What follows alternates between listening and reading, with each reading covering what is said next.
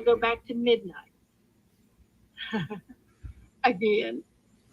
So I'm having a ball doing all this. So thank you guys for hanging out with me. I think is Miriam next. Raul, is Miriam going to be next? Oh, Ann is next. Okay, Ann is next. Ann Lair. So I'm going to turn the lights off in here and go in there. And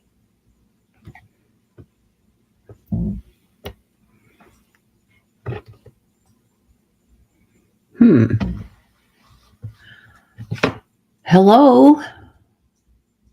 It says I'm live. Bye, Beth. Hi, Raul. How are you?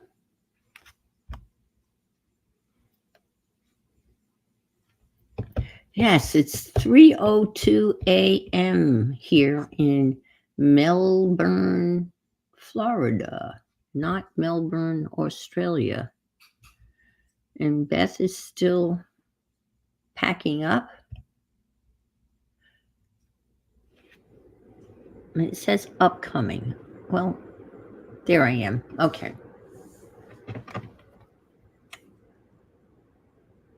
I don't know. I really don't know. A great question, Barbara. I don't have a clue. I'm not sure. I did get to bed. Probably was asleep by 10:30. But then I woke up.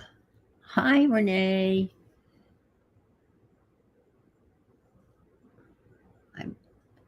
And I always sleep with my iPad on. I know that's horrible.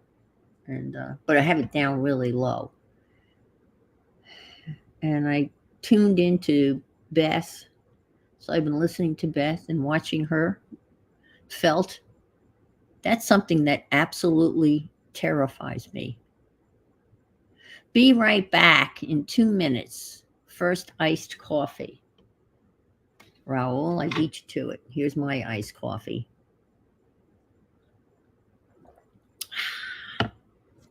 Nice and strong. Hi, Kathy. Janet. Janet. How are you? I've been thinking about you, and I was gonna message you, and maybe I was hoping that maybe later on you might come on and we could just sit here and slow stitch and just kind of have a chat and pretend that no one else was here, just you and I were just slow stitching. So think about it, and let me know whether that's something you would be interested in doing.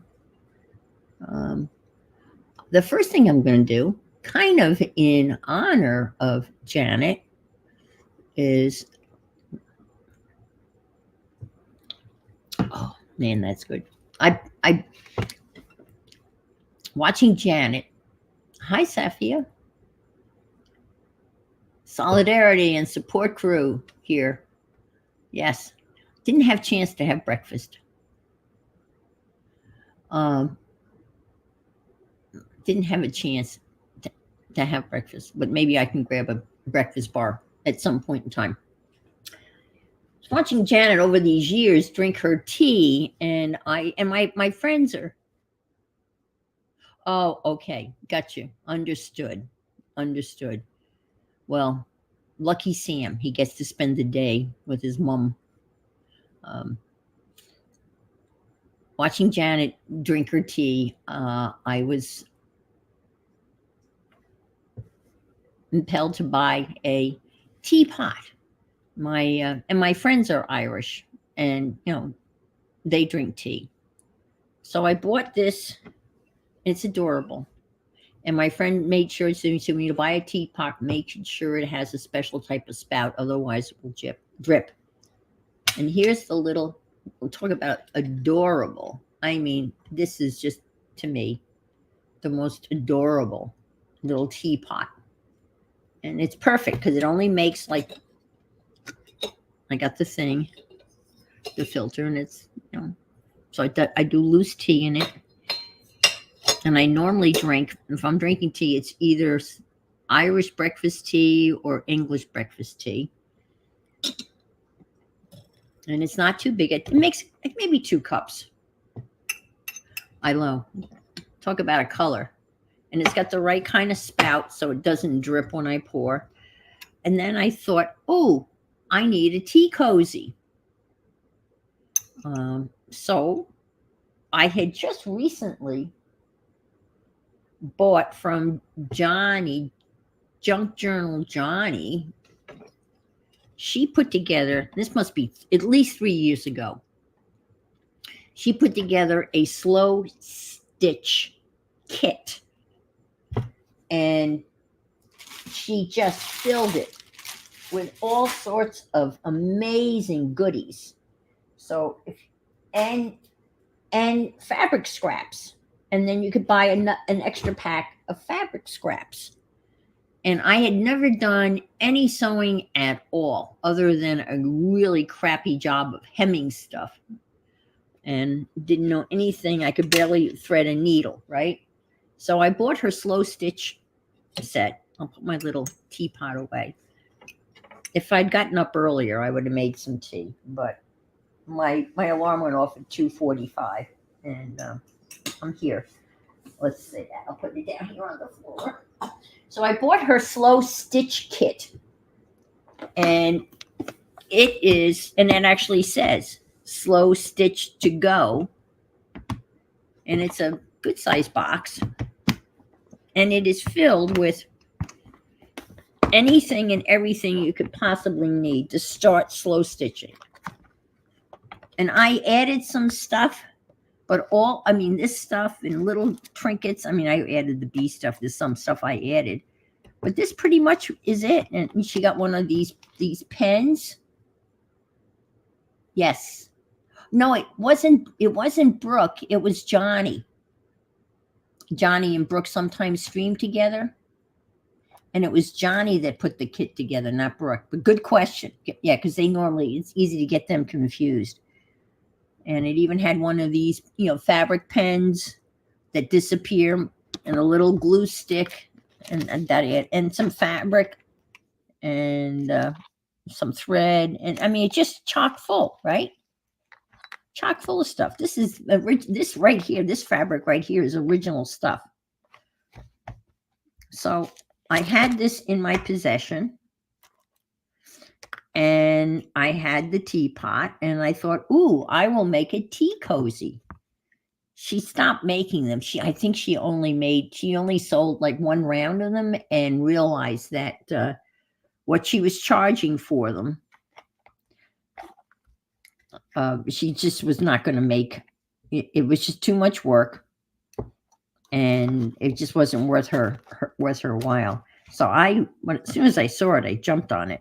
I mean, little stuff like this. I mean, look at this. I mean, it's all, and this is original stuff I haven't even gotten to, but little stuff like that.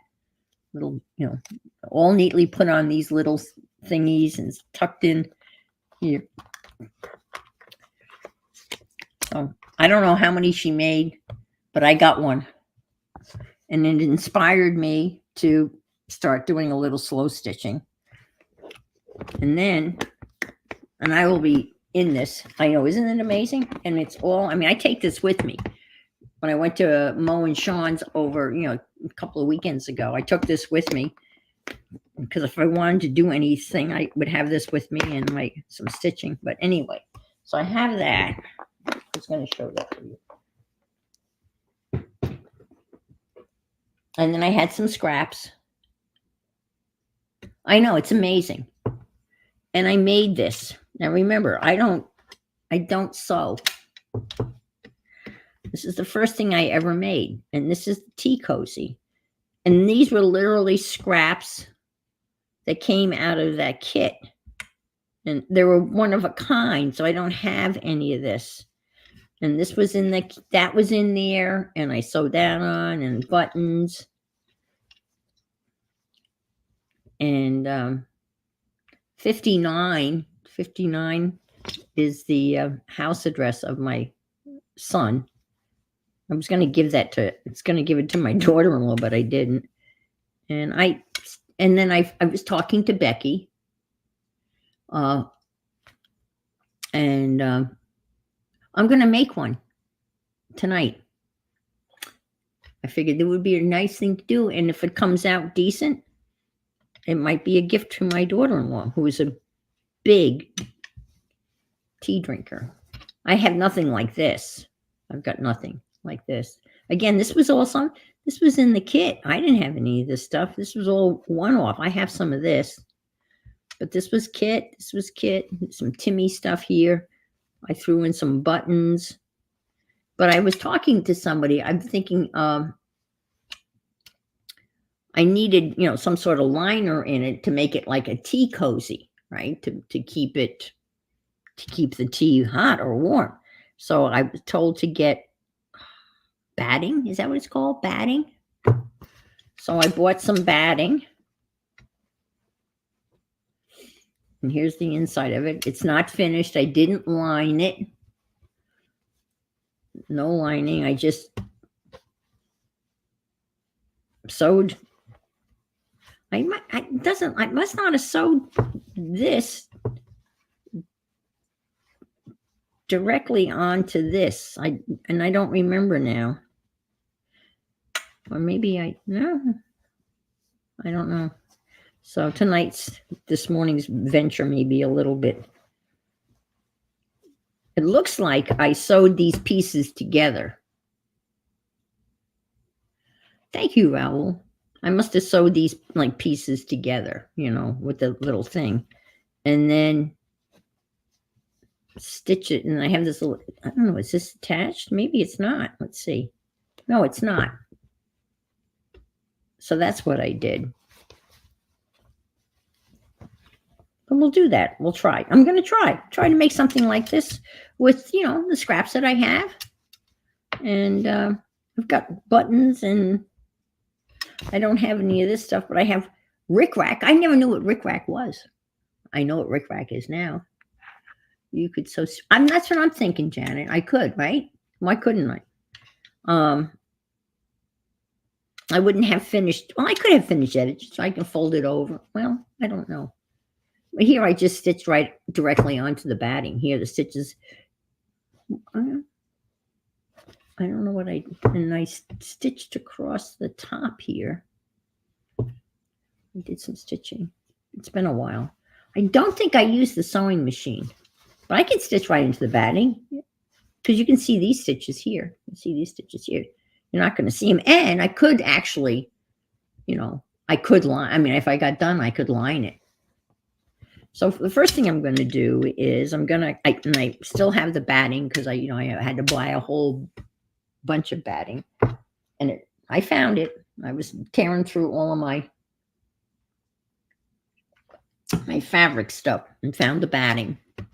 For someone who didn't have any fabric at all, I have a cedar chest filled with fabric. I don't know how I went from nothing to that, but I did. All right. So here's the batting. And I will cut. And I think I just kind of looked at the teapot and figured, so I'm going to need something like this. And I did the angle. I'm going to need something about that big, and then double it. And then we'll figure out where to go from there. I don't know, how many people know, but I was not expecting to be spending time with you folks at 3 a.m. on Thursday morning. And I'm here, and I'm going to do the best I can. And you guys are so accepting and kind, and so the worst you can do is you can leave, right? And hopefully you won't. And it's a lot of people from across the pond. There's Miss Lena. And a lot of you here suffered through my drawing adventure. And we got through that okay. And then I went off to Bridge. Bridge was great. It was super. It was really good. And the woman that's doing this is a lovely lady. And she is a New Englander, and she has one of the thickest New England accents I've ever heard. It's hot. I'm going to bid 2 hats. And Susan's her name. And she is and she's a great teacher. And it was great because, and there was just 4 of us, only 4 of us were there. And we dealt out the hands and we played them. But, she helped us with the bidding, which is the hardest part of bridge is bidding. The actual playing, once you done the bid contract, the playing is the easy part. And she helped us with the bidding, and she'd look at her hands and say, well, do this, or this is why you should do that. And it was great. And this other woman's name is Susan also. I think this might be okay. Right? Let's see. Double that up, right?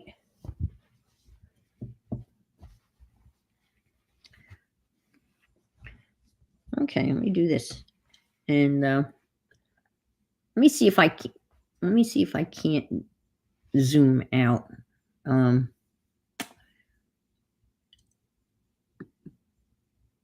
And I played with this other woman, Susan, the other Susan. She was in the bridge class that I was in. She and her husband took bridge lessons together, so they normally play together.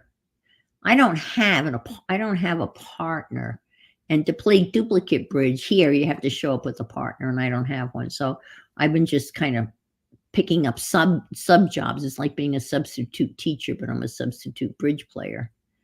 And I've been asked to sub a couple of times. But they have a holiday tournament every year.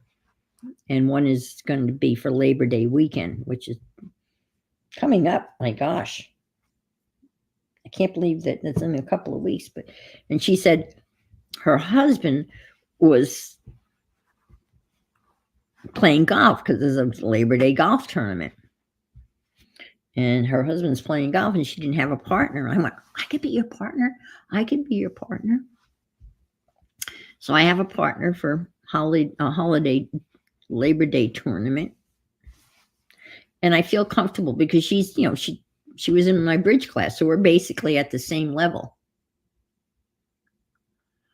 Brooke, my gosh, what are you doing up at 3:19 a.m. in the morning? What the heck? I was just showing Johnny's slow stitch kit. And someone asked me whether you had made it. You didn't make that, did you? Johnny made that, right? I hope so. But great to see you. I know you're up because you probably can't sleep, which is horrible. All right, I'm going to be making a tea cozy.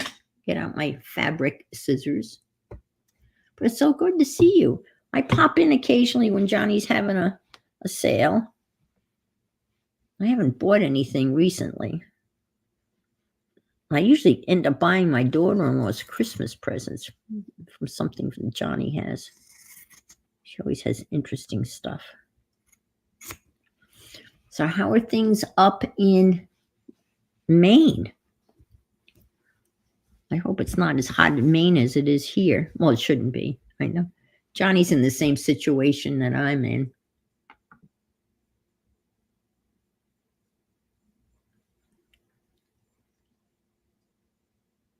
Oh, it was your slow stitch kit. I'm so sorry. Why did I think it was Johnny's? Janet knew. Janet knew. She said, I think that was Brooks. And here it is. In all its glory.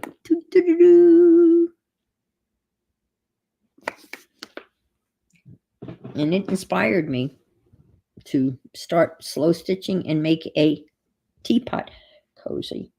All right, let me cut this piece of batting. And I think we'll be good to go. Oh, storming. Okay. That's about, well, see, it's funny because we get our thunderstorms around 3 o'clock, 4 o'clock in the afternoon, not in the wee hours.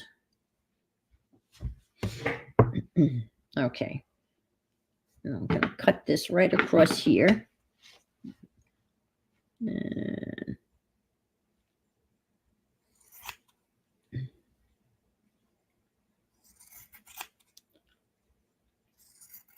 boy, fabric scissors make all the difference, don't they?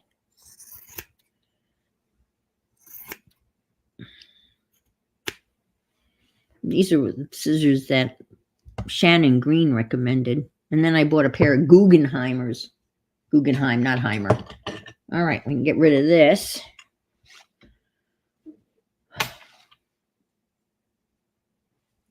Because Lily, I was up. And of course, Lily thought since I was up, it was time for her to be fed. So she got fed early. Her new feed, she's no longer eating poisonous tuna fish. She's now eating Gerber's baby food. Chicken and gravy. I don't know why they call it gravy. The only ingredient in it is chicken and cornstarch. So I guess the chicken with a little water in it and the cornstarch makes it gravy, I guess. I don't know. But I bought a can of chicken, which I could puree, so I might do that later on. I don't know how, because those little jars of baby food are pretty pricey. But she's eating it. Yes, she is eating it. And I gave it to her the first time with nothing in it. Then the second time I gave it to her with the medicine mixed in it, and she ate it. This morning I was too lazy to put the medicine in it. So so there. Okay. So let's trim this down a little bit. Oh, I could use that. I can use the pen, the disappearing pen, to kind of mark it. Is that going to be big enough? Oh my God. I think it will be. God, I'm sorry I'm out of. Let me see if I can't. I was messing up. Oh, hang on, guys. Hang on. I was messing with the camera and it came crashing down and it's just now coming down again. Hang on. Camera emergency.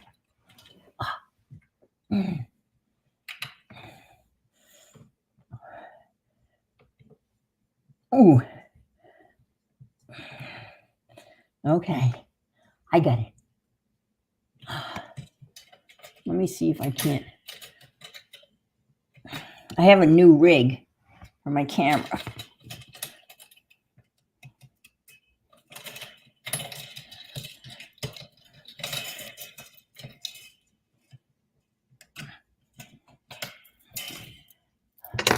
Sorry, folks.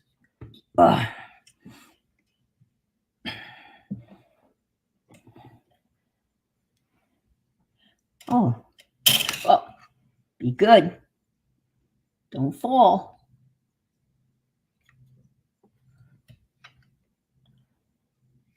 This is what I need, right? Gonna be on for 6 hours and my camera's gonna.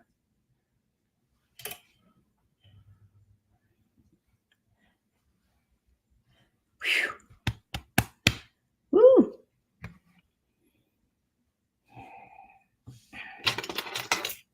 It's a mic stand. It's sold as a mic stand, but it has attachments. Oh, that's much better. I know I tightened and I will not touch. And that's good though. Oh, that's so much. Okay. Woo. It came down the other day, but I was just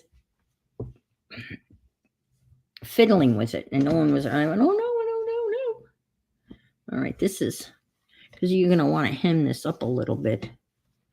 So I hope I didn't cut it too small, but if I did, that's okay because I got, as you saw, I have a bunch of it. Oh boy. Shit. Oh, sorry. Can't start cursing this early in the 6 hours. All right, that'll be okay, right? Yeah, we'll make that. That'll be fine. I can have a little tiny hem here.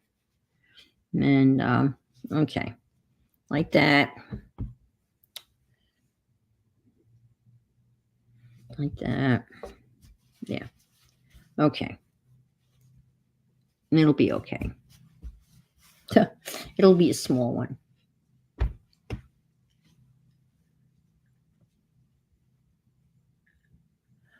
I know. Yeah, you could go to bed and come back, and yeah, it's yeah. Taking one for the Gipper, so to speak. See, I don't know. Should I just? I don't remember. Should I cut it like that? Like that? Maybe? What do you think? Oh, thank you, Janet. That's so, yes, great.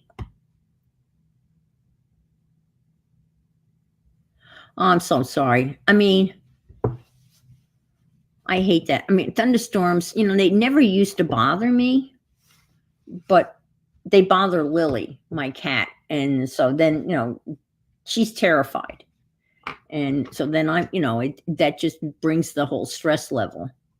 And we have some pretty wicked thunderstorms here, but I know you do up in Maine too. My sister and brother-in-law lived in Maine for years.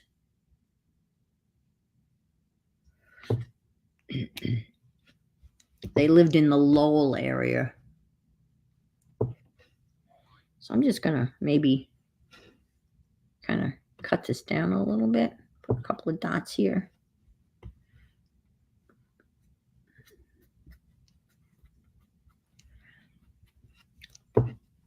I mean, all you sewers out there are going to be probably horrified. Don't do that. I mean, really, what's the worst can happen? It doesn't fit my teapot. And that's a little teapot. I probably should have made this bigger, but I'm just going to. Oh, that's plenty. Okay, just give it a little trim here.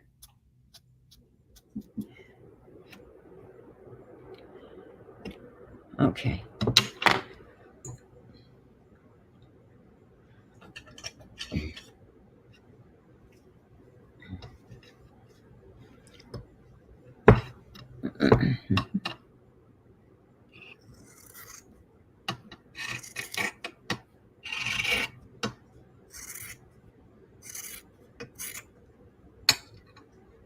Scraps begut scraps. Well, yeah, this fits my teapot perfectly. So this should fit a small teapot.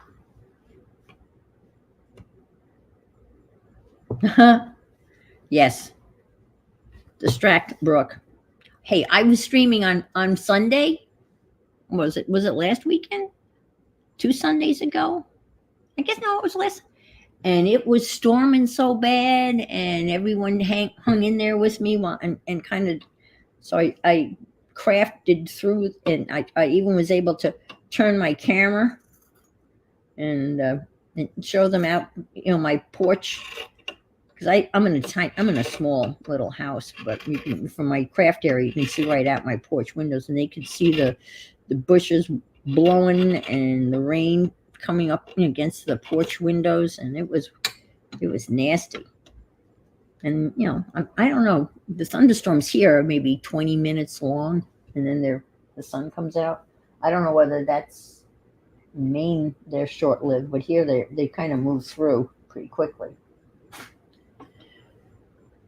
And the latest weather occurrence is not going to be an event here. Ernesto, I am so grateful that Ernesto is hanging a hard right and going right out into the middle of the Atlantic and will not be anywhere near the coast of Florida. And I don't even think it's going to hit you guys in Maine. I think if anybody, it's maybe go all the way around and maybe hit London, maybe England. I don't know, but it's kind of, unless something drastically changes. It's swept through the Virgin Islands and the tip of maybe Puerto Rico, and then it just So it's going that away. I want everything to go that away. All right. Okay, so here we are. Should probably straighten that out. And then I don't know what I did. Did I tuck this in? Well, I'm gonna lay out some now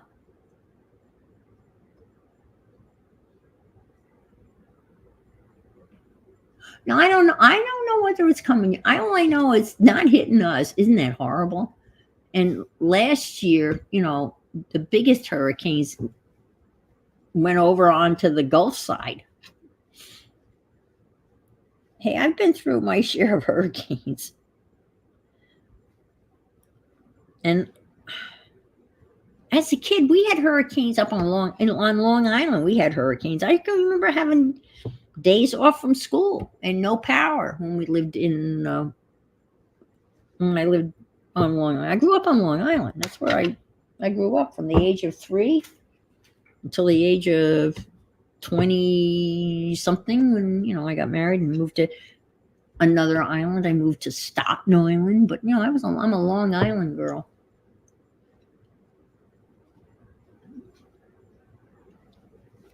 But I don't, they didn't bother me then, maybe because I was a kid. Maybe my parents were concerned, but I wasn't. I thought it was great we had no school. Okay, just east of Bermuda. Big waves, yeah. Okay, yeah. And the biggest thing that they talked about, I'm glad they talked about the biggest problem with storms like this is rip currents. And they had like a statistic, and they had the number of people that have died, drowned in rip currents because of these storms. They caused how many people, a whole bunch of people died because they weren't paying attention. People don't pay attention to rip currents. They go, oh, rip currents, big deal. I'm not going to worry about that. And then, they get out and they don't know what to do and they drown and they can't, the lifeguards, or they're swimming somewhere, they get out of the view of, and they, Look at this. Isn't that adorable? Look at that little fringe. Okay, now, I'm sorry. I'm just babbling because I can. Now we have to lay out some material, right?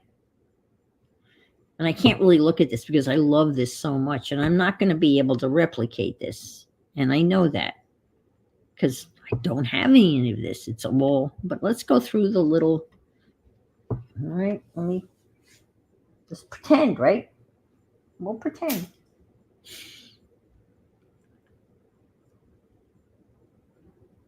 Yes, that's my tea cozy.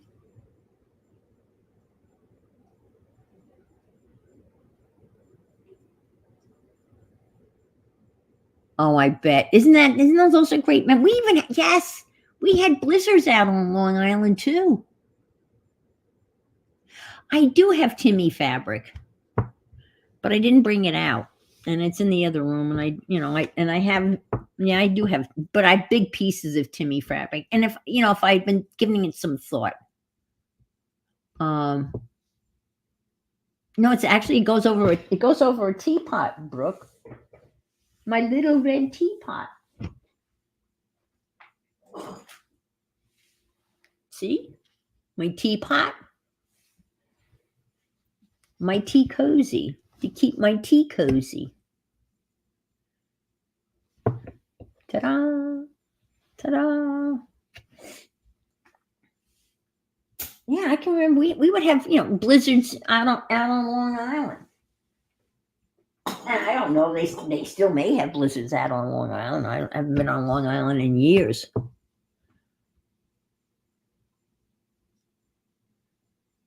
Play in the park, yeah. Yeah, who drowned in a rip current only one summer after. Yep. Yeah. People just don't pay attention to those.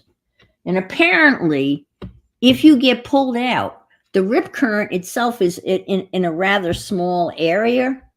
And if you get pulled out, you should not try to come ashore against the rip current. You're supposed to swim like across laterally and or parallel, not parallel to the shore, and then usually there's the rip current is in a, and you swim out of the rip current, and then there's no rip current anymore, and then you can swim ashore. But you have to, you have to be a strong swimmer. All right. This is the bucket of goodness that I'm going to dig into. And I bought this thing at this little container at Tuesday mornings, which is no more. Oh, I don't want to lose that. That's got to go back in the thing. All right. And this is filled with some pretty neat stuff. And this was up in my closet, and I haven't been in this in a while, but there's some pretty neat stuff in here. Look at these. Some of these might be cute. I don't know where I got these. They're in a nice little bag. Oh, look. I know what this is from. This is from Rosemary Morris's Renaissance Caboodle Kit that I never completed. The big storm.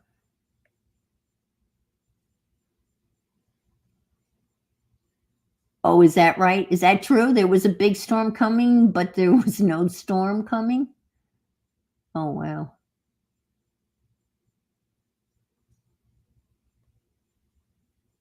In Scotland, better snow in the, oh, I'm sure. Yeah, better snow. So there's some fringe there I could maybe harvest. Oh, I could use it on the other. Ooh. This looks like, how about that? That's Timmy fabric, I think. Oh, wow. Let's cut a piece of that. That's pretty. I think I like that. What do you, that's pretty. I don't even know. This is just, I don't know where this came from. I buy scraps. I don't, it's like magic. Like, definitely going to use the roosters. Hey, I was looking at that chicken that I drew yesterday. It didn't come out too bad. Ooh, look at this. Maybe a little piece of that. I didn't do that. Maybe I did because it's not really done well. So maybe I did do that. I like that. And I have some clusters on here. Look at this. It's like a black and white photograph. I like that. Someone must have sent that to me because it's cross-stitched. I like that, though. The ladies having tea. Here's another.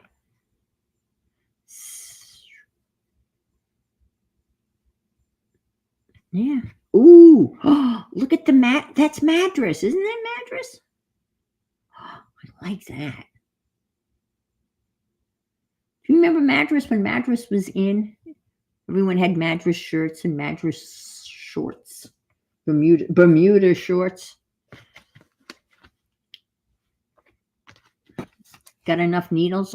These are all $1.53 at Ames, which was like a Kmart type of store in New York. Assorted needles. Okay. What's this? Buttons. Ooh. Look at this. Now, I don't know where this came from. I know I didn't make it, but this could go across. Oh, look. Beads with the word love. No, it's, hi, Janice. Did I say hi to you? You remember Bermuda shorts. Maybe. Love. And, oh, they stitched love. I don't know. This definitely has to go on. This can go right across the, I'm going to make a teapot cozy, but now I'm just appearance with printed. Oh, I'm taking my time. And it says, I've never seen this before. Maybe some of you fabric people would know. It says appearance with printed imperfections. I love it. So that means it's a second, right? It says imperfections. I love it. This has got to go on. That means I can screw up. And I can say this is made with love and imperfections. Look, love with imperfections. Isn't all love with imperfections? Oh my God, you don't want me. I am Wayne. I'm being philosophical. Isn't all love with imperfections? Hi, Beth. I don't have as neat stuff as you do. I don't have any of my grandmother's stuff. And I'm jealous because you have some really neat grandma stuff. And I had in my possession my grandmother's little, it was like a little upholstered footstool. And it opened up, and inside of that was filled with all my grandmother's notions, like buttons and things like that. And I tossed it. You know, I was moving, and I'm, what the hell am I going to do with this? Oh, I think about it a lot. And I have no idea. I'm going through this thing, and I have no idea how this got so full, where all this stuff came from. But this is buttons. So I have some buttons in here. Newer buttons, not old buttons. But we'll put some buttons on this. I'm going to make a tea cozy, Beth. Okay. I've got some nice fabric, though. I'm kind of excited about that. Let's dig down here. Oh, this, I'm going to use a piece of this. This is, I bought a Cantor. Look at that. Oh, my gosh. Well, maybe. Yeah, I did. I bought a Cantor. I think it's called a Cantor quilt from Rosemary. And I bought 2 of them and sewed them together to fit my queen size bed. What's a tea cozy? I'm glad you asked. Inquiring minds. Okay.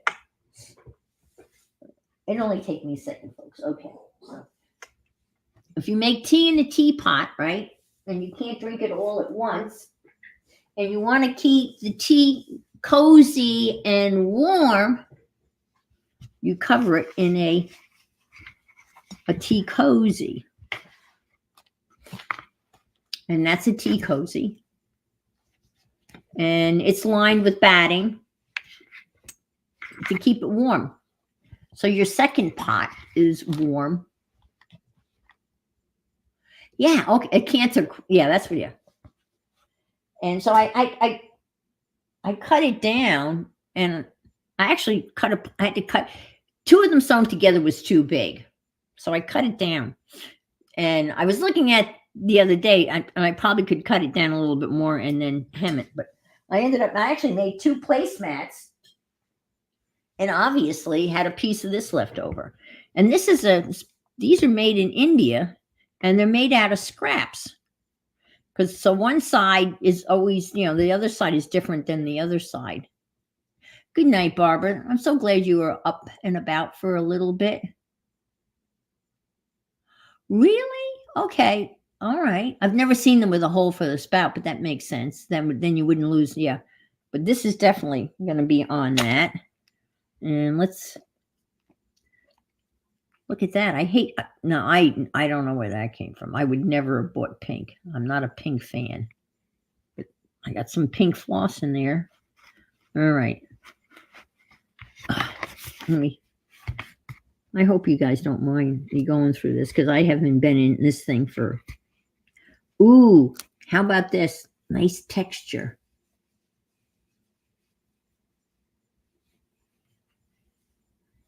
Ooh, that's texture-y. I think that came in the original.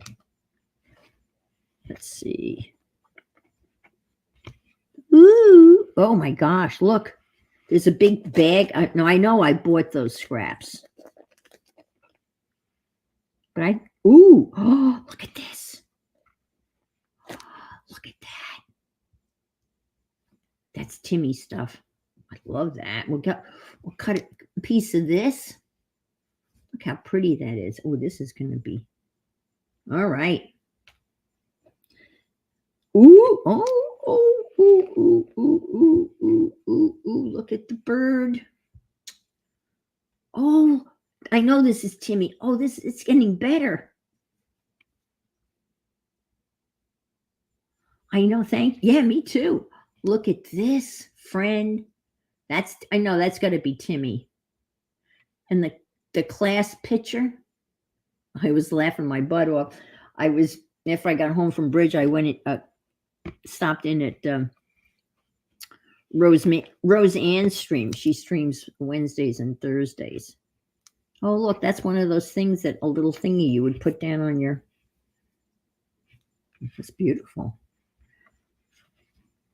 I don't think I'll use that. And I had mentioned that I had been on the Howdy Doody show. And I thought, and of course, they were, kind of making fun as they do. And damned if Susan didn't go on the internet and find a picture of a bunch of kids, a group of kids that had been on the Howdy Doody show. And she put it up on the screen and said, "Which one is you?" This looks like my sewing hand. I must have been practicing because it's all crooked. I'm getting better. And so I thought to myself, oh, that would be a great story, because we all love stories, and I can tell you my Howdy Doody show. I don't know. Maybe some of you maybe are old. Oh, that would kind of be pretty too, wouldn't it? Just a little piece of that. Some of you are probably old enough to remember the Howdy Doody show with Buffalo Bob. Buffalo Bob was the human being. And then there was Princess Summer, Spring, Autumn, and Fall. And she was a real person. And then there was Clarabelle. That was a clown who was a human being, but a clown.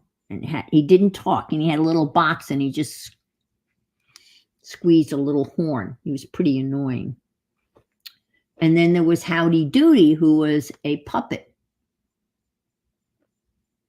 And there was a kid's show. And at that time, my dad's office, he worked for a cargo airline. Their main office was in downtown Manhattan. And he knew somebody who knew somebody. I don't know. We ended up with tickets to the Howdy Doody show. Oh, look at this. Ooh, polka dots.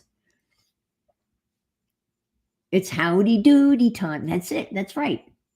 It's Howdy Doody time. It's Howdy Doody time. It's Howdy Doody time. Da da da da da da.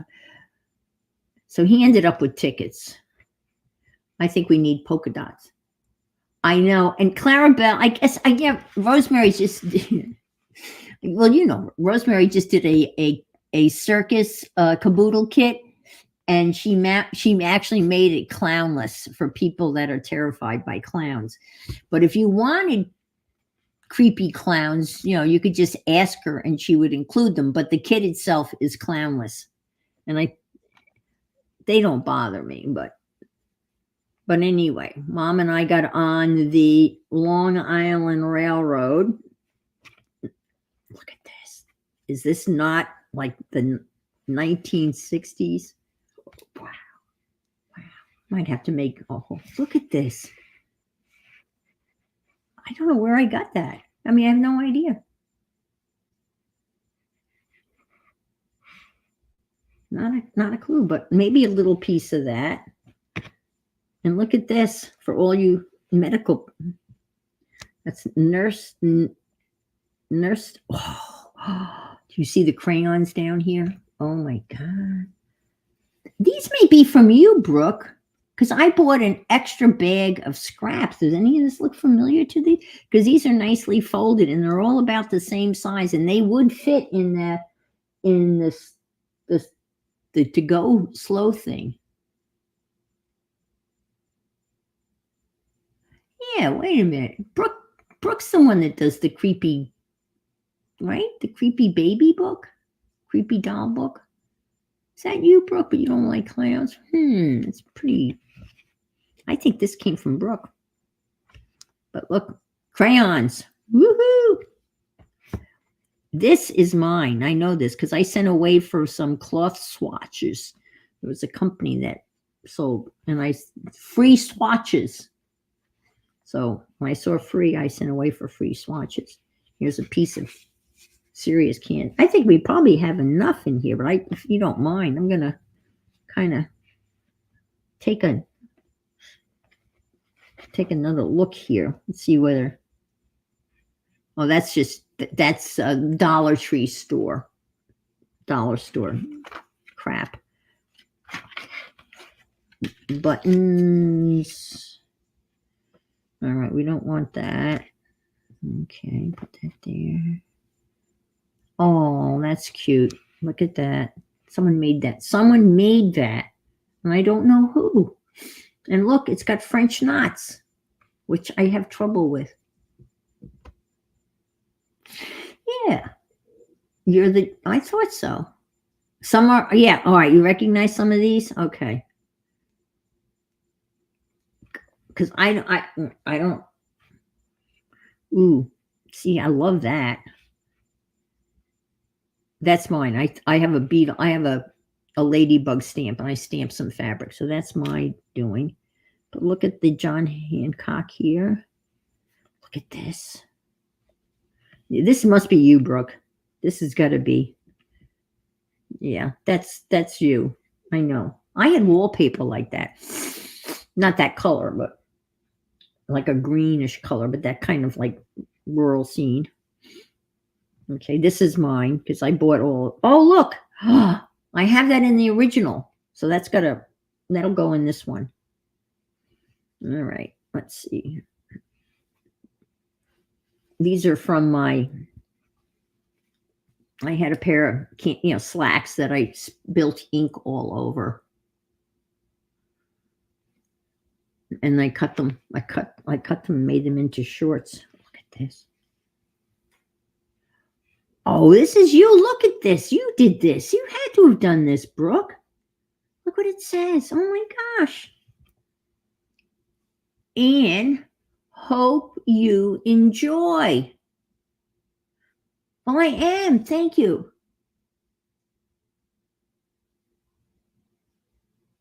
Yeah, it is. I can do them, but occasionally I don't put it back in the right space and I pull and then they kind of disappear. You did that. I mean, why would I do that? So you must have done that. So that must have been. Oh, really? I love doing streaming on but no. Well, who would have done that? But we did confirm that you did make the slow stitch box, right? I don't know. Well, whoever did that, I am enjoying. Okay. I watch all my streams on my iPad because I find it so much easier. Okay.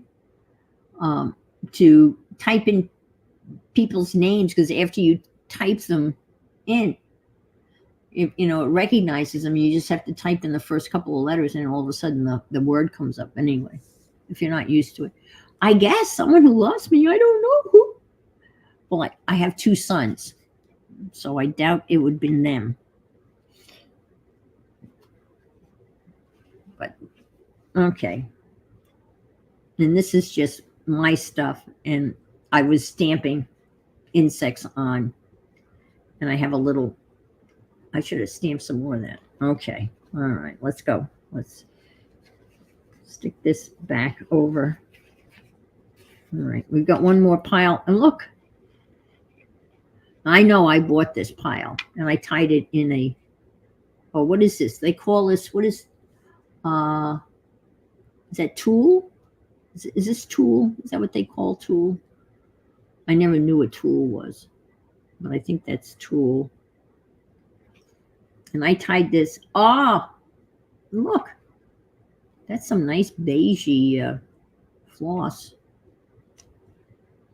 Got to have a piece of this. Got to have some bandana. Oh, this bandana's got paint on it. So this is a bandana I wore when I was painting. You can see the beige paint. That's another story. But let me go back to the howdy doodies. But anyway, we get on the train. We have to be at the NBC studio at a certain time. And the train breaks down, which happened a lot. The Long Island Railroad broke down a lot, and it broke down, and we got delayed, and we got there, and the show had just started, and I got in like during a commercial break, and I had to sit on the very, very end of the peanut gallery, and that's what they called the bleachers where the audience, the kids said, it was known as the peanut gallery. So I was at the very, very end of the peanut gallery. And so this picture that Popo found, Susan found, was certainly not me because I was at the, okay. Oh, okay. I wanted, ooh, okay. All right. Let me put this down. This is just, these are little square. And I think I bought these at Walmart. Wally World, I think. I tied them in a little bow. All right. I got much more interesting stuff here.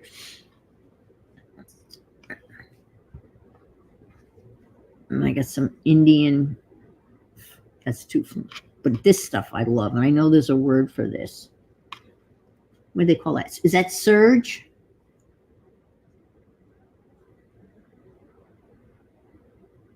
Oh, thank you. Yes. Thumbs up, please. I would appreciate that. That would be awesome. Is that's serge? I have some of this in red too. Ticking. Thank you. Thank you. Thank you. Thank you. Thank you, Sophia. Thank you. Thank you. All right. Serge. I want some serge. The other one has red serge, but I like that green serge. Yeah. Okay. Let me just. Ooh, I don't know. I like blue better than the green. Won't do the navy blue. I love navy blue. There's a stray button that got away. Let me move this here. Maybe.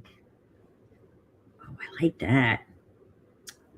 Look at that. Oh man, can I find room for? Isn't that? Oh. Ooh, look at this with the bumblebees. Oh my god.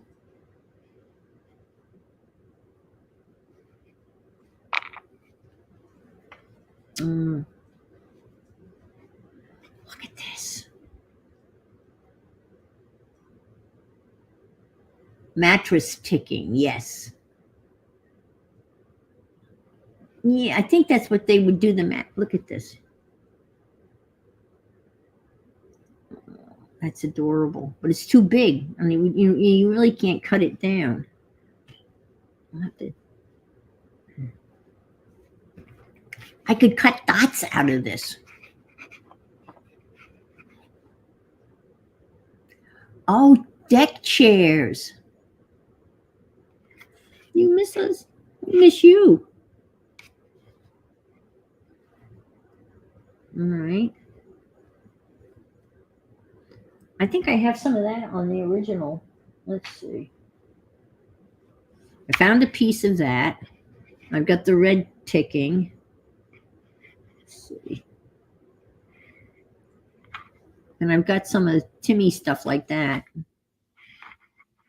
And there's some of that print. So I've got some pieces of the, they're in here.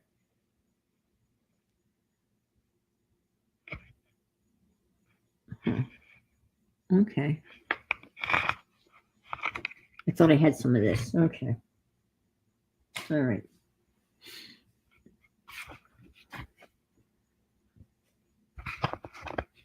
Let's see. This is I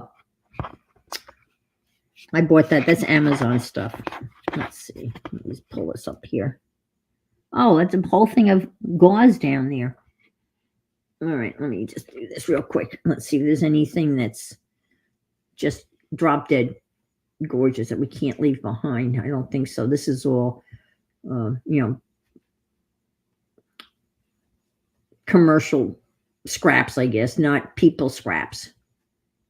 Yeah, this is, that's kind of pretty though. I kind of like that too. Ooh, I think I have enough though, don't you? But that's kind of cool. That's Amazon-y. Because you can see they're perfect squares. I'm sure there's a word for those. Hi, Brenda. Good morning to you. All right. Just going through a scrap hat box that's been up on the shelf in my closet. And then I haven't been in a while because I have another cedar chest filled with fabric too. All right. I think we have enough. And if we don't, we can come back for more. I'm not going to use this. But I might, no, I don't think so. That's too, when I look at this, when people cut this stuff up, you buy that, right? And then you cut it up and then and underneath this is a big bag of, is the thunderstorm stopped? I hope you can get back to sleep and at least get a couple of. I'm so glad you stopped in. That you found us. That you knew. Yeah, so good to talk to you and see you. And now I know that I won't give Johnny credit for this slow stitch box. And I'm just so happy I snagged one when I did, because I know they were. You should have numbered them, right? One of whatever. And there's a whole bag full of I'm not even going, really tiny scraps. I mean, little itsy bitsy scraps. So I'm not going to go into those because we'd be here. But look at this. I mean, this is just so precious. Precious. I'm telling you. Where is she? You got Janet, that's right. You got the first one, right? Janet, didn't you get the first one? Didn't she send you the very first one?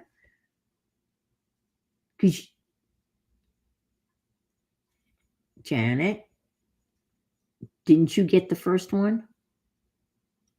I know there's a lag, but I think Janet got the very first slow stitch box.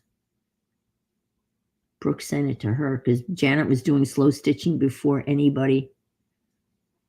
I know that. That's why you knew. I remember now. You did get the. Oh, yes, it is precious. You did, yes. Yeah, this was like a faux hat box. It's got a very pretty lid that's in the other room in the closet. And I got it, and it had. Oh, that's what this is. This went across the. Yeah. Here and here, I guess. I don't know. Yeah, this went across the top of it. I got it at Tuesday morning. And I bought it to put scraps in. And at one point in time, this held all my scraps. Not so much anymore. No. And these wee little scissors, I don't even know where they came from. When your fingers get stuck in. All right. Phew.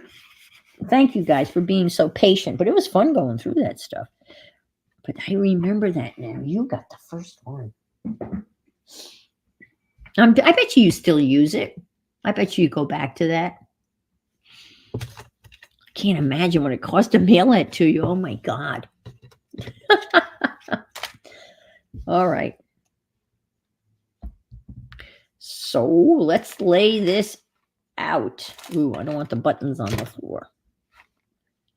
Willie might like that. Let me see if I can't. That's a little crooked, so I'm going to try to straighten. Oh, I know what I could do. And how about using a ruler? Brilliant.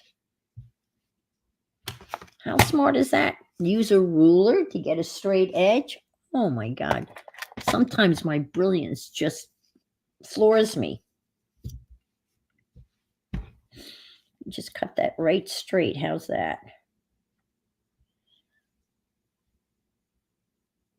Yeah. All right. How about that?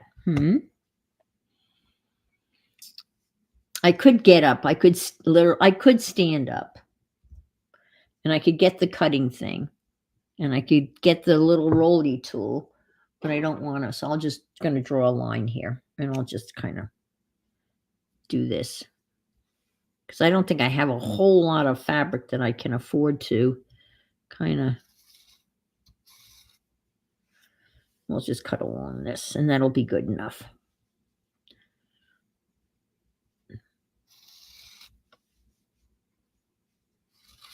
Yeah, that'll straighten it out.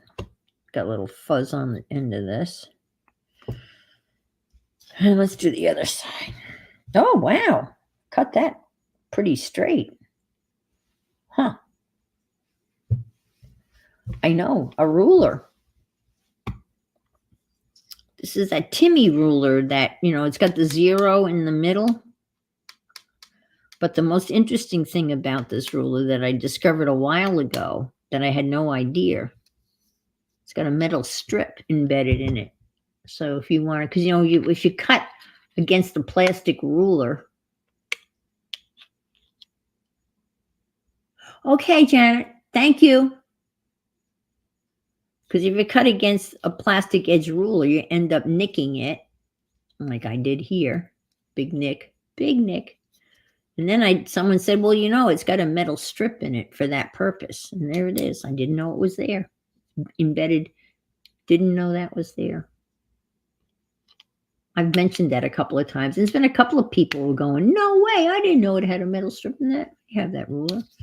So that's my go-to ruler. I mean, in the sense it's right next to me.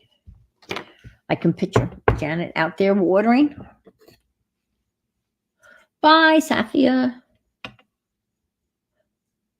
Now you're leaving too?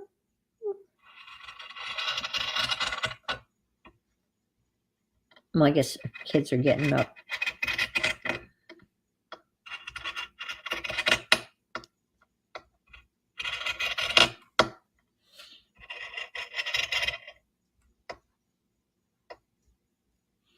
Come on. Straight enough. All right. Come on. I know I'm going to use them again. Come on. Here. Stay. All right. So let's lay out some stuff. Oh.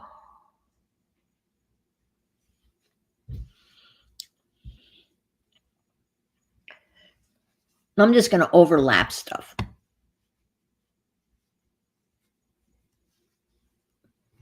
And then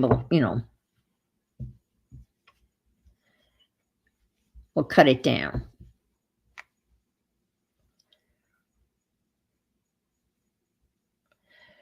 Let's see. Oh, so after the howdy, let me go back to after the howdy. Oh my God, Brenda A says, my mom has 60 years worth of fabric she hasn't sewn in about 25. She wants me to have it. I told her we should go through it and redistribute it. Oh, she won't have any part of that? So she wants you to take it all lock, stock, and barrel, and then it's going to be up to you to distribute it, redistribute it? Oh, wow. I can't imagine. I mean, what I have here is maybe no more than 5 years worth. I started out with none, and it doesn't take long to get. And I've never sewn a piece of clothing in my life. I bought all this just for slow stitching purposes and, farting around with it, nothing serious. Wow. So after the Howdy Doody show, right? My dad met us at, I understand, Angie. I understand. Thank you for stopping in. And I know you probably gave me a thumbs up, but if you didn't, hit the thing on the way out, okay? So my dad met us at the NBC studios because I told you he worked in Manhattan at that time. And we went out to dinner in a Chinese restaurant somewhere in New York City. I don't know where, which it was a little tiny hole in the wall Chinese restaurant, probably a place where my dad had lunch. As I recall, they knew him when he came in there. And we had, dinner. And when we were walking out, the thing that was the most amazing thing to me, there was a woman. Thank you, Angie. There was a woman that was sitting in a booth, and next to her, in a very lovely basket, an open basket, sat her pet chicken. Yes, I kid you not. Woman had a pet chicken, and it was sitting next to her in a booth in a Chinese restaurant in Manhattan. I remember that to this day. And who wouldn't remember that? I'm surprised that, the chicken didn't become part of the, chicken lo mein or something. But anyway, yeah, because I remember looking down and her smiling and her saying, yeah, this is my pet chicken. That was pretty exciting. I mean, it was right up there with the Howdy Doody show and Howdy Doody and Buffalo Bob and the Peanut Gallery. So that's the Howdy Doody story. So I'm just going to put a small piece of this, but for now, I'm just going to stick it down here. I'll put it here. Okay. This is a bandana, and this one is a used one. And if you can see, it's got paint on it. There's like a beigey color paint. Can you see that? Here comes another story. I've got tons of stories, folks. I've been around a long time. See that beigey paint? One year, the school that I taught at built a junior high, and they were going to be buying all sorts of furniture that had to be put together. And I love putting that stuff together. I just love doing that. Don't ask me why. And I said, I went up to the headmaster and I asked her, I said, gee, could I work here for the summer? Would you hire me for the summer? Thinking that I would put together furniture, which I love to do. And I was hired as a summer employee. And I arrived the first day at work, and the facilities manager, a guy by the name of Dave Del Buono, dear friend, he handed me like a big bucket of beige paint. Hi, Carla. A big bucket of beige paint and a paint roller and a pan, and said, you're going to paint the classrooms. And I went, oh, okay. I painted every single classroom, every bathroom, all the locker rooms, the cafeteria.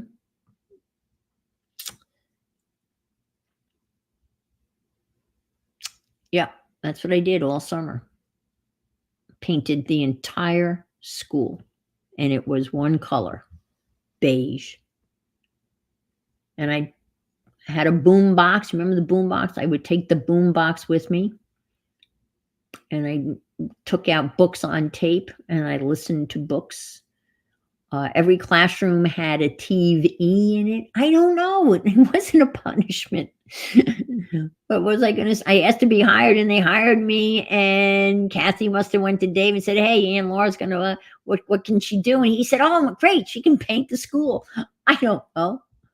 I did get paid. Oh yeah, I got paid. Yeah, I got paid minimum wage or whatever that was, but I got paid. And fortunately, Dave didn't get to work early. I mean, he was a late sleeper.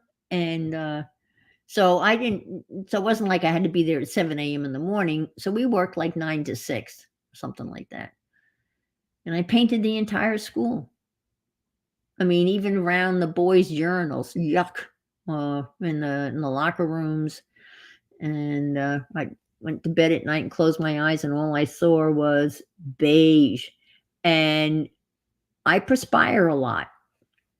And I got a whole packet of bandanas, and I wore them around my neck to catch the sweat and around my head. I was a mess. But I painted, and every classroom had a TV in it. So when I got tired of listening to books on tape, I would turn the TV on and I would watch an episode of Law and Order, because, as you know, there must be 1,000 episodes of Law and Order, and you can always find Law and Order on some channel somewhere 24 hours a day. So I watched a lot of Law and Order. So that's what I did one summer. I painted the entire school at Holy Trinity Episcopal Academy.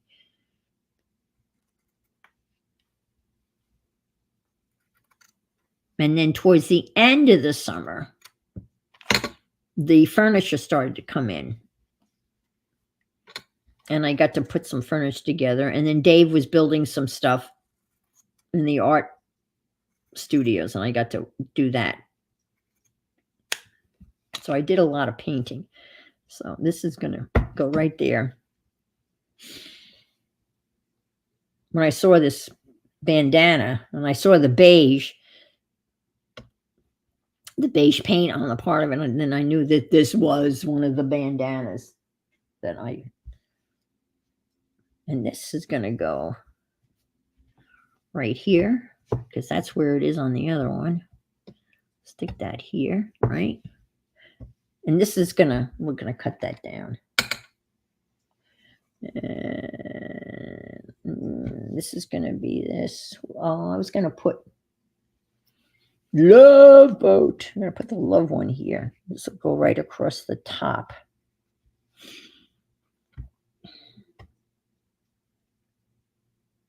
Oh, I don't know, because I want. It's not gonna. It's too big. I'll have to cut it. Oh no, there's more things here. There is so much to be grateful for. Wow, this is just filled with. I would love to know. Well, this will go through. All right, this will go across the top. That would be a nice thing to see when you're looking at your tea cozy, and it says there's so much to be grateful for. And there is. And I forget that. I forget that too often. That's a good reminder. All right, let's stick this. That'll go across the top. Maybe we can put this piece, maybe. I just love these. Did I cut that off? No. Appearance with. Oh, did I cut that off? How did I cut that off? No, I cut that here.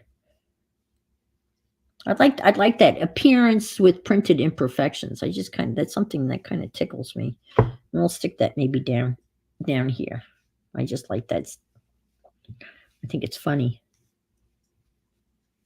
Because we all appear with some imperfections, don't we? And this certainly does. Okay. Probably cut that down too. Maybe cut that there. All right, let's see. Gotta have some crayons. Boy, that is loud, isn't it? Can you imagine wearing that? What would you wear? I mean, oh, look at that. Huh. Well, that's nursey stuff. There's a Band-Aid and a piece of a stethoscope. All right.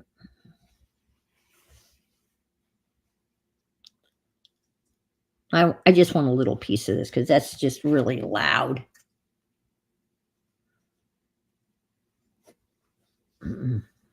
Let's just.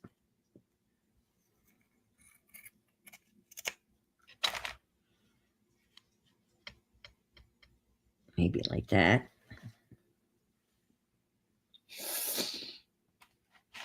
Well, actually, I might have to. Oh, I love this though. Look at this. Just the texture in this is amazing. Stick that there. This is going to be really cool. Ooh. I love the bird. I think I got to keep that. That's going to be, I can't cut that. You know what I should do? What can I stamp there? I could stamp something there. What can I stamp there? This is for you. Made by, I don't know. I'm a little teapot. Chanel. What's Chanel? Oh, this is. Oh, that's right. Thank you, Janice. I didn't.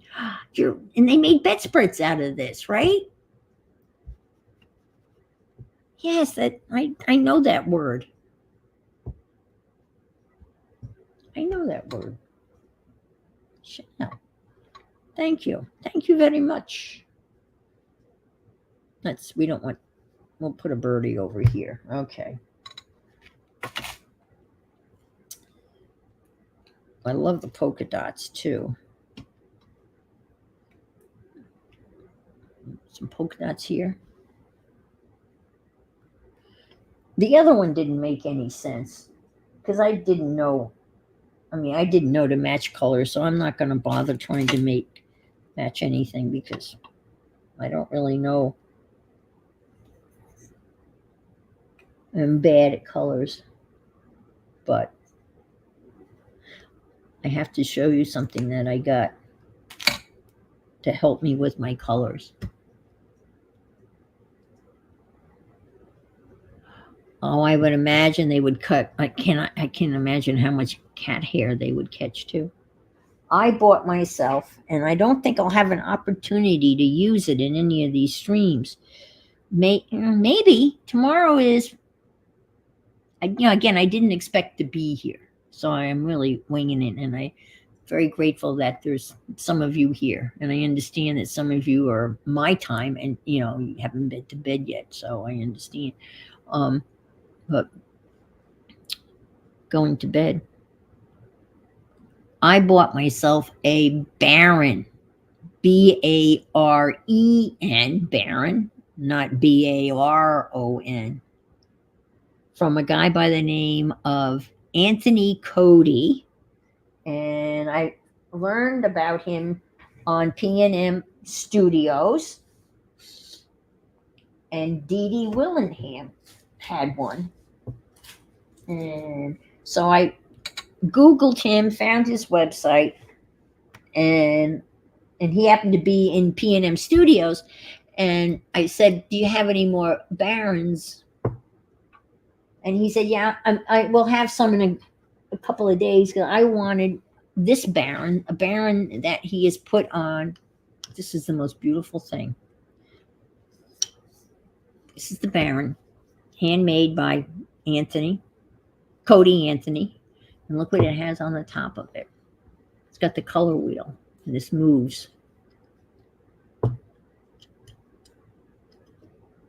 Isn't that gorgeous? Look at that. And it's got, complementary and allegoris. And you can move it around. And this is, and Renee's husband looked this up. It is SPALT, splate walnut. We looked it up, and the walnut has some sort of disease that causes these kind of imperfections like this. And that's a Baron. But isn't that gorgeous? And I was afraid that this was a large one, and I was afraid it would be too big for my hand, because you could actually measure the width of your hand and give him that measurement, and he would make one that would fit your hand. But this one couldn't fit my hand any better. And it's not heavy at all. Miriam, did you sleep? I don't know. I saw, but good morning. Good morning to you. I am just rambling on because I was just showing this Baron that I bought from Cody Anthony, with a color wheel on it to help me with my colors. So this green and this are opposites of one another. Now, is the opposites? You did sleep good? All right. Is it opposites that make mud?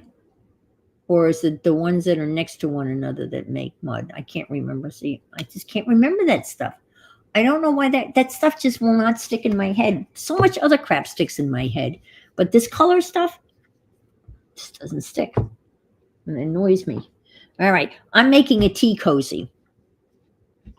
And I've just walked down memory lane on some of these materials. The lovely woman that made this gorgeous slow stitch kit was here. Actually was here. You're heading out. I will follow you from outside. Okay.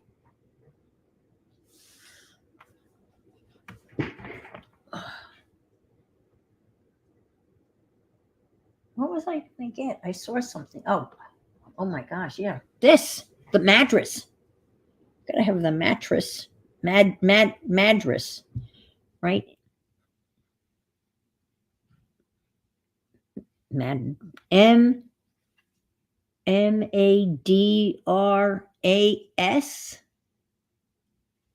You just know the,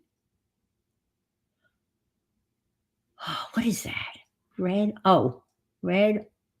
orange, yellow, green, blue, indigo, and violet. Is that the colors of the prism? In the prism of the rainbow? Yeah, I know that. Madras, yes. I remember I had a pair of Madras Bermuda shorts, and that must have been quite the sight because I was fat and short. I was a little chubbo. And now I'm even I guess proportionately. And I have to put this on because this is just friggin' phenomenal. That's going to go right there. I have to. I mean, you can't cut that up. It's just so. Rainboy. What the hell is Rainboy? Red. Beth, you need to go. I don't. Roy G. Biv. I thought that was the planets, but that's not the. And we've got some of this. So I'm going to cut that up. And yeah, I'm going to put this in some place here. Splated walnut. Yes. Splated walnut is pretty. Yeah. Thank you, Brenda. Yeah, but that's what that's made out of. Splated walnut. He's got splated walnut ones and he's got black walnut ones. And they range from $52 to $64, I think, with free shipping. And he's in Olympia, Washington, I think. For me, he's on the other side of the. And boy, he told me he would have them in his shop on Thursday. I got a message from him on Wednesday, and he said they're there. I looked at them. I picked out this one. And he shipped it. I paid for it, obviously, and he shipped it the next day. And I had it like 2 or 3 days later, the whole thing. And within a week, I had it. And I haven't had an opportunity to use it. I haven't done any jelly plate printing. But tomorrow is. Yes, he makes bowls too. Yes, he's got bowls. And he's got a lot of stuff. Beautiful stuff.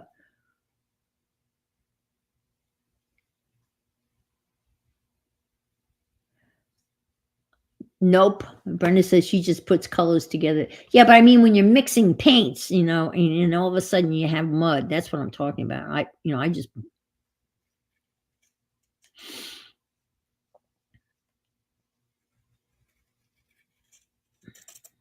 He even has one of those yarn bowls. You put the bowl of yarn in, and it's got the slot. And you put the yarn, so it doesn't.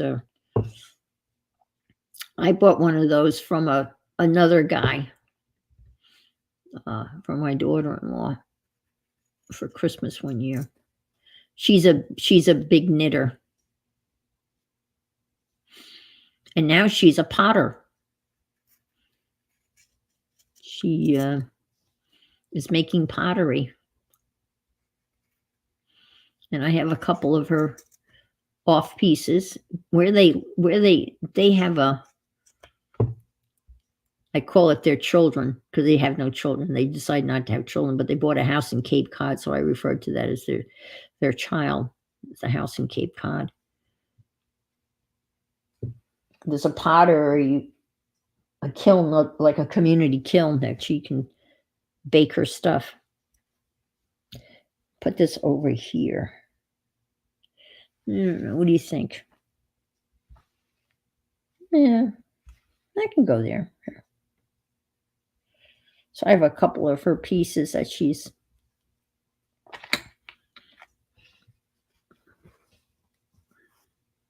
I don't know where I was going with that. Talking about pottery.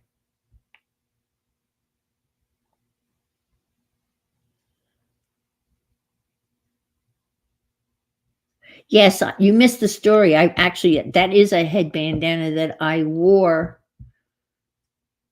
one summer when I painted the entire school that I worked at as a summer job. And the other bits of that bandana has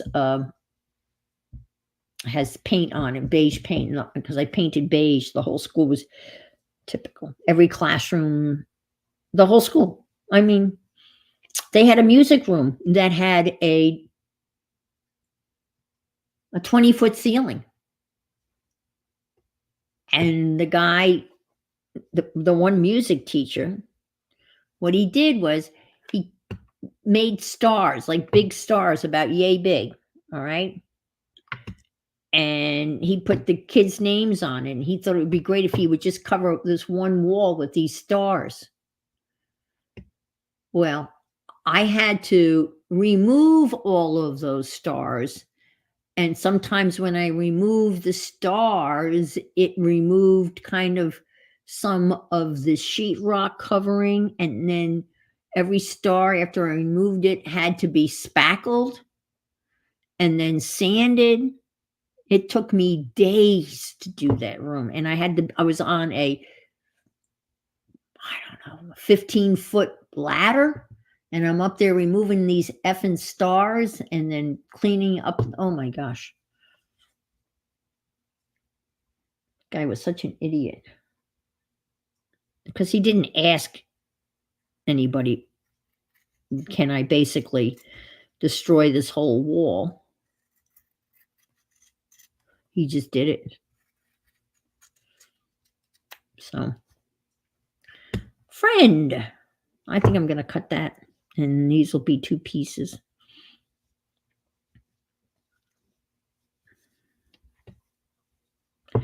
Yeah, the guy that I worked for, Dave Del Buono, great guy.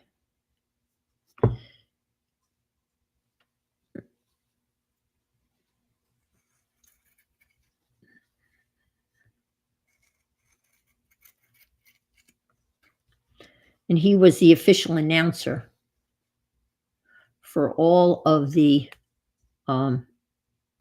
sporting events. He called all of the football games.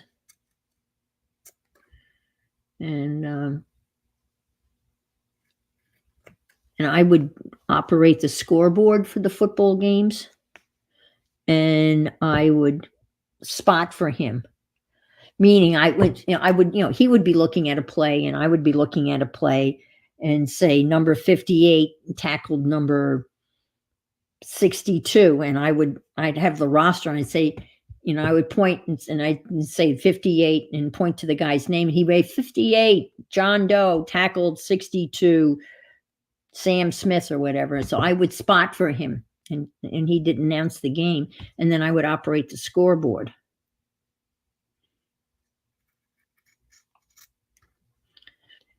And he would announce the basketball games, and I kept the score book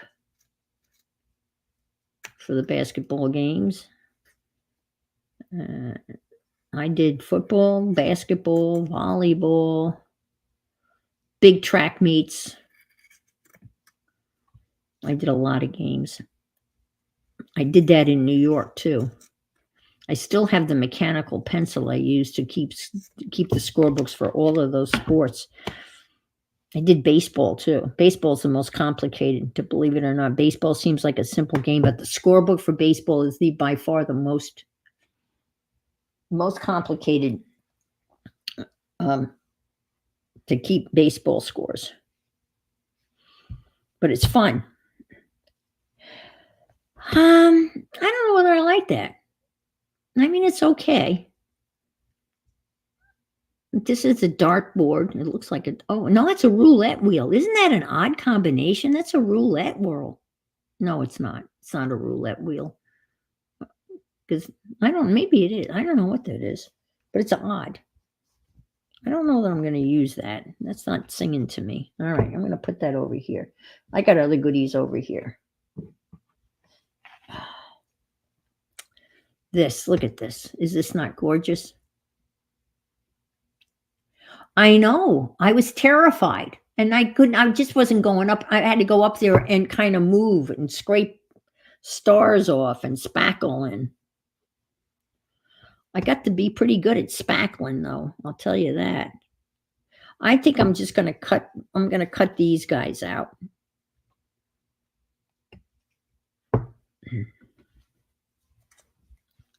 And it'll be fairly easy to cut out because I can just follow the little box.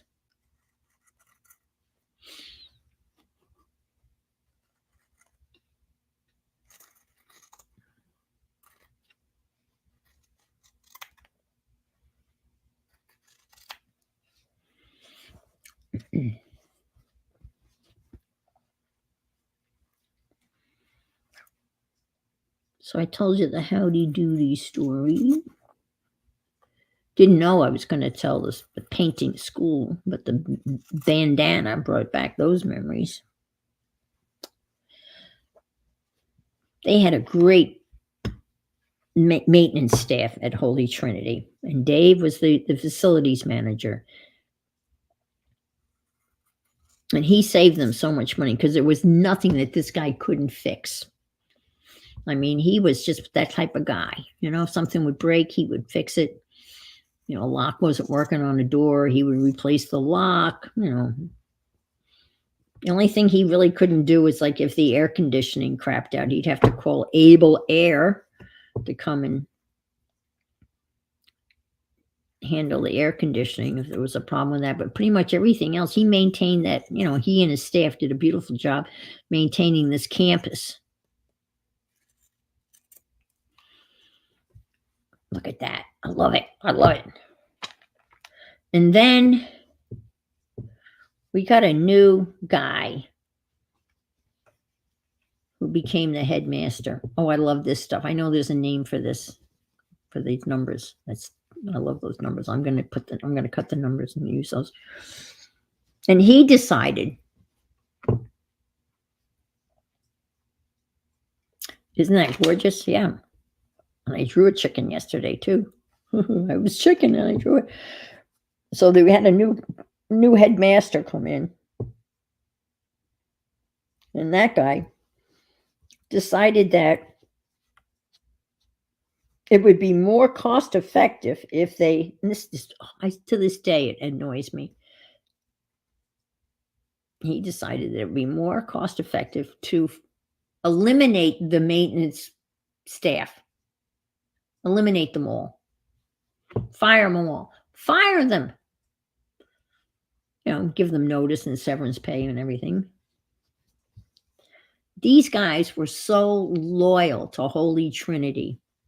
And they would do anything for any student. Say some student, forgot something, and they would, let them in the building, let them onto campus and let them get them to their locker.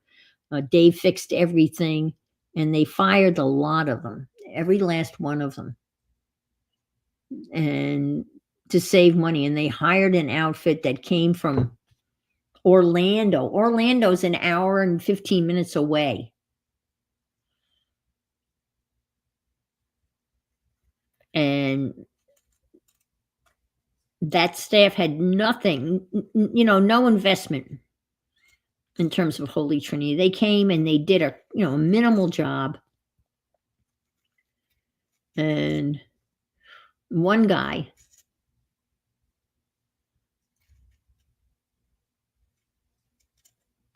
and they told the guys that they were not going to lose their job. They were just going to be fired, and then they would be rehired, and then they would have to be on a probationary period for 3 months before their medical insurance would kick in. And it was awful. It was just horrible. As my brother-in-law said, sometimes they go after the least people that can defend themselves, because there's no union. This was a private school, so there was no union to protect them. They were and then they were rehired at a low, if they wanted to stay working there, they were rehired at a lower wage. Some of these guys had been there as long as the school had been open. But one of the guys, several of those guys, they hung in there as long as they could. But their boss, the guy that was the guy in charge, who had no personality, even always frowning. I would say good morning to him every morning, and he wouldn't even respond to someone saying good morning to him. He was just, and he was, and he was of Spanish descent. He spoke Spanish. He may have been Haitian. I don't. But the one guy that stayed on was a Spanish guy. And he would stop and talk to me, and they would come and do the stuff in the classrooms. I would chat with him. I tried talking to him in my broken Spanish, and this new boss told him that he was not allowed to talk to any of the teachers. You just go in there and empty the waste bath, and you're not to talk to any of the staff. We've been talking to this guy for years. We were not allowed to talk to him. He was not allowed to he was not supposed to talk to us. How about that going right across there? I kind of like that, huh? Just kind of a little accenty. So the Spanish teacher was the one that would kind of talk for this guy. Not the boss, but I can't remember his name. I'll come to me. This sweet man. Yeah. It was crappy. It was a crappy thing. And after that, the new school year, and that the staff was gone at the end of the school year, and Dave helped me pack. I was moving classrooms. I was going from the junior high to the high school. I was been promoted to the head of the history department, and I was going to be teaching high school. And I had to move my classroom from the junior high building to the high school building.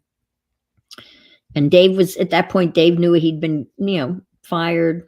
And it was just a sad time. And we were moving my stuff, and I got into my new classroom, and I just had no desire to, put any posters up in my classroom. And there's nothing on my walls. My walls were absolutely bare.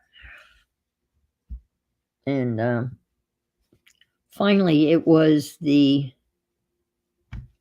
morning of the open house. That night, the parents were coming. Good night, Janice. Thank you for being here. And the Spanish teacher, Carmel, came in and said, "Aunt, you got to put something on your walls." And I said, I don't have the heart to. Exactly, Andrea. No good ever comes of treating people poorly. Yeah. thank you so much for being here, Janice. I hope you sleep well. And she's, no, you got to put something up. Well, they're over there. Come here. Get them. I'll help you. So we put some posters up, and I had some other stuff. So we got the guy that was the new guy in charge. And he came to my classroom after school, and he helped hang a couple of posters. And I talked to the guy a little bit, and he seemed to, kind of lighten up a little bit. But he had a good eye for decorating, because he said, well, I think that poster should go there. And I was pretty taken back. This guy's got, I have no. And then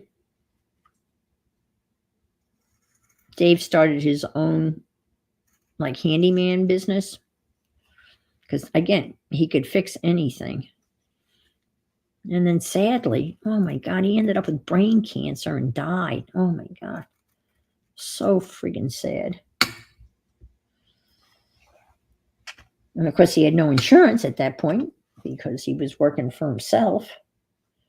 It was a mess.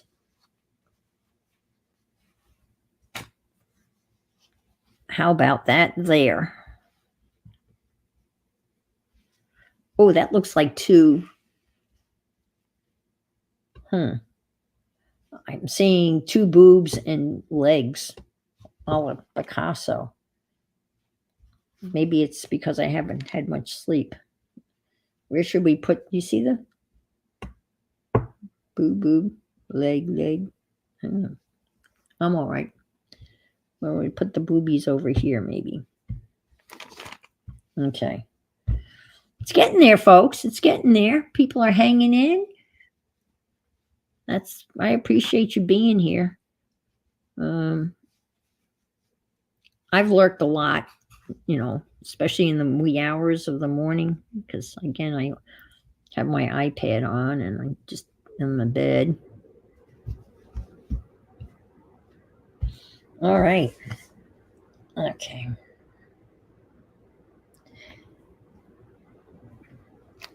I use that. Oh, we gotta have some cancer quilt, right? Gotta have some of that. That's so pretty, isn't it? And I can use this twice. I know. Well, and part of my problem is I haven't finished my iced coffee. I don't have any ice in it because it's already cold. I actually percolate a big pot, 8 cups of really strong coffee in my Farberware electric percolator, and then I pour it into a glass pitcher, and that's in the refrigerator. So I just have to add half and half to it. But I really need it. I need some caffeine. I do drink tea though. But I drink the highest, the tea that I can find that literally has the highest caffeine content. You see them too? Yeah, that's what I saw. So I can and I can use this on this side, and I can use it on this side. Ta-da! Well, it sounds like you're on the mend, Brenda, which is good.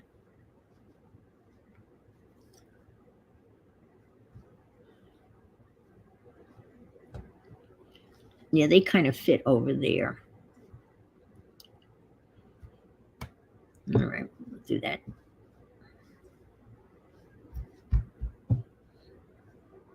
And we'll stick this here. And I'm going to cut this to go here or here.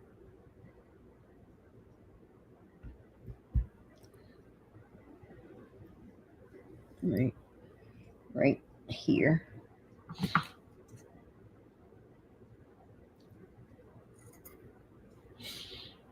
Yeah, Rosemary Morris from Rusty Peacock. She knows somebody that she will get these cancer quilts from and sell them occasionally in her shop. And as I told you, I bought 2. And then I sewed them together, cut them down and sewed them together to fit my queen size bed.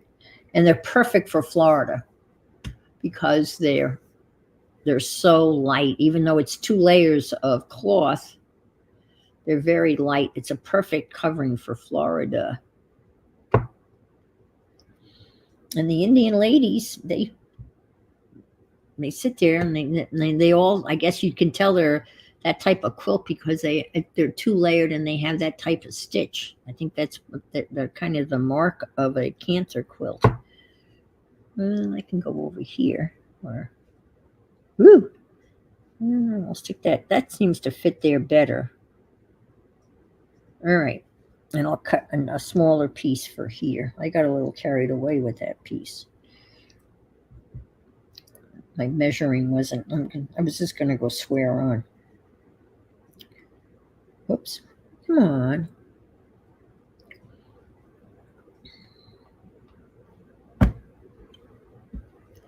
Okay.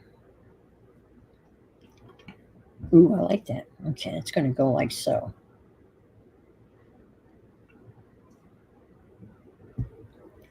All right, so I'm going to cut it right here.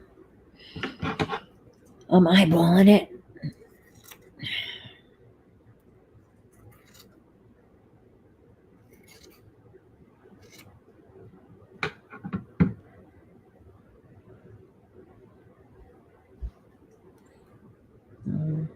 Like so. And I'm going to cut it right about here.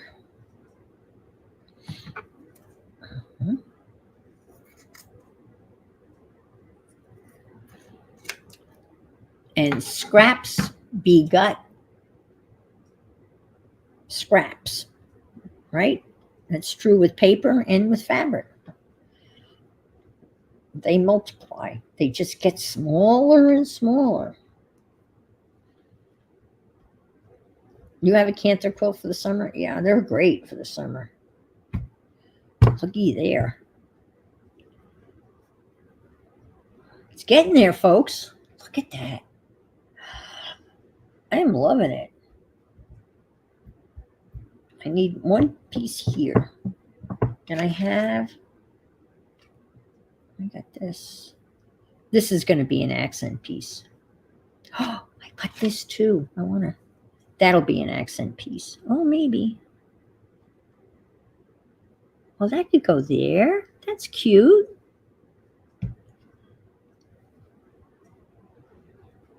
Yeah. Because I can go over that a little bit. And I want a friend. And then we just need something here. And I still have this. I can't believe that I just randomly.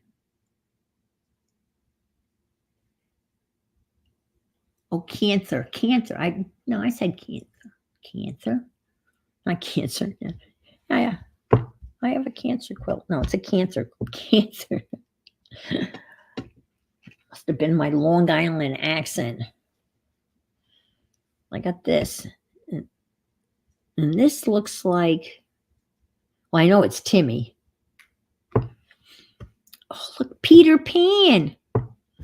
Peter Pan and the Red Fairy book. And the Lost Princess. Oh, these are, and Aesop's Fables. Sleeping Beauty. Oh, cool. Is that Alice? No. That's a little girl looking at fairies. All right. I'm thinking that's, even though that's a little bit too loud next to the cancer, even though I really wasn't being concerned about that. Let me see if I can't find something real quickly that's, I don't know what I'm saying quickly. All I got is time. Time is on my side. Oh, yes, it is.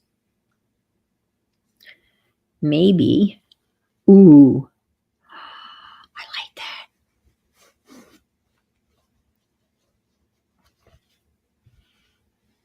Mm-hmm.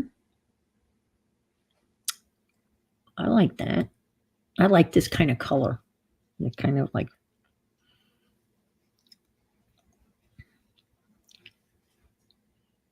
all right. I'm just going to put that there. And we'll put the fringe. I'm going to have to.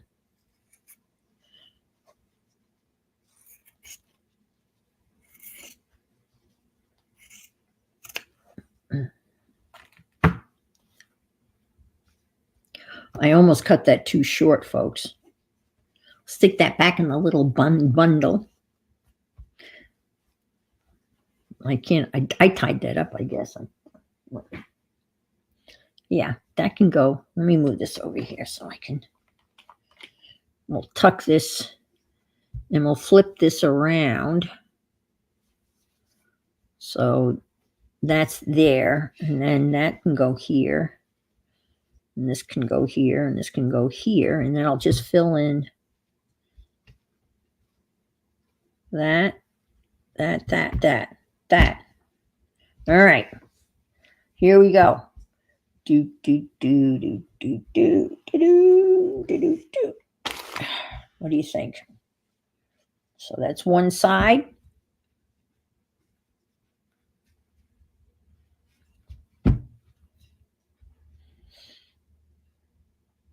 And here's the other side.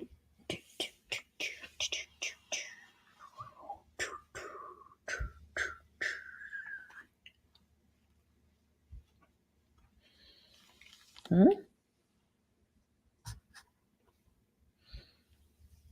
I think it's pretty good. I like it. I like it. Okay, I'm done. I'll see you tomorrow. Oh, just kidding. Now the fun begins.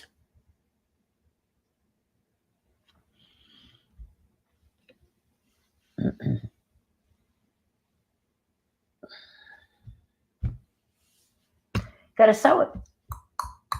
I gotta sew it. Now the question is, what do I sew it with? Anybody have any? I'm not saving this. Just don't tell anybody I'm throwing it out. I don't know how I sewed this. I must have folded the fabric under. Oh, I talked about what I did. So I'm probably going to need more fabric. Okay. I probably did this. You know.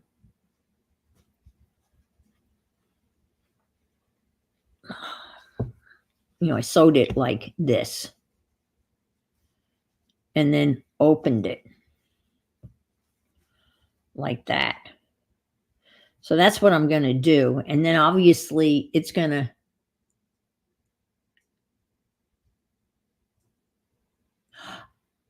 Raoul, I have it covered. If you click my more button, could you do that? Click the more button on my YouTube thing. And I think I actually have the name of the next streamer. Let me click more. Try searching. No, not much to see there. Oh, come on. I guess I don't. Never mind, Raoul. I thought I had planned that out. Really? I do. Yeah. Click the more button. And it tells you what I'm doing. And then it says that Becca's coming on at 10 a.m. And after that is Becca's channel address. Well, you're welcome. I figured you guys, dealing with a lot of stuff. And I figured since I knew how to do that, I did that for everybody. I went through and looked in the chart. First of all, I printed it out. right? I printed it out. I saw who was coming after me, and I went to the channel, copied their address, plopped it in the description box in StreamYard. Now, the only person I could not find a YouTube address for is Michelle Walsh. I couldn't find her. When I typed in her name into the search, it came up with everybody but her. And there was one crafter in there, but I wasn't sure it was her. So, and she follows me this afternoon. I can't believe I'm back on at noon, but yeah. And I couldn't find an address for her. But I have an address for and Pat McIntyre. And that's Saturday. That's Friday. We're still Thursday. All right. That's tomorrow. Anyway, but I tried to do that. Okay. All right. So, okay. Okay. Okay. But I have Becca there. All right. Now, I don't know what I stitched with. So I guess I could stitch with regular thread. I don't have to use. All right. So I'm going to use regular thread, white, because you're not going to see it, right? I have gold, black. There is the white. I have white. I just saw it the other day. Oh, come on. I know. I have some white thread in my to-go box. In here, I'll see if I can, I'll find like little embellishments. But here's a roll of white. I got some white thread here. Yeah, there's all sorts of goodies in here too. Ooh, look at all this little, ooh, oh, look what I have. Oh, those are good. Well, I'll go through this once I get all of that other stuff done. And then I'll pick little stuff out of here, add to it. I mean, Brooke did such a great job on this. And I've been taking stuff out of this, believe it or not, but I've been adding stuff to it. So, but I have to show you this.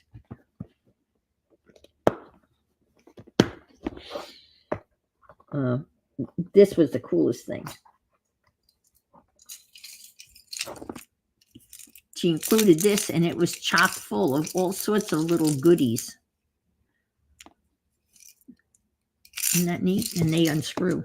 And that goes right here. Here's some. Yeah.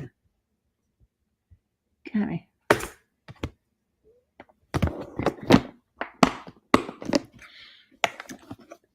Slow stitch to go. Oh, it just says Recreations on it by Brooke. Gee whiz. There it is. Right there. I can barely see it, but there it is. Recreations. All right. Let me just stand up here for a second. Ooh. Get a sewing needle. Right over here. I don't need a big one. No, I just saw one. Small one. Let's see. Huh?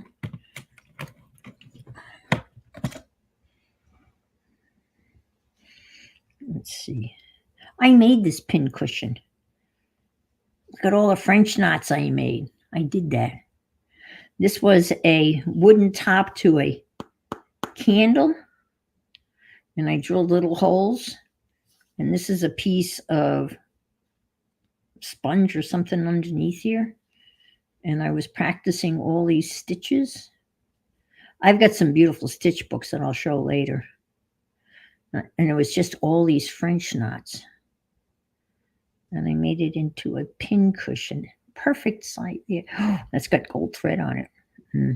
I actually put the gold thread on in my sewing machine, and it worked. People said, "Oh, that's going to gum up your." It's going to not work.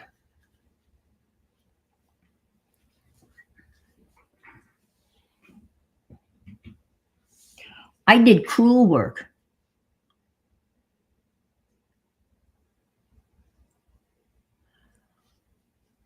Oh, okay.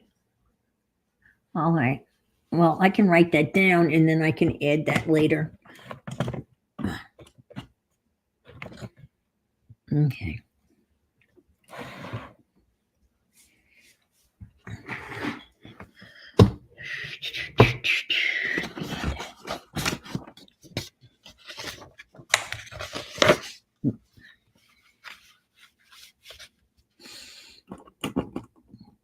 Okay. So it was Michelle Walsh 409. Okay.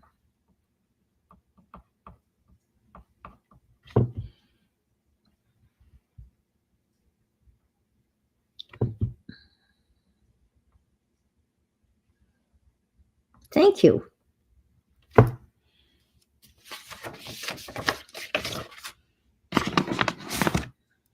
That's very helpful. I couldn't find the needle. Jeez. Jazz. All right. Now the slow stitching comes.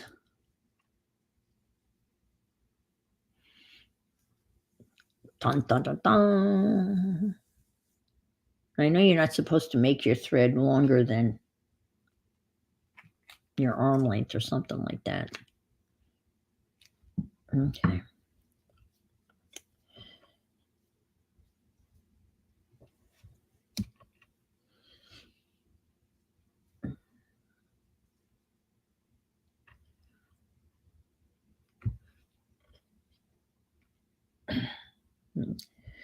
I'm just going to thread this like so.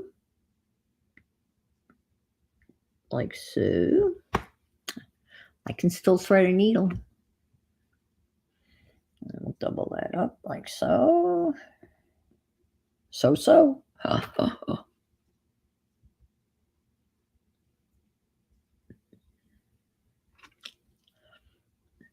I did learn that. You just roll it. And then, like a miracle, you have a knot.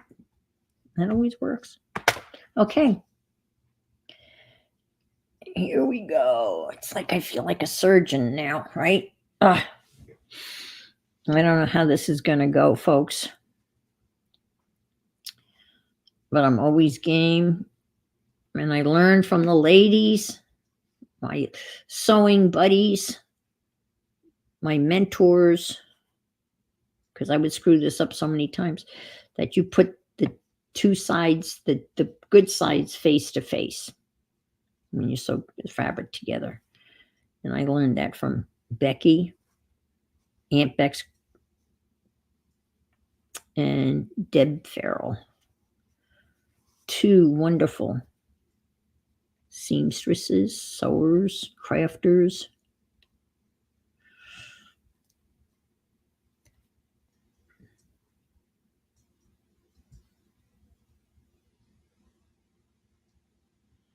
Okay. After 6 p.m. Okay, well, we're safe then. Because I won't be doing anything for the cause after 6 p.m.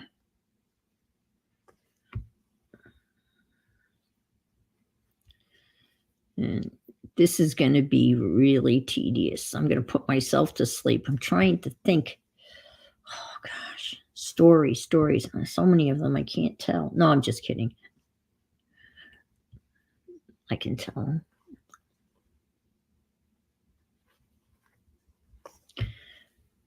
School was kind of like industry. Yeah, nothing. I mean, it was nothing. My school years were kind of boring. Just I was an average student at best.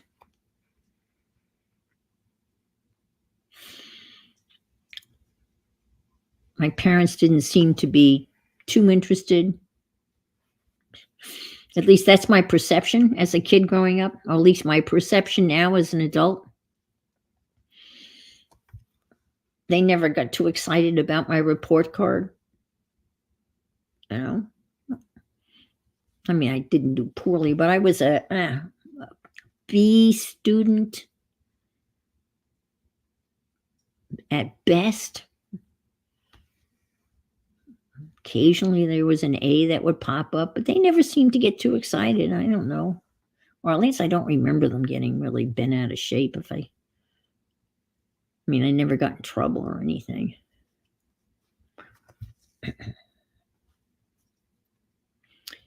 I did take German. Actually, at the school that I went to, and I think this is pretty interesting given that how old I am, they started you out in a language in the 4th grade.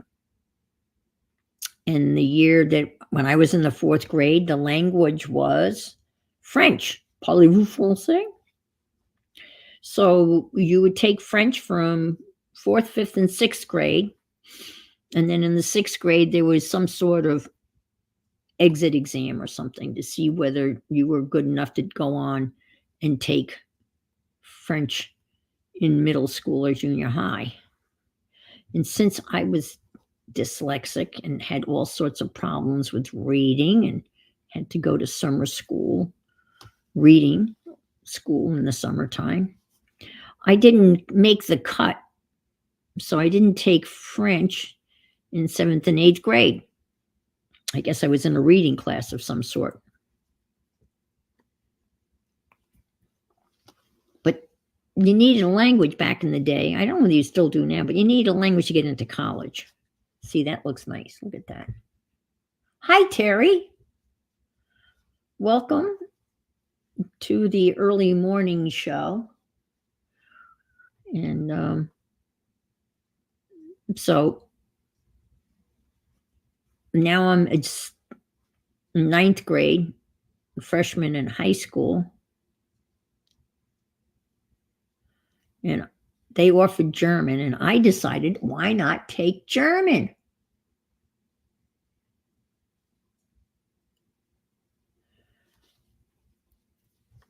So I signed up for German.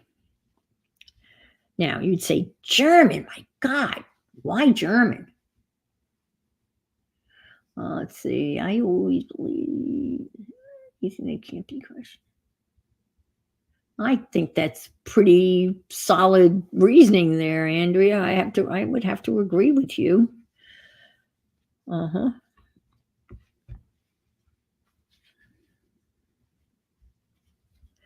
All right. So this is here, right? So now we have to, now it gets a little tricky. All right, let's see. So this is going to have to go here. And then here. So I'm just going to go like that. And then, okay, let me do this first and then I'll do that. I mean, this is, where the hell's that? Oh, geez, I'm all tangled up. Sprechen Sie Deutsch? Achtung? No. Auf Wiedersehen?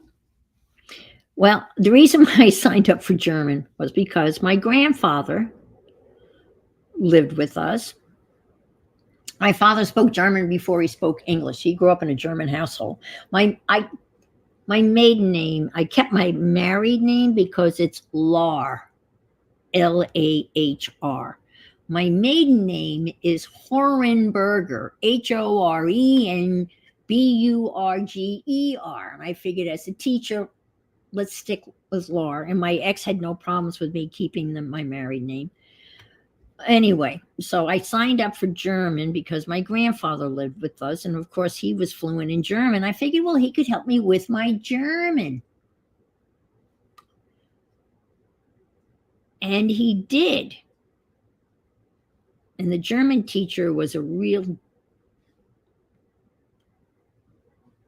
jerk. In my opinion, I didn't like him. But anyway, that's besides the point. I mean, you're not going to like all your teachers. And looking back on that, I had students that didn't like me either. And I was not there to be their friends. Anyway, that's another story. So he would give us, our homework would be pages and pages of German translations, right?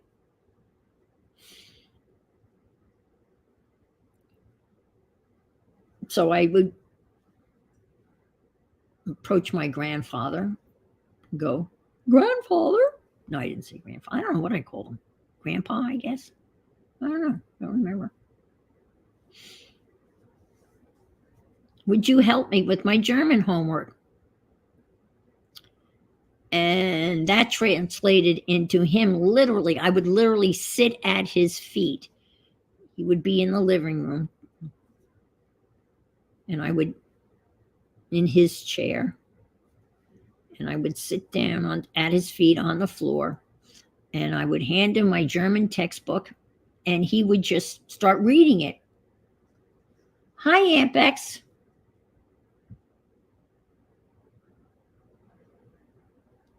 And he would just start reading it in English. And I would be writing as fast as I could. And that was the homework for German. Pretty much, I don't know, we had to translate every day, but I never really did the translations. My grandfather did.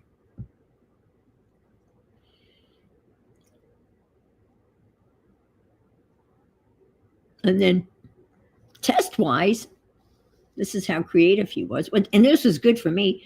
All the tests basically were these massive vocab tests, like 100-word vocab tests. And believe me, I could memorize German vocabulary definitions like a banshee. And so I would get really good grades on the vocab tests.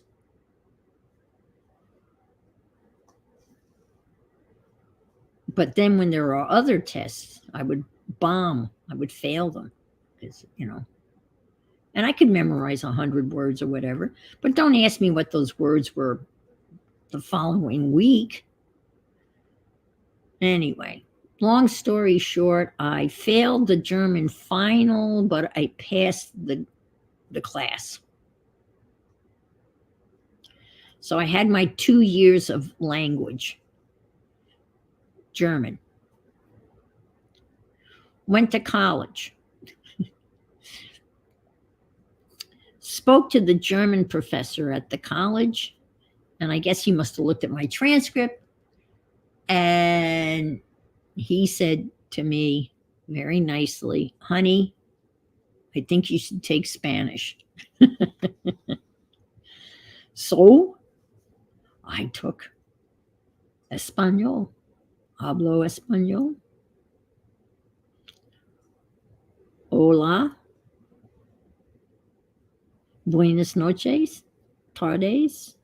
Hasta la vista. Quién sabe. So I took Spanish for 2 years. Ooh, look at that. And I can sew that. Yeah, Becky's got to get her menfolk out the door.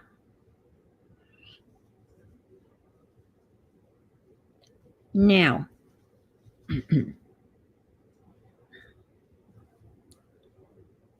so I took 2 years of Spanish in college. And I adored the Spanish professor.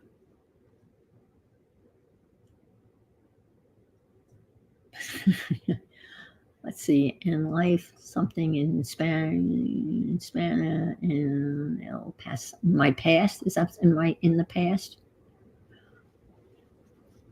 Is that right? In El Pasado on. I adored my Spanish professor, Dr. Gomez. Yeah, his name was Gomez. He was from Cuba. His parents left Cuba when Castro opened the gates and let, all those people come, the Mariel boat lift or something like that. And he had his PhD from the University of Havana. Yes, that's right. I got that. I did. You're right. And because I took 2 years of Spanish, and I struggled in that class, I did. Some people just have an ear for language and can speak multiple languages without any problem. Anyway, but I worked my ass off in that class. I really worked hard because it's just a fact that if you have a professor or a teacher that you like, you're just going to work harder for them. That's just the nature. At least that's what I have found as a teacher and as a student. And I just worked so hard in that class. And I think I pulled a B. His tests were really hard, but I would study my ass off. Excuse me. And I worked hard in that class because I just respected him. And he had a PhD from the University of Havana. And he was a very serious guy. You didn't want to mess around in his class. And the beginning Spanish class was at 8:00 in the morning and 4 days a week. So there was a lot of content in that class. And I'd get my test back, right? And there would be red marks all over it, little red marks all over it. But there'd be like, an A on the top of the exam. And there was another girl in that class. I remember her. I hated her. Isn't that horrible? I disliked her. And I still remember Janice LaRusso. Didn't like her. And she'd get her paper back, right? Her test would be returned. And she'd have hardly any corrections on it. And she'd have a low grade. And she'd look at my test and see all these red marks, and I'd have a high grade. And she went to him and questioned him. Like, why does she have, a higher grade than me, and I have hardly any corrections on my paper? And he basically, this has to come over this way. That's right. He basically said to her in a diplomatic fashion, I guess, she works hard. You don't. That's my memory of it. And then the college decided that they were going to create a school called the Mediterranean Institute. I mean, this was brilliant. The Mediterranean Institute of Adelphi University, Adelphi Suffolk University. Because the one professor had been to Mallorca and he was trying to figure out a way of getting back there and not having to pay for it. So they created this institute and they advertised it across the United States. And I went to my parents. I said, oh, this is great. I can go to Spain for my junior year in college and I can come home and be a Spanish teacher. Anyway, so many of you know, I spent, what the hell did I do here? Oh, okay. I did something wrong, but that's okay. I can cut that off. I think I'm just going to sew this down and then figure out this might get stitched with, no, I think, well, let's see. Can I do that? I'm going to have to cut this. All right. You have to understand, I know there's an easy way to do that. So off to Mallorca I went with, I don't know, 30 some other students from my college and colleges from around all the United States. We got on a plane and we flew to, I think we landed in, we went to New York, maybe to Barcelona, and then to Mallorca.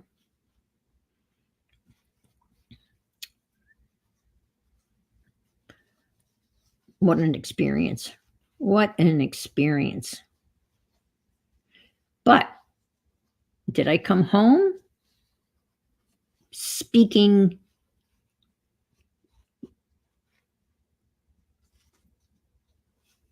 Espanol better than when I left? No, I did not. And did I become a Spanish teacher? No, I did not. And my excuse was, and I think it's, when you're living in a population and the language, a lot of it is, being submersed in the language and listening, hearing it all the time, right? Hearing people speak the language all the time helps you obviously learn the language. And that wasn't the case. In Mallorca, the locals that we had contact with didn't speak Castilian Spanish. They spoke Mallorquin. That didn't kind of sounded like Spanish, you know what I mean? But it was not Castilian, which was the official language. I don't know, is there an official language? Is Castilian still the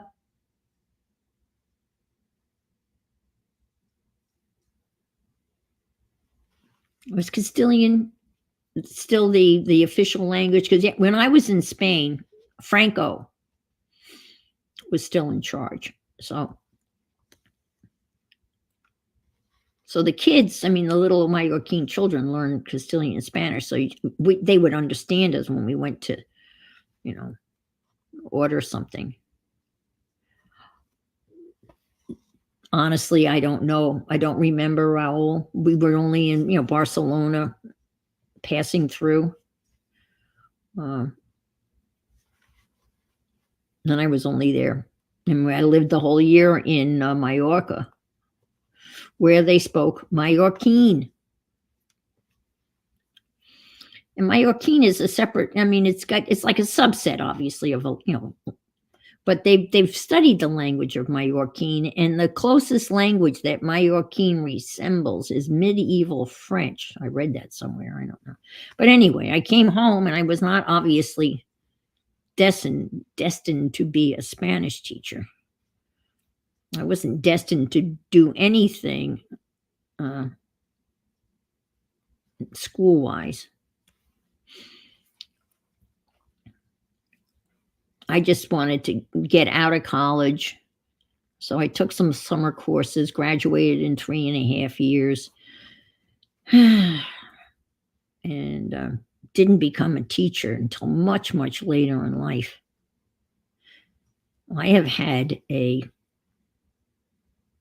my students once asked me, how many jobs have you had? And I think I've had like 12, 14 jobs before I became a teacher.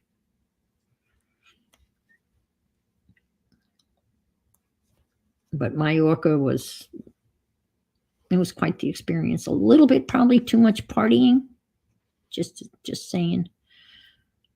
But again, just living and they had all these visiting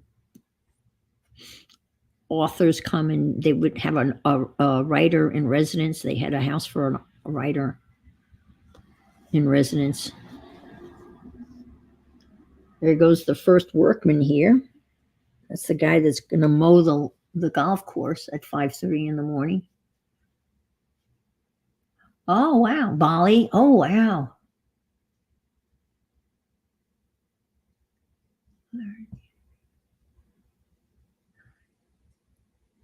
Oh, wow. Andalus. Okay. Yes, Castilian. Okay. I'm Castilian in the community, different Spanish. Basque. I know Basque is, Galician and Andalus. Well, the Basque country, they would really like to be, right, independent of Spain, correct? And that's a very different culture.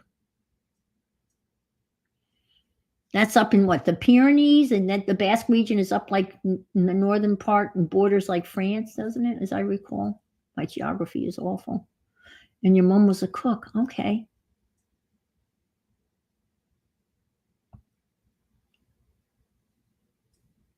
Aw, you found your love. Oh, that's lovely.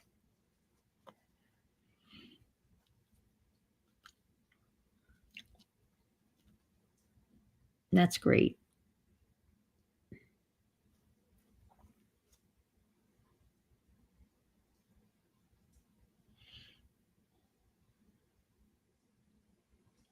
Oh, is that where the rich live?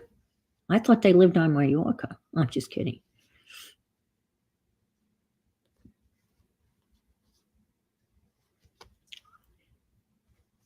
Rafi, tennis player, born and raised on Mallorca.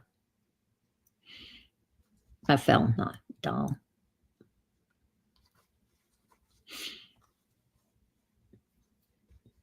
And Palma was like the Miami of Europe, because people would fly into Palma, like from all over Europe. And the beaches in Palma were like it almost in the hotels in Palma, down on the port area, the water looked like Miami. All right, how are we doing here? Well, that doesn't look too bad. What do you think for someone that's? I'm liking that. Now I'm going to lose this, but that's okay. All right. I came home with 35 credits. San Sebastian. Oh, okay. Sounds good. We have a Sebastian Inlet here in Florida, where the intercoastal way, where the Indian River opens up into the Atlantic Ocean. It's called the Sebastian Inlet. That's interesting. San Sebastian.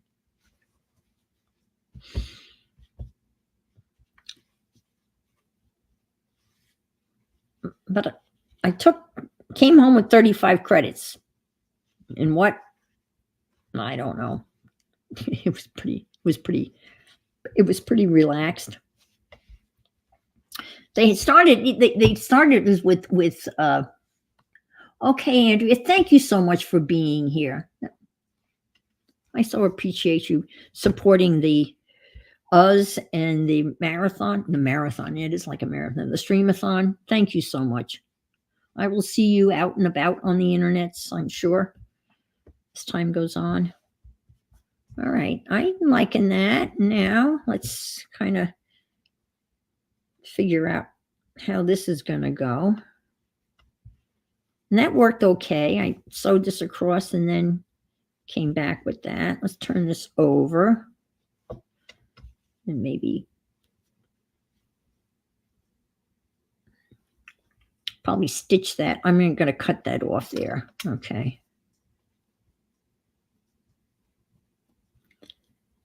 But we had these authors that would come and stay a month and then give lectures and kind of author and teacher in residence. So we got to meet a lot of various authors. Probably the most famous author was a guy by the name of Anthony Burgess. He's the guy that wrote, and I don't know anybody, some people might be familiar with. He wrote a book that became very famous, and they made it into a movie called A Clockwork Orange. The guy was weird. And if you're familiar with the book, you would go, yeah, he was very weird. That's right. You said that, National Virgin Day. So I'm assuming the banks are closed and the national holiday.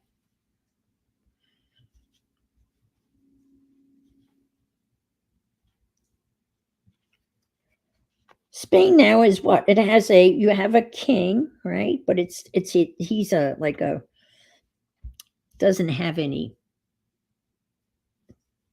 Is it a parliament or a parliamentary monarchy? I'm not, because when I was there, Franco was still in charge. Generalissimo Franco. And he had his Guardia Civil. Everything's closed. Okay. So it's like Christmas Day or something. Yeah, the Guardia Civil was, yes, king, prime minister. Yeah, okay, that's what and is it King Juan? Juan Carlos. Probably the second or third. I can't remember now.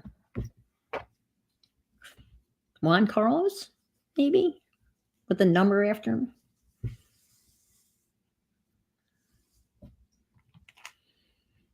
So Anthony Burgess, the author of A Clockwork Orange, he gave lectures, and he was there with his kid, and several others, but he was probably the most famous. But so we took Philippe the Sixth of Spain. Okay. I know there was a Juan Carlos in there somewhere, but probably before you were born.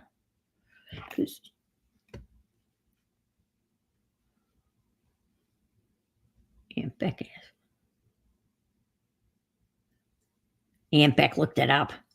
Oh, did you know that? I'm assuming that you looked it up, but maybe you knew that. Philippe the Sixth. His father. Okay. I knew there was a Juan Carlos in there. That's a safe, but I did know that. Before I went to Spain, I read James Michener's, and I am a huge James Michener fan. I don't know how many of you are familiar with James Michener, but he writes massive.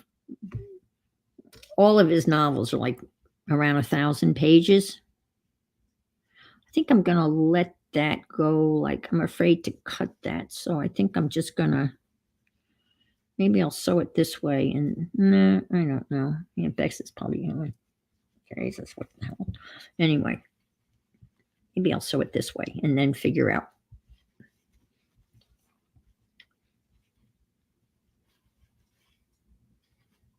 Yeah, I'll do that.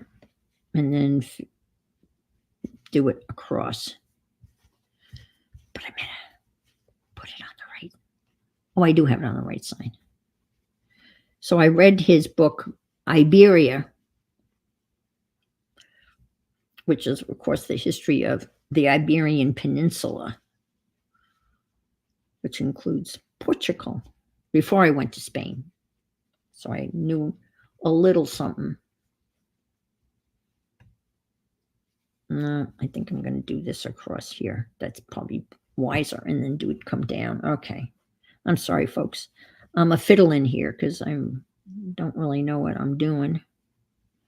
I think I'm just going to, yeah, and then I can cut it off. That would make more sense, Ian. And then just sew it across this way and then cut whatever I have left over. Yes. Okay, here we go. Oh, he is, yeah.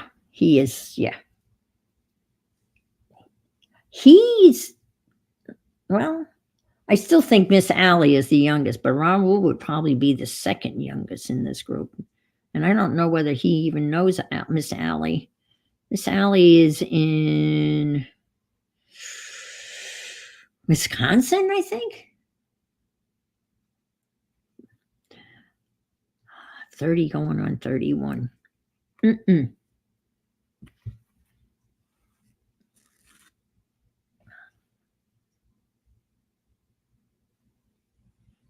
That's awesome.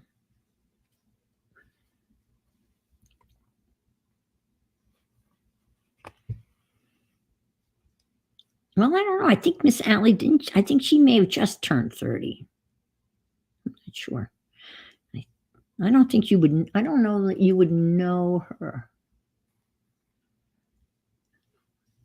I don't really see her. I mostly see her on Rosemary's stream, but I'm sure maybe she's Dee Dee's. I think she's working now. She lives at home. She's a sweet, sweet person. And she's an avid cheesehead. And Greg turns 38. Okay.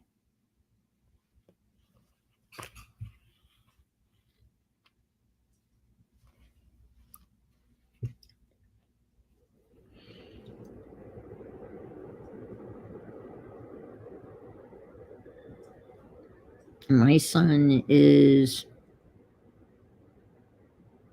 my oldest is 49. He was born in 1976. He was a bicentennial baby. Pennsylvania issued a special bicentennial birth certificate. And his brother's 3 years younger than he is. Right, 49? Yeah, 9 and, yeah, I think 49, 48. All I know is he's got a lot of gray in his beard. The most recent picture that I saw when he and his wife were in England. A lot of gray in his beard. Good man. Becky, what time is it? Happy birthday.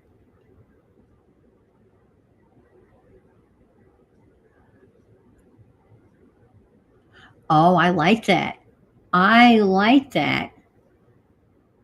I think that's a really nice custom that the mom is celebrated too. That is beautiful. Your daughter is, okay, 49. Okay.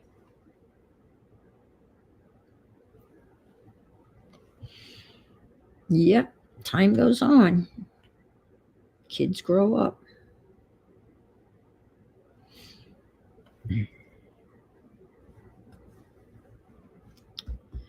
All right. And we'll knot that, and then I'll come back and do that, and then we'll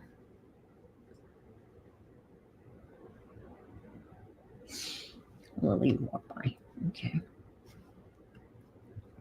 Like that's a really neat. I like that. That's a nice tradition that the mom is celebrated. Makes sense to me.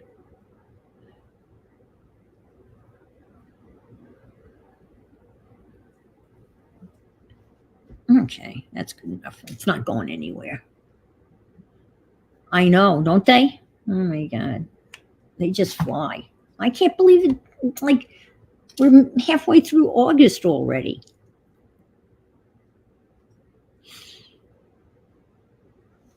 That's crazy.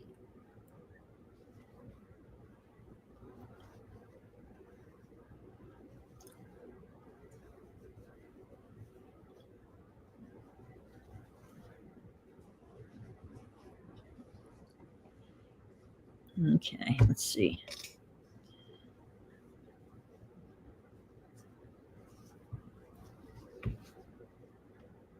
Uh-oh. Oh, that's right. That's right. Okay. So I gotta fold this like so. Okay. And grab this and just kind of stitch that there. And it'll be a little wonky, but that's okay because this whole thing is going to be wonky. And I don't care.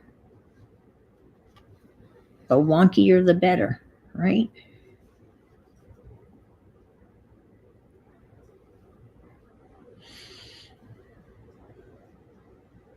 Yeah, my oldest son, they live in Watertown, which is like a suburb of Boston. And he works in Cambridge and he bicycles to work. So they're really close to Cambridge and Boston. But they have a home in Cape Cod and they go there every weekend. He just bought himself a little sailboat. So, but they've been in Europe for the last week. So I don't think he's had any opportunity. He's going to have to get some sort of trailer hitch. I mean, they live close to like a lagoon type of thing that leads out into the Atlantic Ocean. But he's got to get a way to get the sailboat. It's like a Sunfish, which is a small with a retractable centerboard. But his wife posted a picture of him with the sailboat, and he seemed very happy with himself. And he's a sailor from way back. He actually sailed on the University Rochester sailing team, and they sailed on Lake Ontario and pretty good sized racing sailing boats. So he's pretty skilled in that area. So I hope he. Okay, I always get scared when we look at this. Oh, that's okay. All right, that's not bad. Ooh, what do you think?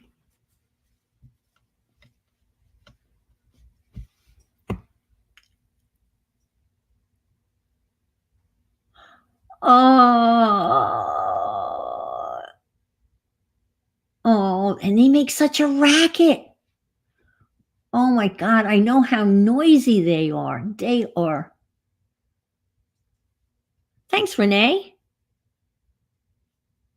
I'm happy with it. It's moving right along.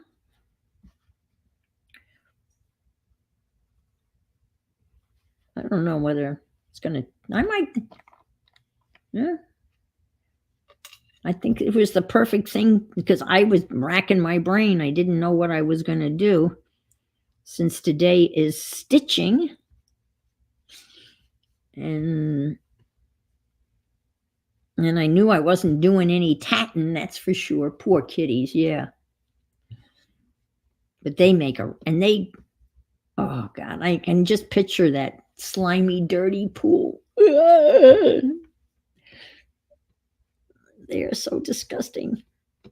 I'm not going to worry about that because I'm going to put some, maybe a little button will go there. Wow, I'm happy with that. I really am not angry with that at all. Now we got to come up here. So I'm going to knot this off. Oh, did I knot that? No, I'll do a little knot here. How's Juanita, Becky? She would probably catch one of those bullfrogs and eat it. I hope you've seen her recently.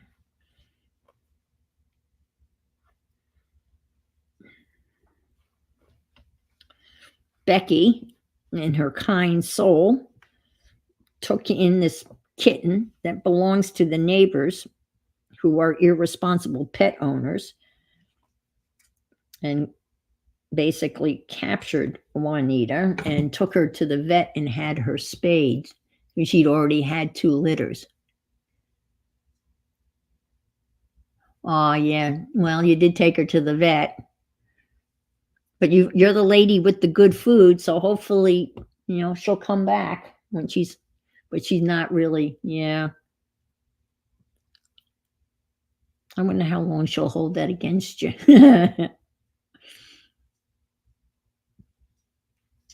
But that was a good thing you did for her.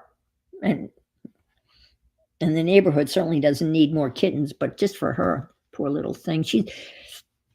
Becky's posted pictures of her, and she's a little tiny wee bit. She's a little tiny kitten. Cat, mother, 2 litters. Poor thing.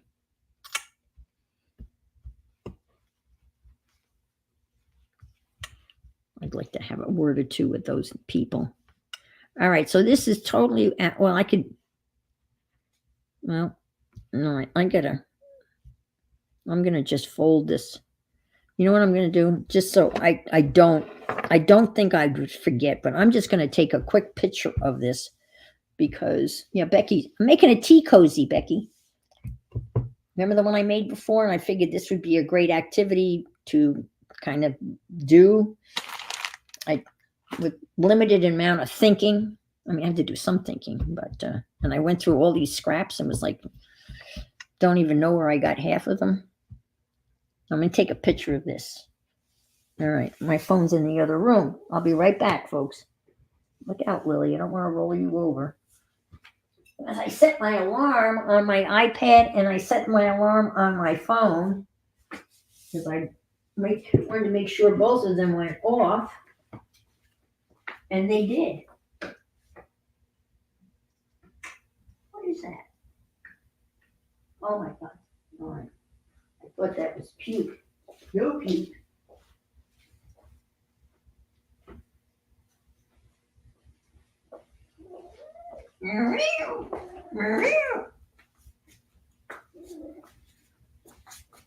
Lily, I fed you at 3 o'clock this morning. She's already forgotten that she was fed. She didn't eat all of her baby food. Okay, I'm just going to take a quick picture.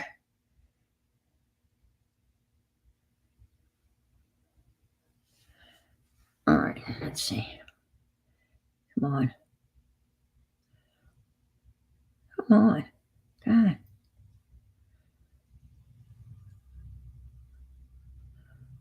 What? Mary's on? Oh, that's rich.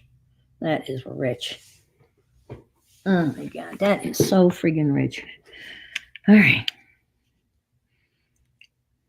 Wow. No, I can't get it in without the camera. All right, I'll take this way. No. Come on. Oh, I'll take two pictures. I'll take one half.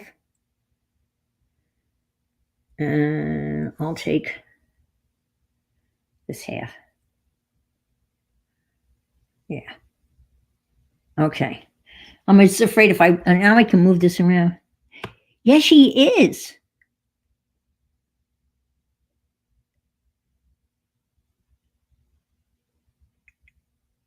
Oh, that's lovely. I don't know. Yeah, I know you plan on getting the kittens. And have you been able to figure out the sex of the kittens yet?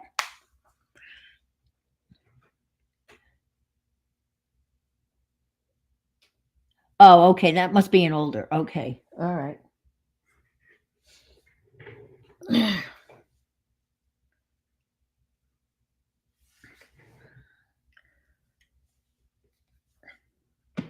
How many did she have? 4? Oh, you think there's? Oh, yeah, that's right. We lost one. One went for a ride. Okay, now I don't have to worry about this because I have a picture. All right, so I'm gonna just kind of put these pieces over here, like so. All right, and then I don't have to worry about them because I have a record of how they're placed. Yeah. I'm not familiar with Dale Earnhardt. Erndales. That is. So is it a stuffed bear that you're going to slow stitch? One took a ride, yeah.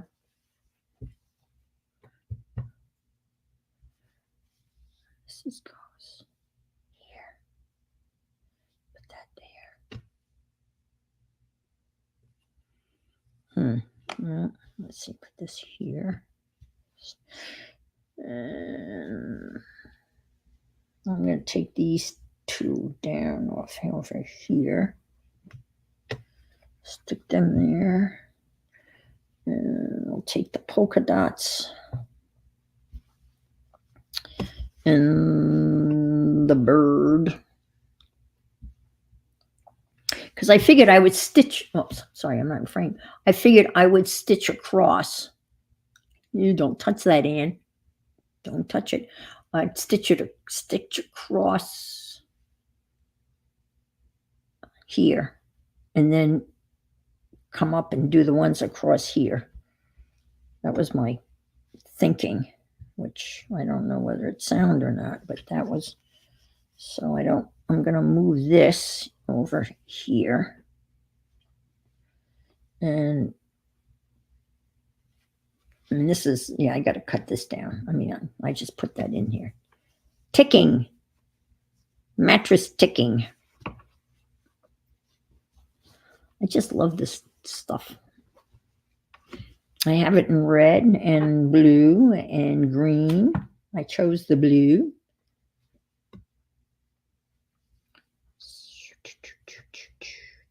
I'm gonna cut this in half. Alrighty. Thank you. Thank you, Becky. Dale's Bear. Oh, I love that. Dale's Bear.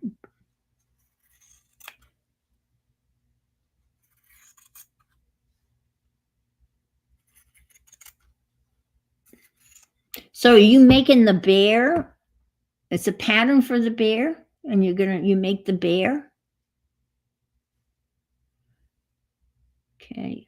Started with Dale at Ernsdale's. It's a slow stitch bear. She sends out the pattern to anyone to stitch along for free.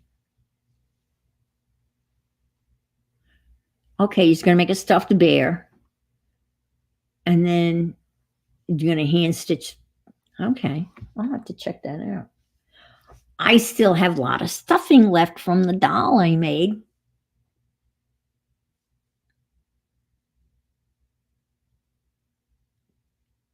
Yeah.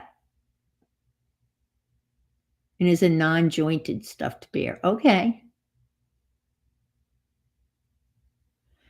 Well, I didn't know what slow stitching was either.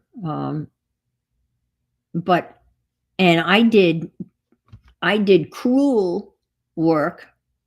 I would buy a crewel kit, and it would come with all of the floss, and there would be a printed pattern on, a piece of canvas, whatever, and I would do that. And I had one that I never finished, and it was a beautiful one. It was a calico cat, and I dragged that around with me from place to place, and I tossed it when I moved here. When I moved from my mother's house to this house, I don't know why I didn't keep it. I would probably been happy to have it, and I probably would have finished it, but it's long gone. And then I had some kits that I bought that I never did, and they're long gone too. Unfortunately, I am a really good tosser. I have no problems tossing stuff. You know what? I'm going to stitch this like so, and then maybe put something here. So, I mean, I knew what a French knot was, and satin stitch, and, some of the various different stitches. And I have that beautiful stitch book, which I'm going to show at some point, that has all of the stitches. And I think I bought the other stitch book that you have, Becky. And no.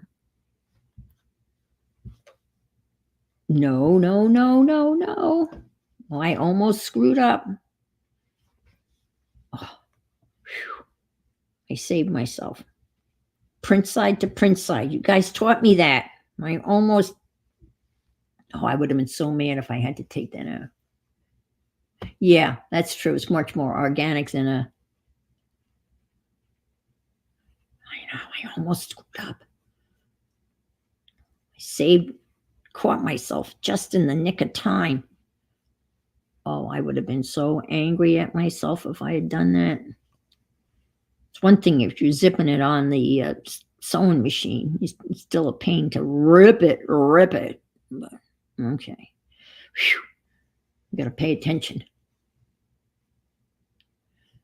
It is. Well, ask Barbara Clark. I know she's going to bed by now. And Jerry Bellini.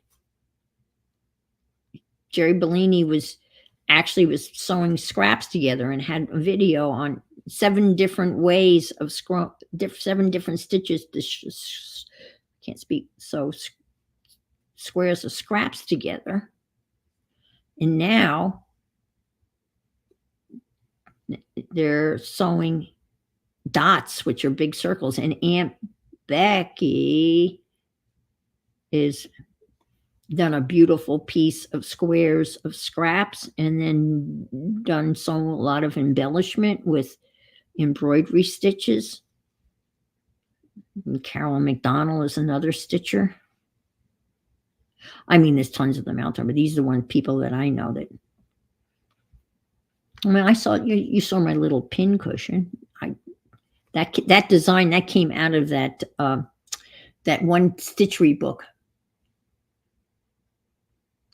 I was not a sewer at all, really, Terry, until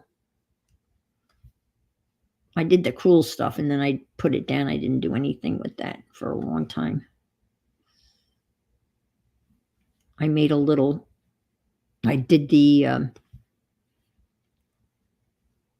Serenity Prayer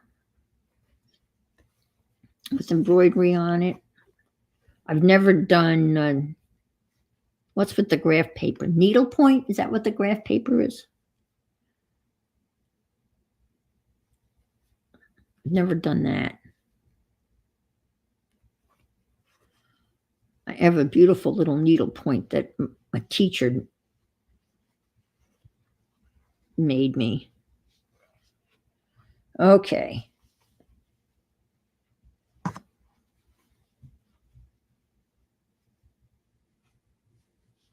Yeah. And then something's going to go here. Yeah. Yeah, I'm doing something. I mean, Jerry Bellini's plan was, sew enough of these scraps together, and then make a bag out of it.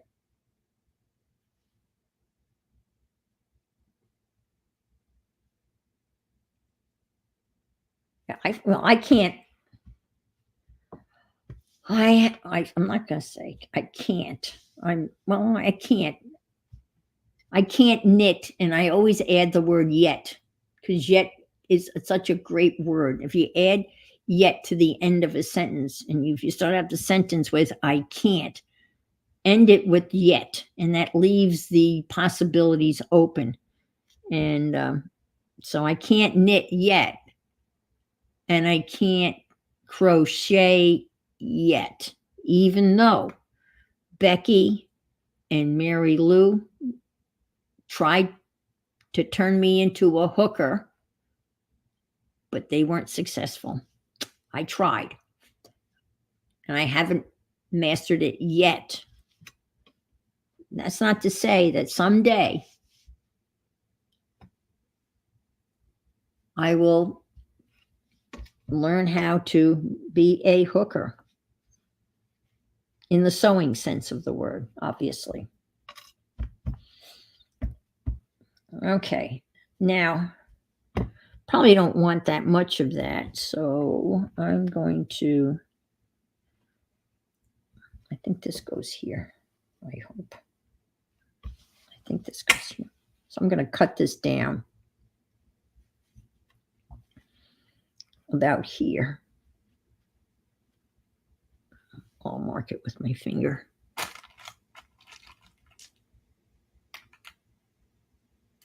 I know, isn't the crayon stuff crazy?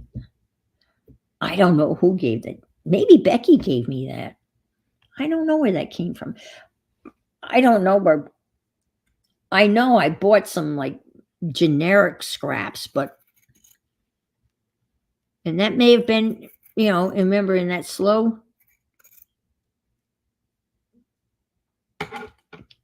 stitch kit, there was fabric in it, and I paid for an extra pack of fabric, and I looked on the label of the slow stitch kit, and sure enough, it says slow stitch by Recreations and Brooke. I have a feeling Becky used that for a dress for a girl. Well, Becky's in here, so maybe she'll see that. I know she was in the process of getting out, to get Scott out the door as in teacher.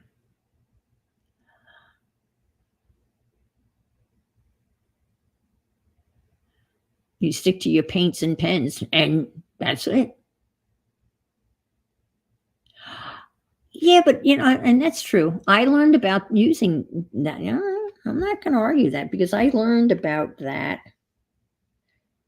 Ooh, I cut too much off. Oh no, I didn't. I've got Canther.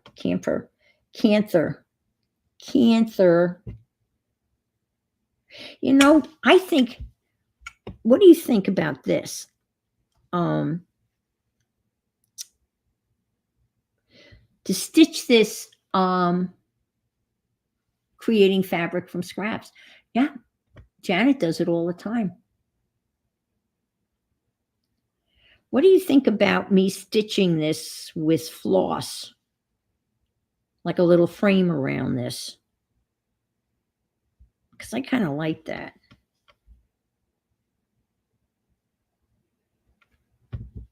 Because what goes here...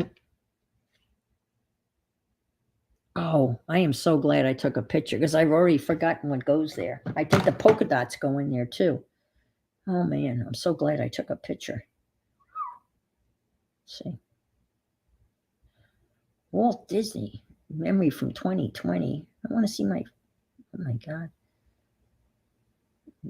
No. Library. Okay, there it is. All right, let me see. Okay. Oh, okay. This, and then the polka dots go in.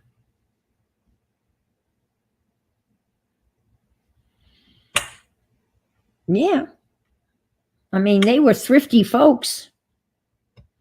They weren't throwing anything out. This goes here. All right. I'm glad I looked because there's the polka dots right there. Ooh.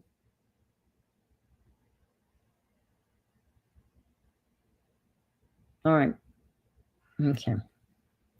I'm glad I took a picture.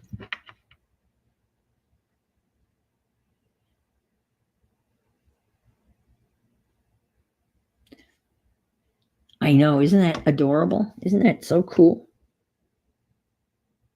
My guess, that looks like 1940s, but I can tell by the hairstyles. That would be my guess, the 1940s. All right, so let me knot this off. And so the polka dots is going next.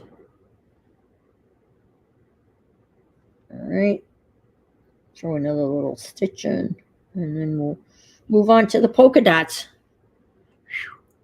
How are we doing? Oh my gosh, this is the longest I have ever been on, folks. 3 hours.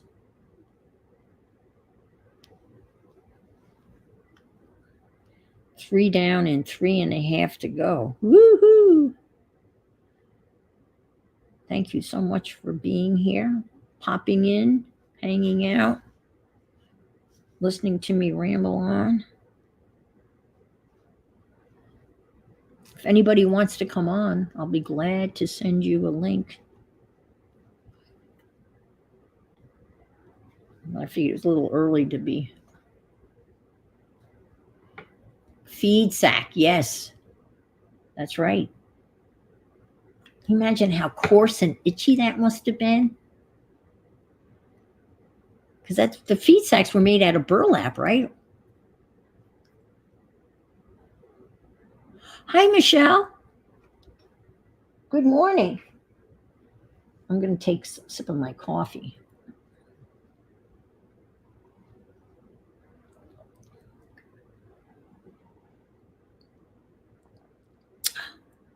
Coffee break. I know it doesn't look good, but it's delicious. It's nice and strong.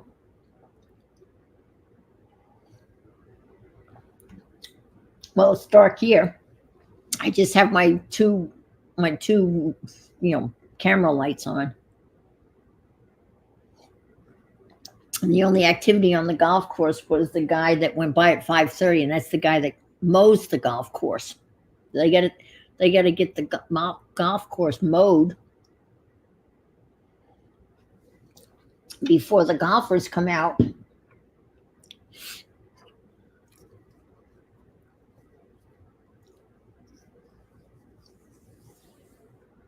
So the lady that's doing this Wednesday night bridge thing, she's going to do it every Wednesday, at least for the month of August, which means another 2 Wednesdays. But it's very nice of her.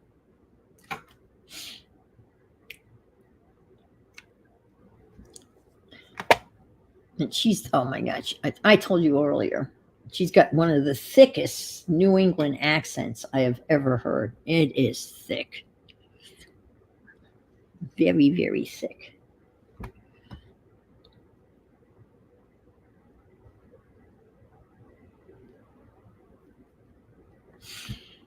And apparently,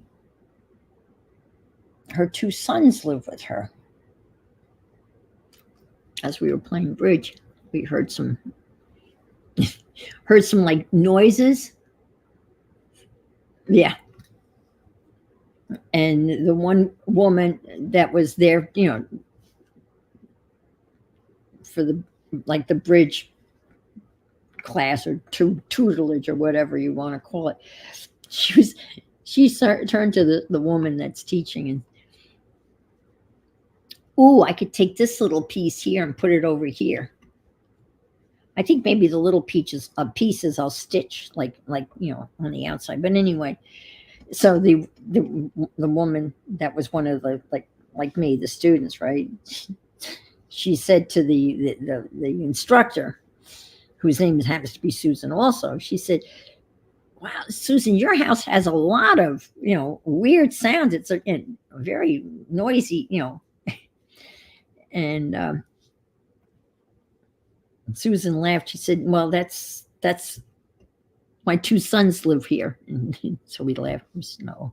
So the weird sounds of our house were the sons mucking about. That was pretty funny. But she lived in an area on a road in this community that I had never been on. Never. I've only lived here 24 years, and I'd never been down Continental Avenue. All the names in this community are kind of like very American. I live on Old Glory Boulevard, and then there's Freedom, and there's a Kitty Hawk, and there's a Constitution, and there's a Patriot, and there's a Frontier. And those are just some of the names that I can remember. But I'd never been down that end of the community. I should drive around here So I'd never been down Continental, and that's where she lives. She lives on Continental. And if I could walk, yeah, ships names, yep. The Kitty Hawk is an aircraft carrier. And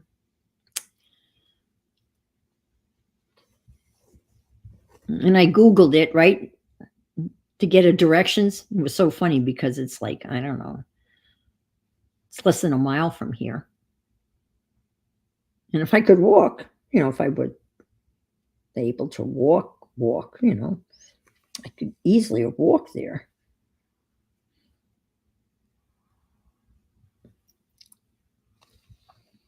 And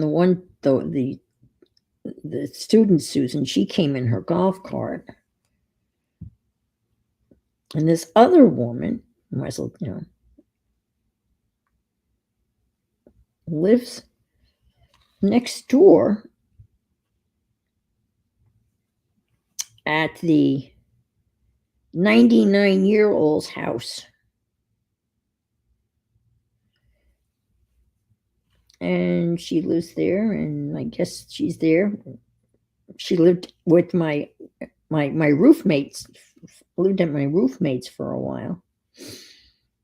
And now she's with Birgit, who is from Denmark, Birgit.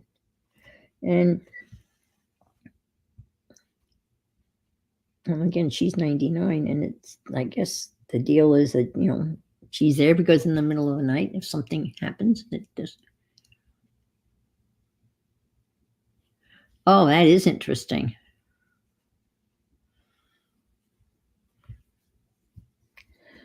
Well, I know there's no street named Lahr.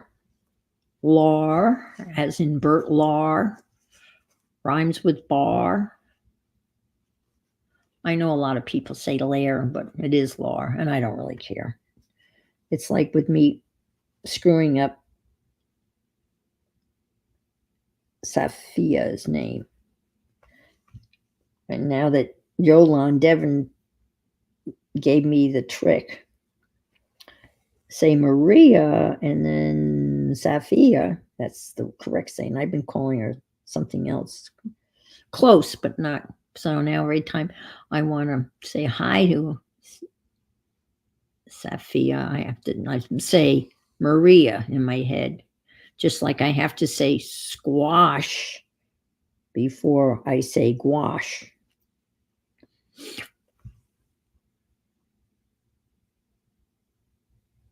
You say Lahr.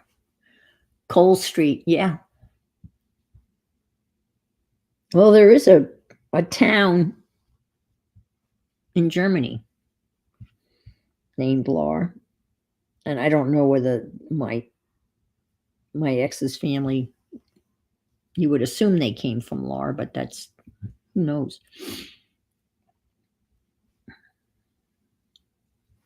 I could do this too, couldn't I? Do a basting thing. Be lazy. Bert Lahr apparently changed his name. His name was Lahrheimer, and he changed it to Lahr. And apparently my ex-grandmother-in-law met Bert Lahr, ran into him in the lobby of some hotel in New York, and went up to him. They were very anti-Semitic, and apparently Bert Lahr was Jewish. And she said, "You're a Jew, and how dare you change your name from Lahrheimer to Lahr?" I mean, she would actually be that crude. That's the story. That's a family story. I don't know whether it's true or not, but they were the sisters that you didn't want to mess with. Josephine, Julia, who was my grandmother, and Dorothea. And they had one brother, Gustav. Is that German enough for you? Gustav? Okay. And Gus was the sweetest guy in the world. He was just a nice guy. And the three sisters were formidable battle axes. I never knew my grandmother. She passed away when I was a little, I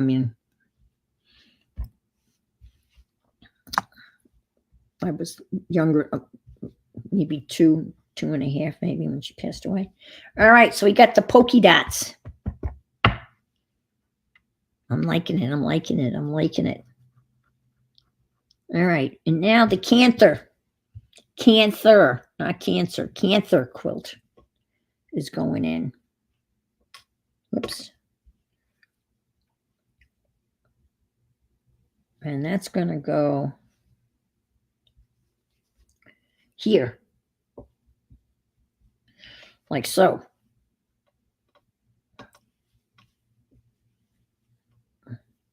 And I think I'm going to just sew this on top and frame that. Cantor, like panther, yes.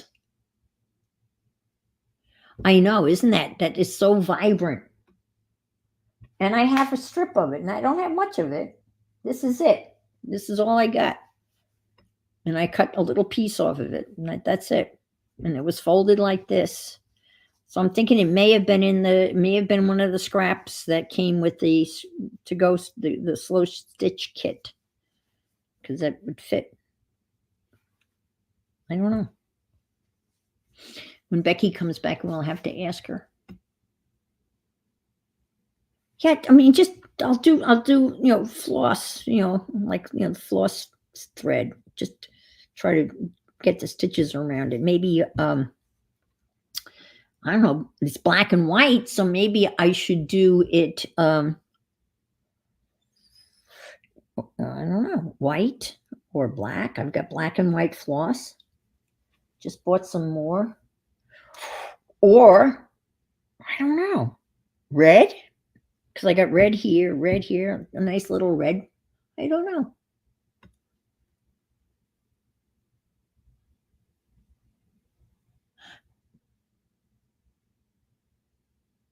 Oh, that sounds good.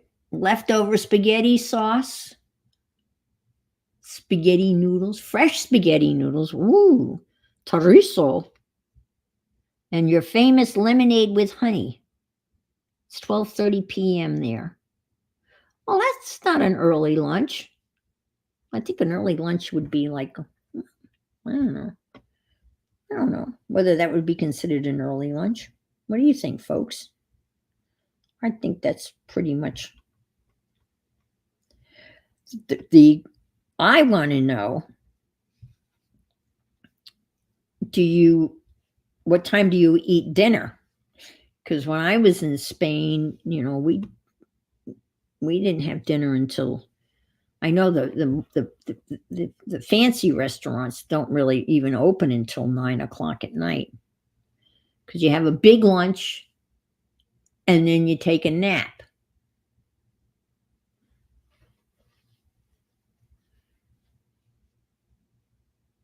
So they have the late lunch and they have the late dinner. And then there's the tapas.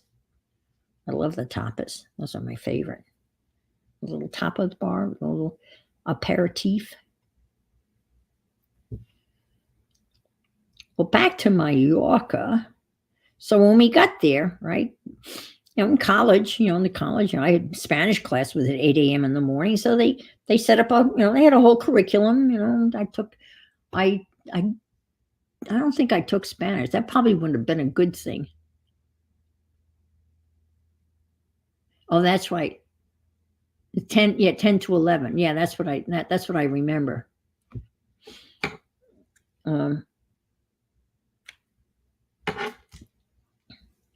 So they had classes that started at 8 o'clock in the morning.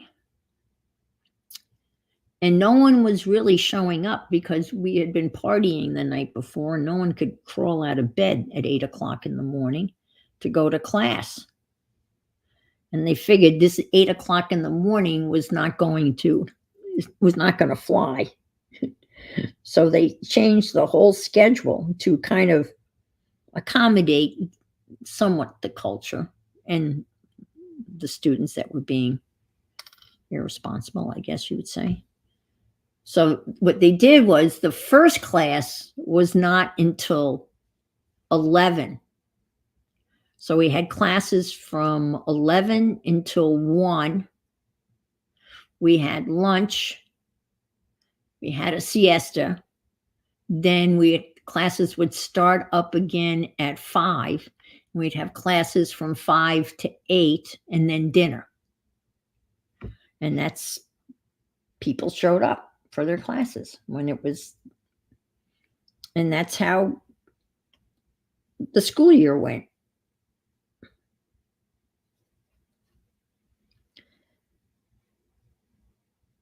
No, did I do that wrong? No, I did. Oh my God, I scared myself. Okay, I thought I had done it wrong. Okay. Oh man, I gotta stop talking. Let me think. All right.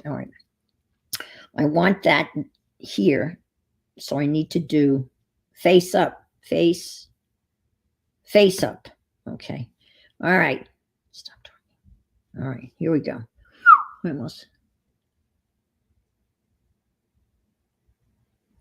In Madrid and Toledo. The Spanish teacher at Holy Trinity is from Toledo. Carmen.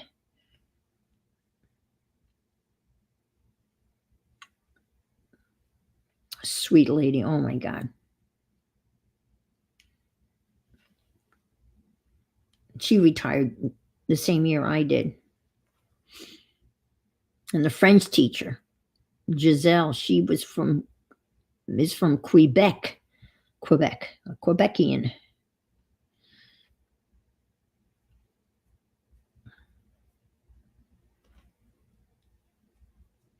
Well, speaking of Spanish, that we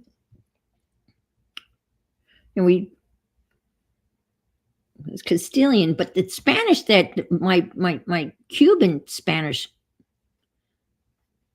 professor taught was like Cuban, and they did a different pronunciation with the th, as I recall. But as I said, he came to this country and he had his PhD, and he couldn't get a teaching job because he couldn't get a transcript, or he couldn't get his official papers, because of Castro and the upheaval in Cuba. So he had to work. He worked as an elevator operator in New York City until he could get his degree and proof that he had a doctorate from the University of Havana before he could start teaching. And he was very strict. But I thought he was a great teacher. I admired him so much. So I had 2 years of French, 2 years of German, and 2 years of Spanish. Really not enough to get you anywhere. I think the only way you really can learn a language is to be submerged in it. You don't have to use it.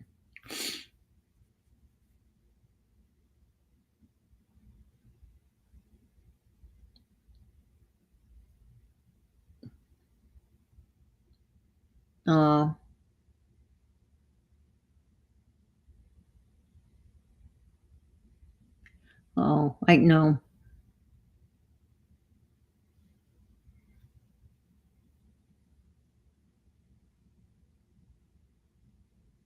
Oh, is that right? The Argentines are okay.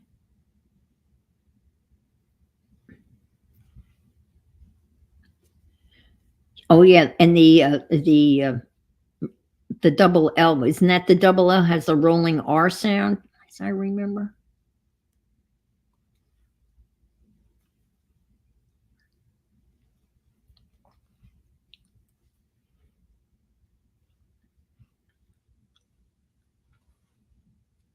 Because to really, they have AP Spanish courses here, and advanced placement, and you obviously can take languages in college, but if you don't get to the conversational, then if you're not, my friend Nancy, that's another whole thing. I could tell Nancy stories. Nancy and I literally met the first day of kindergarten. So I'm 75, so I've known Nancy for 70 years. Nancy was the smart one. She ended up taking French in 4th grade through 6th, and then she took, passed the test. So she took French from 4th grade all the way through 12th grade. And she would not consider herself to be fluent after 12 years of taking French because it was classroom. You know what I mean?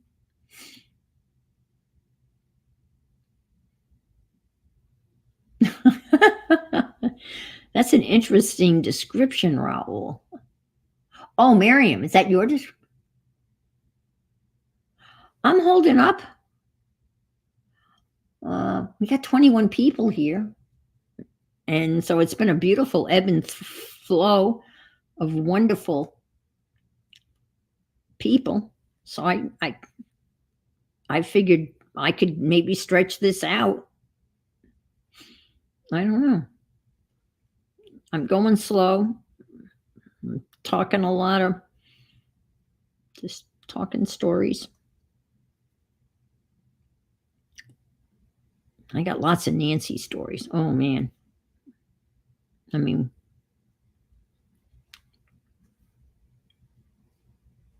Because we were never in the same classes because she was the smart one.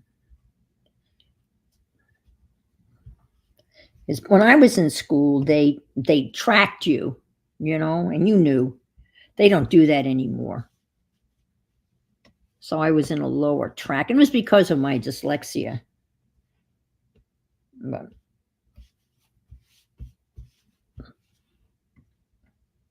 12 years for French. And she's the one that had that girl come in and live with her and kind of help her out when she had some medical issues. And then she was better and she couldn't get rid of the girl. So Nancy decided to move. And I told you that whole story. The woman, Nancy, ended up paying for the move, and Nancy paid $5,000 to move her pets. Someone drove her pets, 3 pets, from Southampton, Long Island to somewhere in Utah, $5,000. Me too, Ian.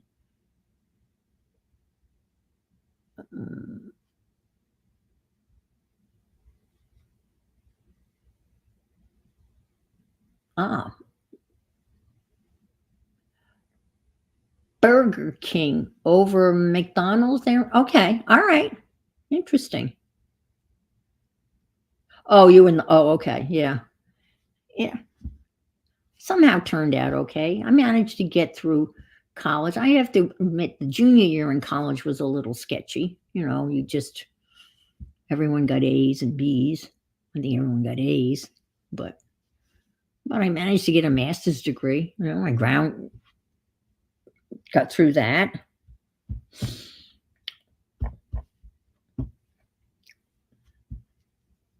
I was the oldest person in many of my graduate classes, but got through that. Because in New York State, you have to have a master's degree to be certified, to be permanently certified. And that's where I was. And I did not have any intentions of moving to Florida. And here I am 24 years later in Florida.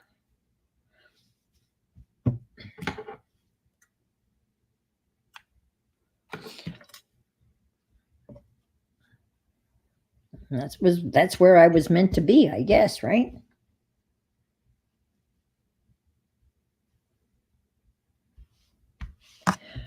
Look at that. I'm pretty. Can you all see that? Let me put it this way so you can see it.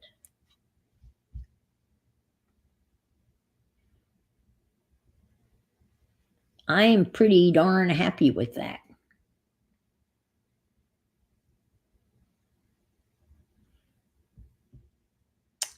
Yeah, and those tests are so horrible. They are. The testing here, the standardized testing here in Florida, the FCATs, Florida Comprehensive Aptitude Tests, they're given to the kids, I think, in maybe 3rd, 5th, and whatever. And the teachers ended up just teaching to those exams. And that happened in New York, too, because they had Regents exams and ended up teaching to the Regents exams. But teaching in a private school, we did not have to give the FCATs. We didn't have to give any of those standardized tests in a private school. We gave them a couple of tests just for, the parents, so they would be tested against a national, profile, but no standardized tests. All righty. Which I taught Regents English in New York, and that's stressful because you're teaching to a statewide test.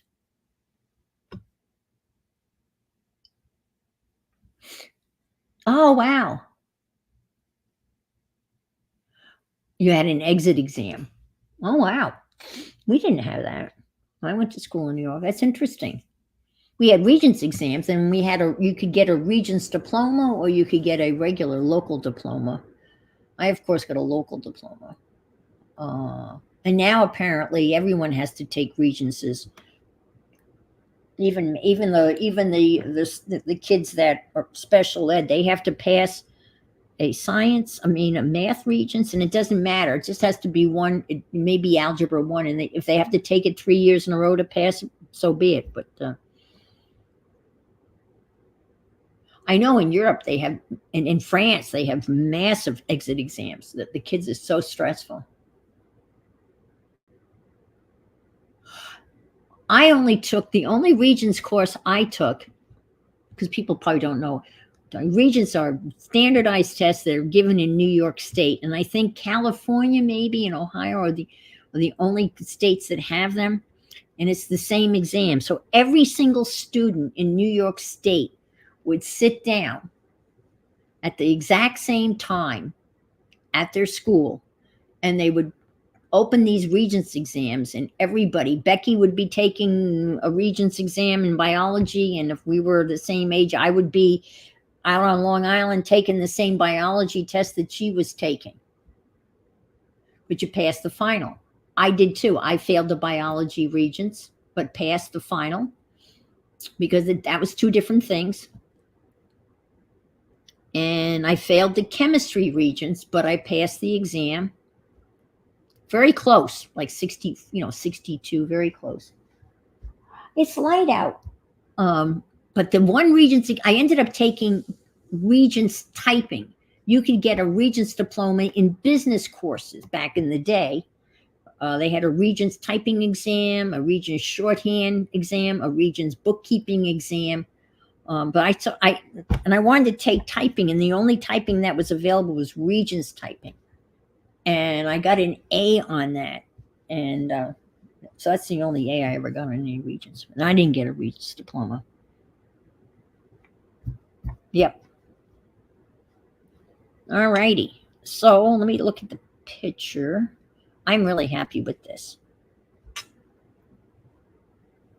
What's going across here? This is on the other side. What the heck?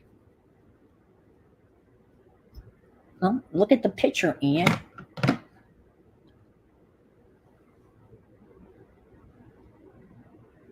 Yeah.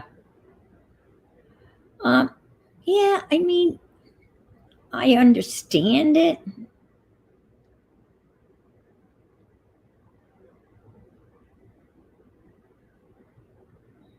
Okay, let's see. Oh, okay, the bird. We know I'm going to put this here. Where's the rest of the stuff? I need the bird.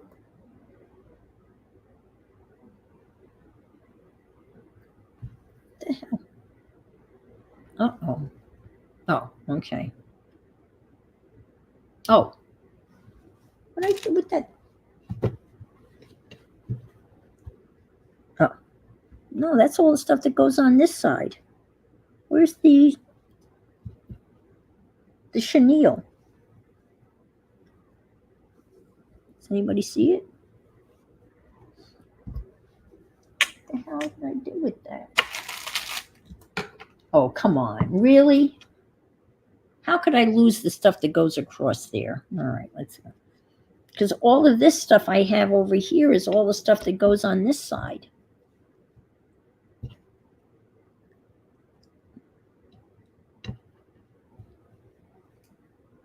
Really? Now, we all know we lose stuff when we're crafting, correct? Yes. But this all goes on the other side. I've lost the piece of chenille. It's not over here. It's not here. I didn't stick it back in the... Oh, come on. Oh, on my lap. Oh, on the floor. Okay, mystery solved. I did it. The Iowa, yeah.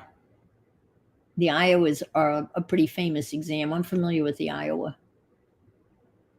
And then the ACT. Yep. You can take and then is it the ACT and the SAT? And there's an SAT, and then is the ACT like supposedly the easier one of the two, the SAT? Some colleges are not, they're not even looking at or not even requiring SATs to be taken anymore.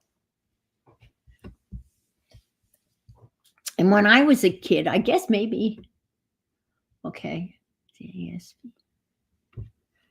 some colleges now are not even looking at SAT exams.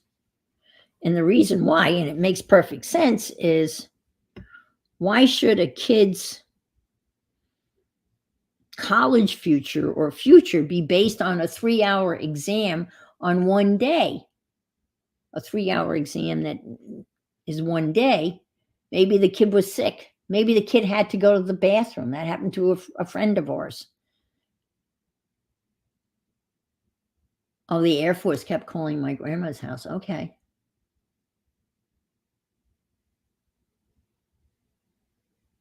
Okay, the ACT's been phased down. Okay.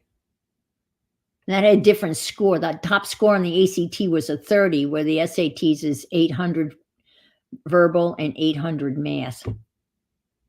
I had a friend that the day they gave the IQ test, he had to go to the bathroom so bad, and they wouldn't let him go to the bathroom. And he was so distracted, he didn't really do well on the IQ test. And he was, pretty smart guy. I think, well, Dave, my son took the SATs. I think Richard did too. He may have taken both. Now, does that look okay, or should that kind of be like under this? Or should this be framed too? I don't know. I kind of like the way that's framed, and that could cover that. Because remember this piece is kind of going to go up across the top of it. Oh, and I have rickrack too. Oh, I know. They never told us.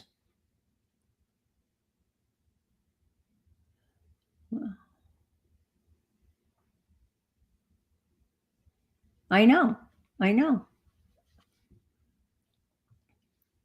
And they actually turned out being really rather subjective, depending on where, your environment in which you grow up in, and the language and the slang. And, there's certain words that you're never going to hear. They found that out.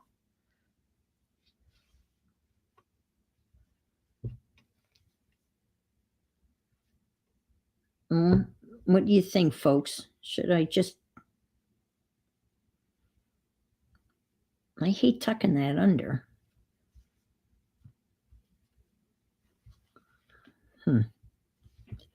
Well, I think I'll tuck this under.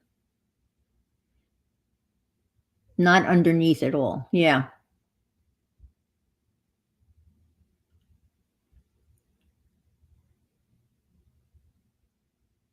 I know.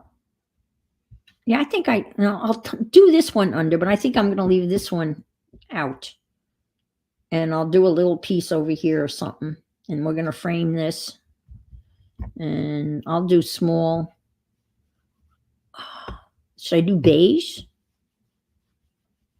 I don't know whether I have beige thread. I mean, I probably do, but maybe tiny little beige stitches. I'll be right back. I know I have beige. Well, I've got a whole bunch of thread somewhere. I know where it is because I just came across it.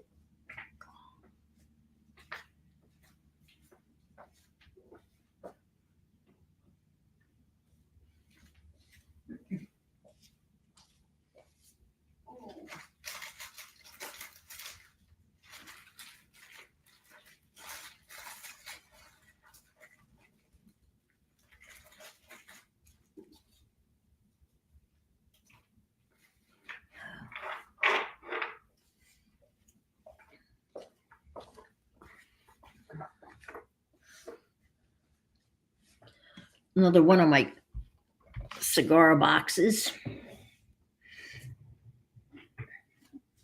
I think I got this from Johnny.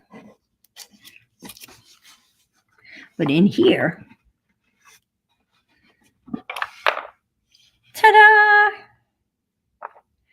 And I'm sure I got some beige thread in here. Well, let me see. Let me get that out.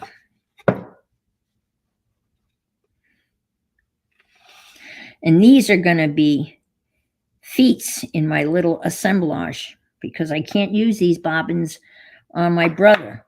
Oh, brother, for out thou, it doesn't take metal. So maybe I could pick up, maybe pick up a green here. Could I be that coordinated in that with, because I got, like something like that, a darker green, this tiny little stitch. Or I could do an orange. No. That's kind of like a copper. Yeah, isn't that something else? What do you think? The orange or the green? Anybody? Orange or green? I know there's a 9:30. I think there's a break between, and then Rebecca comes on, and Becca comes on at 10. Yeah, green. Yeah, I like both of them too, but let's go with the green. That's a pretty green though. I bought all these threads and they actually came with matching bobbins, right? And my little cheapo $59.95 sewing machine had metal bobbins, and then I got rid of my little $59.95 no knives, and I graduated to a big brother, the big brother. Anyway, isn't that neat? Yeah. Oh, I've got some beautiful. This is really, it's cool. It's got wood engraving Toro, and this is engraved. I'm sure that's laser cut. It's got this, But I've got some other cigar boxes that I got at the local ABC liquor store. And they have a humidor.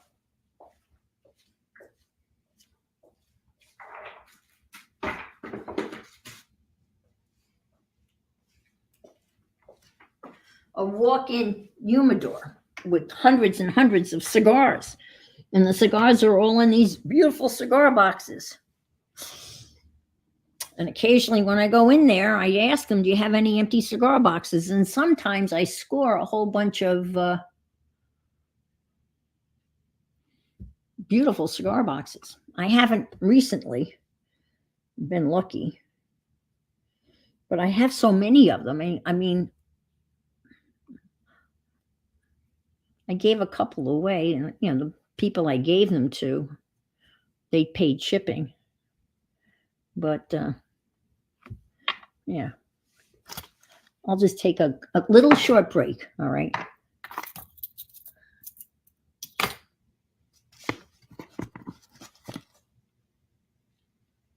All right.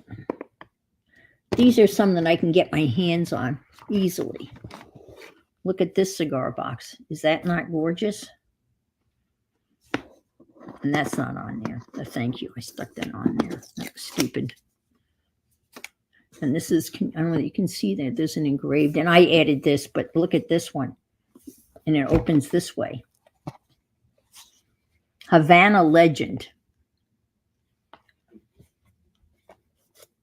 And I have all, and it closes like that. This is a gorgeous one.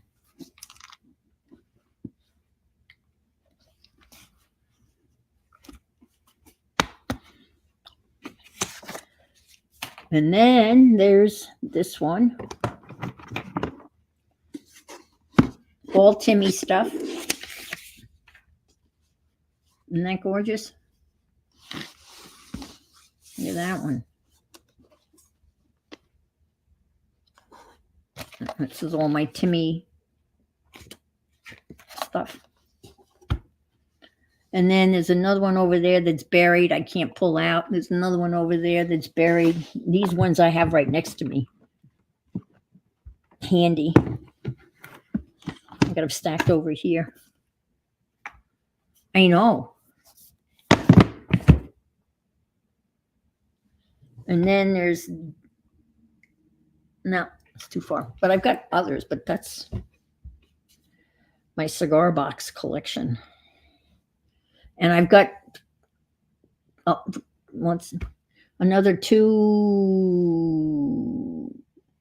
or three in the other room. And they're for free. You just have to time it right. I tried to get the guy to call me. You know what they do with them? You know what they do with them? If nobody claims them? In the back of the liquor store. That's where they put all the liquor boxes, because liquor boxes are great when you're moving. They throw them in the back with all the liquor boxes, and then they're picked up by the garbage. And at one time they were giving them to the base, Patrick Air Force Base, because someone was crafting with them or doing something with them, decorating them or doing something with them and selling them to raise money for something. And they stopped doing that. And that's why I happened to get a bunch of them. All right, let's do, oh, wait a minute. I'm not going to do that yet. Oh, gosh. All right, that's okay. Oh, use that. I got to do the other thing first.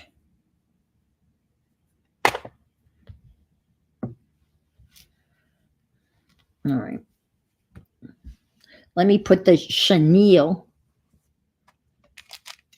And here's my needle. And I'll get some more. I remember these. I remember these bedspreads.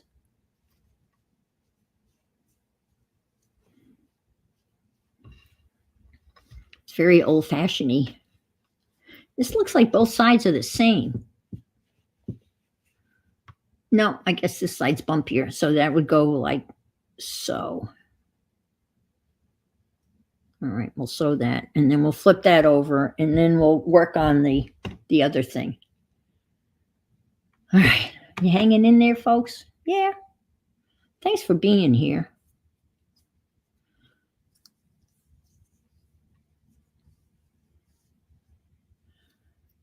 I think this is the hardest thing I've ever. Tomorrow's even going to be a little bit harder too, but we'll get through this. You know what I mean? Tomorrow is watercolor and paint.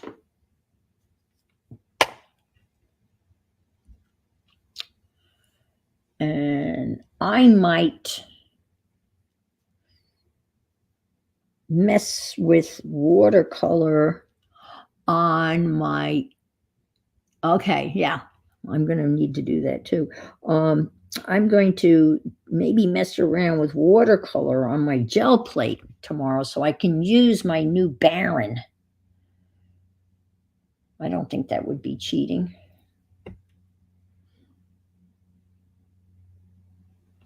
I've never done watercolor. I do have some really neat watercolor, but it's another long haul tomorrow. Another 3 a.m., but only to 6. Only to 6.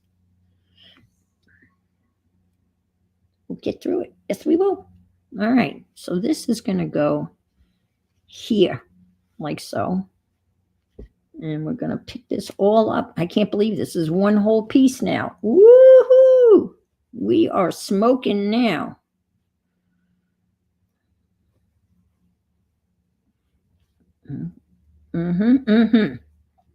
Yes, we are. Yes, we are. We're getting it done.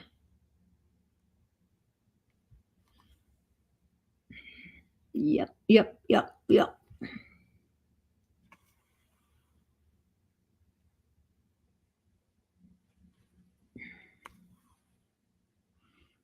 One stitch at a time. One story at a time. Ooh, it's not, I gotta go down deeper than that. Okay, Yeah, come down here. Yeah, that's better. Whoops. As long as I pay attention, which has always been a problem. Just saying that, pay attention, that brings up another whole bunch of stories. Oh, my poor father. I had a lot of fender bender car accidents when I first got my license. My poor father. He would say, "God damn it, Ann, you've got to pay attention." I know, Dad, I know, Dad. I'd say it wasn't my fault. It wasn't my fault. I don't know whether they were my fault or not, but I had several of them. No one got hurt, just the car.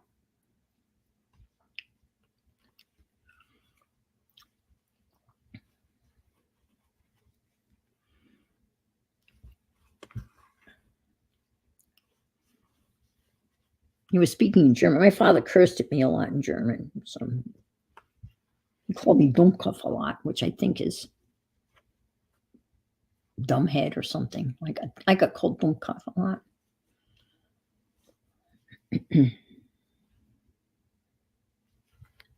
I had one last car accident just before, it was like a week before I left for Mallorca.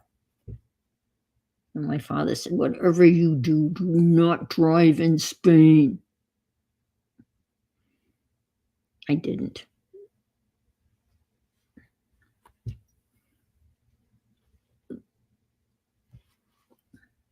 I didn't drive in Spain. The streets, the roads were so narrow. Oh my God. There were one way, the roads were leading up to Dea, which was a small village up in the mountains. The bus, if a car was coming down the road in the opposite direction of the bus, there would be like the little niches in the side of the mountains where, the car would have to back up. The bus had the right of way into like a little niche type of thing. And then wait for the bus to go by. And I remember, oh my God, the first time we decided to go into Palma, the big city, we got on the local bus. And it was your class. It was, now I'm talking a long time ago. I was in Mallorca 69, 70. So that's a long time ago. Janet and I got on the local bus, and it was peasants. And I remember there were literally cages of chickens that were on top of the bus, in a rack on top of the bus, and peasant ladies, and they were all going to the big city either to sell their chickens or go shopping. We went shopping in the big market. And one time there was somebody, I don't know who, somebody had an apartment. Somebody knew somebody. I don't know how that went, but we ended up staying in an apartment in Palma that overlooked the harbor, like the beach area. I don't know whose apartment it was, but we ended up staying there for a weekend. And there was a bunch of us. And I decided that I was going to cook my mother's Indian curry because it feeds a whole bunch of people. And I wrote home and I asked my mom for the recipe for the Indian curry. I got the recipe. And Janet and I went to the market because we needed a chicken. It was going to be chicken curry. And there were chicken, very fresh chicken, and they were hanging up. Whole chickens by the head or by the feet. I guess they were strung up by the neck, and they were hanging in a row. And there was a lovely woman there, and we asked for a chicken, por favor, and we picked out a chicken. They all looked about the same to us. And we had never dealt with a whole chicken, ever. And she could see the look on her face, and she kind of laughed, and she grabbed the chicken and she threw it down on a butcher block, chopped off its head, chopped off its feet, and wrapped it up in paper, wrapping, and put it in a bag. And we went on our way. But she laughed. She thought it was so funny that we had never seen like a whole chicken. Because we were used to, chicken from the grocery store, nicely cut up and in saran wrap. Not a whole chicken. So I'm glad that she chopped off its head and feet for me. Because back in the day, you could buy chicken feet. Because I was telling that story, I guess, I don't know, yesterday, about my aunt boiling down the chicken feet to make a stock or something. People eat the chicken feet, I guess. Yeah, that's when I was drawing the chicken yesterday. I drew a chicken yesterday. This has been quite the journey. All right. I drew a chicken.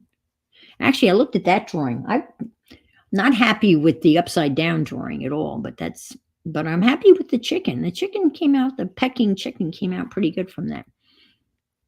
I think I'm going to give drawing another chance. Your grandmother used to do that? Well, I bet Becky's grandmother did too. Becky probably had live chickens.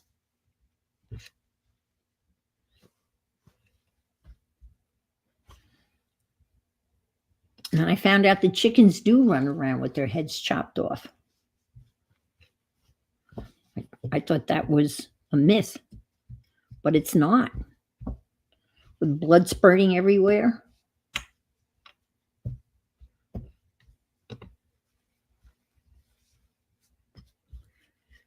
Okay. Now, I think that's going to be okay. Because, again, this is going to go here. And it may not. Well, I can find a strip of something, right? I got plenty of scraps.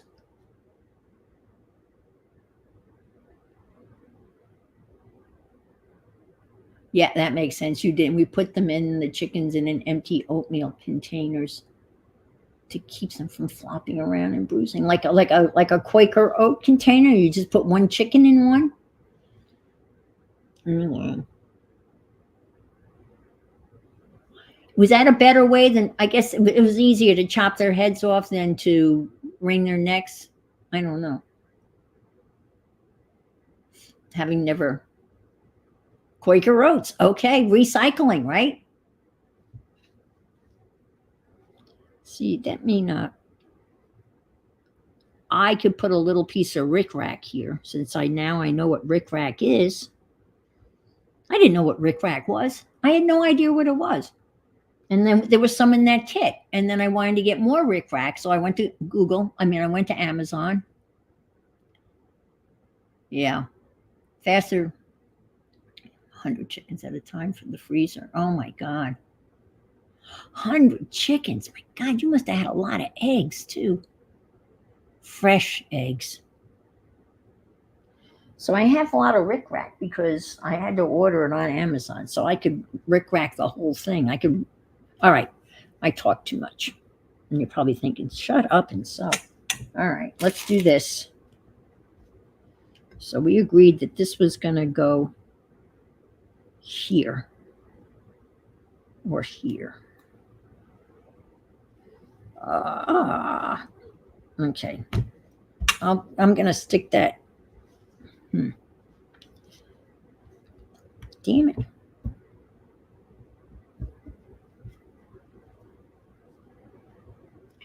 Well, yeah, that's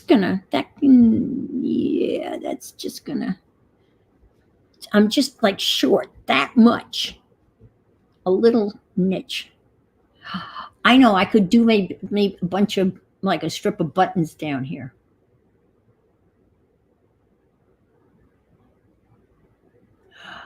Oh, well, the chickens for the freezer were too young to make eggs. Oh, wow.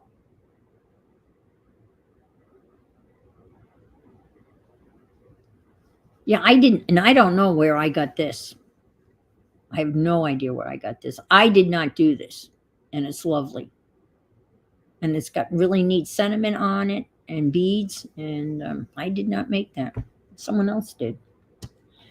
And I have two pieces of that, so I could.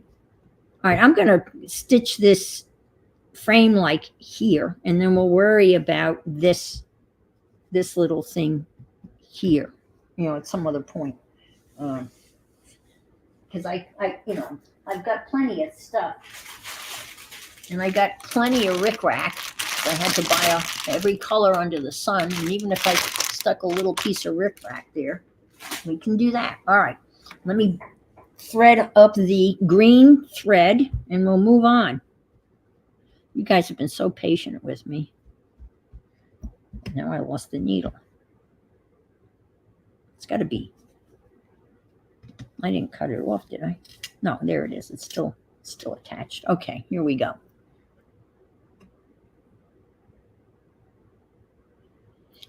Yeah, I mean, Becky grew up on a working farm.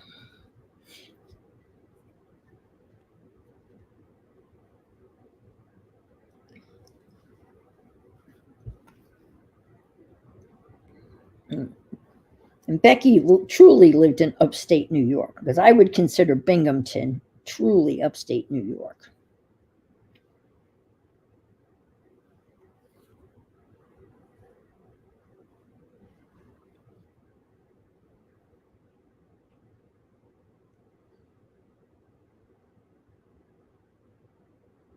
I don't know what you would call where I lived in. I mean, I grew up on Long Island, but when we moved to southwestern New York, and it's not upstate, it's southwestern New York. It was, an hour south of Buffalo. So that's just another whole animal. Because when people say you grew up in New York, they immediately think they think New York City. No, not New York City. Long Island.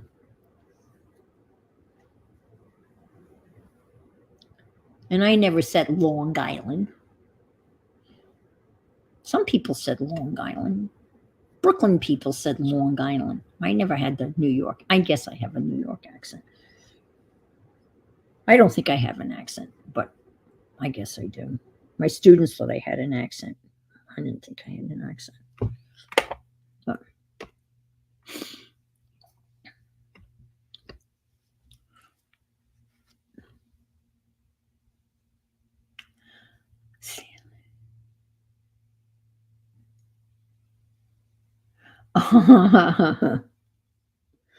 okay.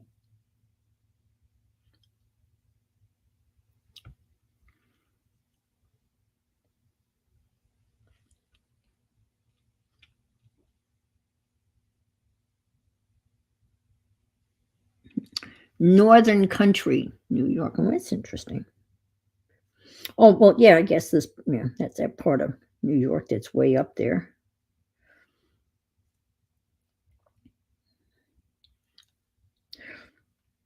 Poughkeepsie, that's up there. Got a lot of neat names in New York. Poughkeepsie, Oswego, Oneonta, a lot of Indian names. Nancy went to Hartwick College, in Oneonta. But there was a state school there too.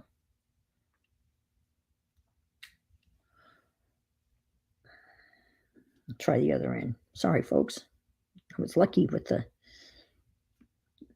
And this is a large needle. Let's get it this time. Run it over. Yep, we got it. We got her. Yes, we got her. Got her.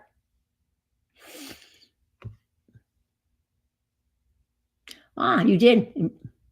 Poughkeepsie. That's quite the spelling, isn't it, too? Well, Long Island was filled with Indian names, too. Long Island. Wantor. I grew up in Wantor. But then there was Massapequa Park. Massapequa. I guess that's probably the most Indian sounding name, but there are others. Massapequa. And farming, yeah. All right. Now it's time to do a true slow stitch, a careful slow stitch.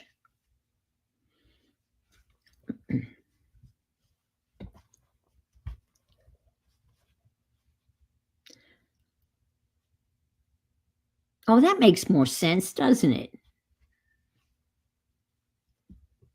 Does that make more sense? And put something here, or move this over here and make, I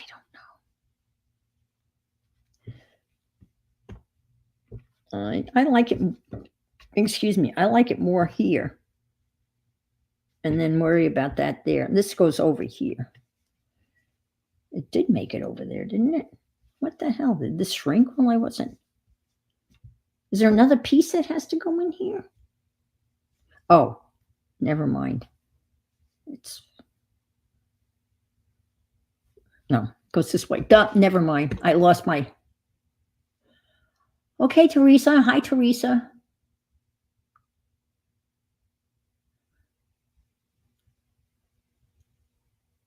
Casanova, that's up near Buffalo, isn't it?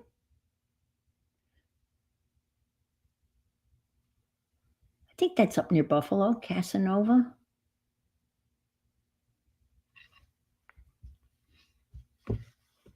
There are a lot of in the State University of New York, also known as SUNY. There's a lot of state. I couldn't have gotten into a state college either. I went to a small private school. It was Delphi, Suffolk. It was a branch of a Delphi University. And Delphi University was a Long Island university. And then a guy by the name of Robert Dowling donated money to the college, and then it became Dowling College. And I was pretty upset because I wanted a diploma that said Adelphi University on it, not Dowling College. No one had ever heard of Dowling College. My poor father, who paid my tuition, he, for the longest part in his life, he never thought it was a real college. He thought it was a fake college. It wasn't. And it's still there today. So it hasn't gone bankrupt, and it's still.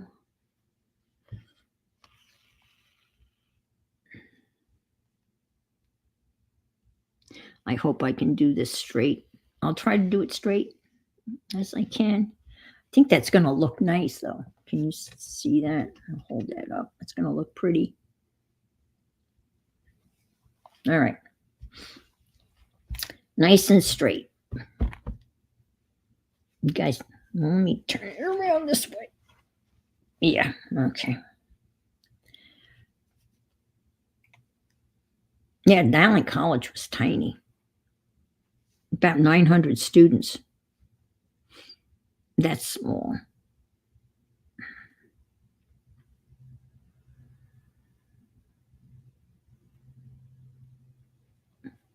That looks pretty straight.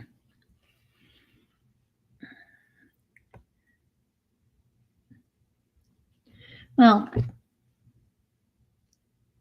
it closed in, oh my God. All right.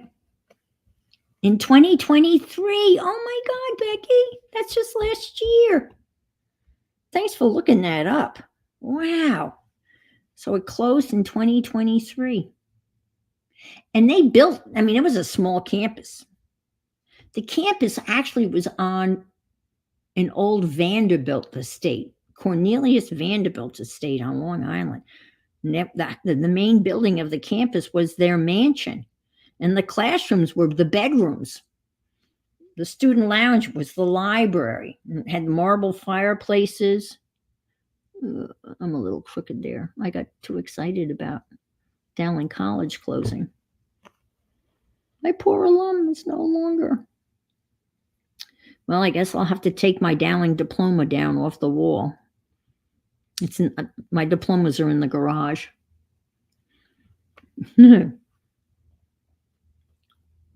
I guess it can continue to hang in the garage, right? I know St. Bonaventure hasn't closed, where I got my master's degree, because the alum finds me. When I moved, I never gave them my new address. Oh, you're talking about Casanova. Oh my God, I thought Dowling College had closed. Okay. Oh, okay. It could still be open.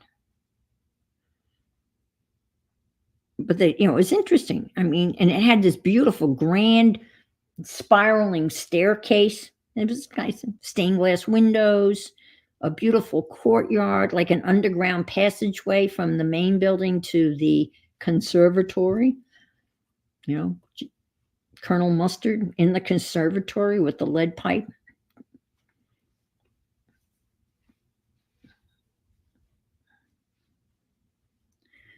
I'm doing a horrible job on this. And you know what? It's okay. I made that stitch too big. Pay attention, Ian. Stop talking.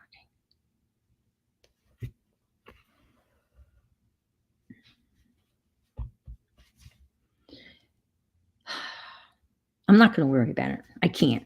I cannot worry about this. I'm just doing the best I can. I don't know how people do those perfectly straight stitches. And I got my thumb right where I want the needle to come up, but the needle has a mind of its own. Oh, that's even worse. Dowling College closed in 2016. Oh my God. Oh, Lordy, that is funny. Oh my gosh. I wonder what they did with that estate. I bet you they turned those into condos. It's very interesting. They had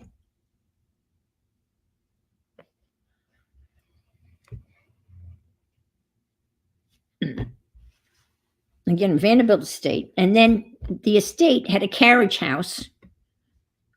And they turned that the carriage house was the gym. And then the loft area above the college, the carriage house, was the art studios, where I took a sculpture class. Oh boy, this is so crooked. Oh my Lord. Well, that's okay. It'll be okay. I'm telling myself it's okay. Well, it is a little crooked. I can straighten it out on the bottom. So the art studio was up above the carriage house. And then away from the main mansion, they had servants' quarters, which was a whole little area of like a little web of little cottages, and there was like this brick thing that kind of separated the main mansion from the servants' quarters, and there was like an archway that carriages would go through, and there were apartments in there. I had a friend that lived right over the archway in an apartment there. Smoked some really good weed there, as I recall.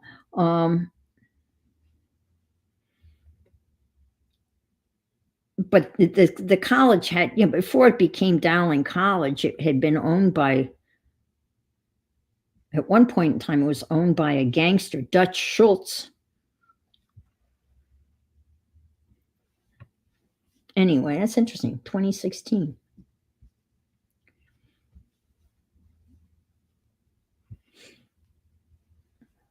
No more Dowling College. Well, I don't know how a school like that could. I can't even imagine what the tuition would have been at a private school. See, I can go back and cheat on that, because I That's too much of a.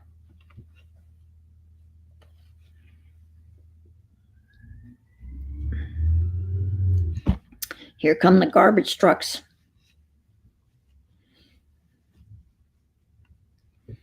All right. Let's see. I do better stitching backwards. Does that surprise anybody? I'm just a backwards type of person. I know.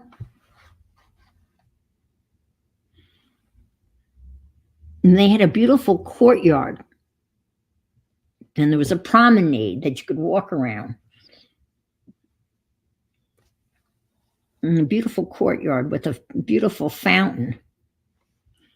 And my friend Janet and Tom, they got married in the courtyard. They met in Mallorca. And then they ended up getting married. And they live in Brooklyn. And that's how I found out that library, the sketchbook library. Barbara Clark knew about that sketchbook place because she did it. She said that you told me yesterday because I had done it. And I told her that that little library that housed all those books burnt. But she did the book, but she never mailed it back. I did the book and mailed mine back, so mine was destroyed in the fire, I guess. It was a really neat concept. I don't know where I found out. Oh, Cage Fish is the one. Cage Fish, Carla Cage Fish is the one that talked about it. And then you would go and you would buy a sketchbook that they sold. It was like $20. And then there were. You did a book. Hi, Alina. You did a book too. Wow. That's so many people. Yeah.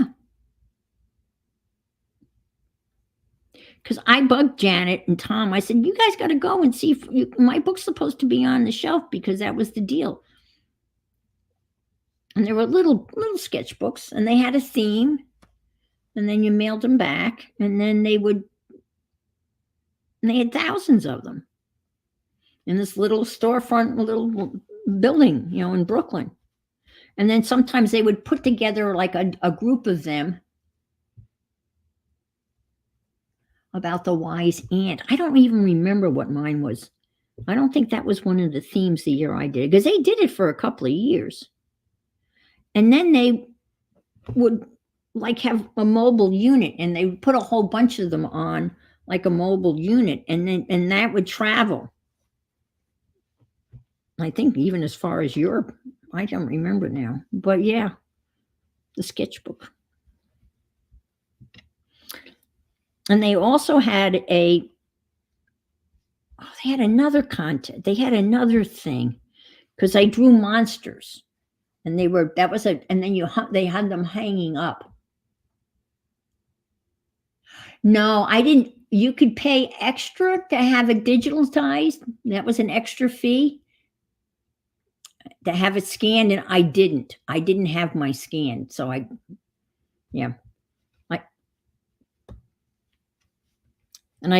still have this because Renee was asking me, saying something about carving a door stamp, and I carved a door stamp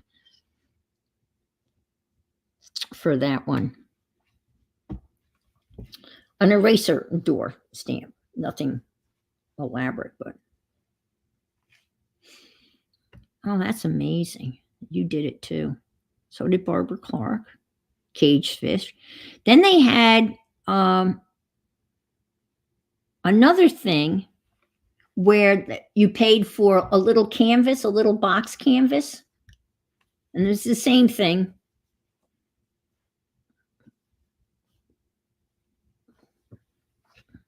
What the heck? What am I? I'm caught up on a chenille. Shalem Hassan. It was a little canvas, like so big, and it was the same deal as $20, and you were to do a little painting, and then it came with a mailer, and you mailed it back. I still have the canvas, and I never did that. I never got around to doing that. So I still have that little canvas. It's about yay big.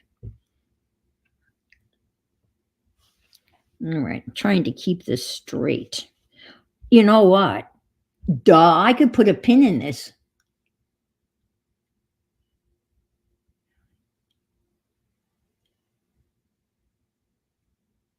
Oh, okay.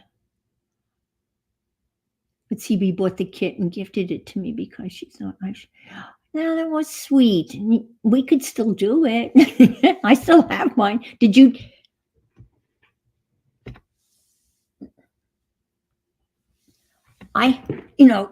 Wouldn't it be smart? Oh, I have to stand. Wouldn't it be smart to put a pin in here maybe or two to keep it like straight? Gee, Ann, not like you don't have pins. I got pins everywhere. Actually, I have pins over there.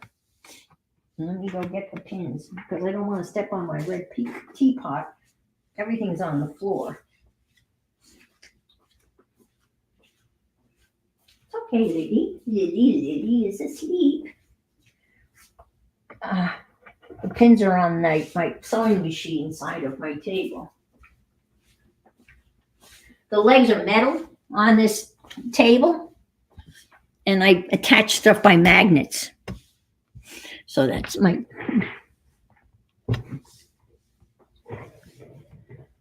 Isn't that adorable? Look at that.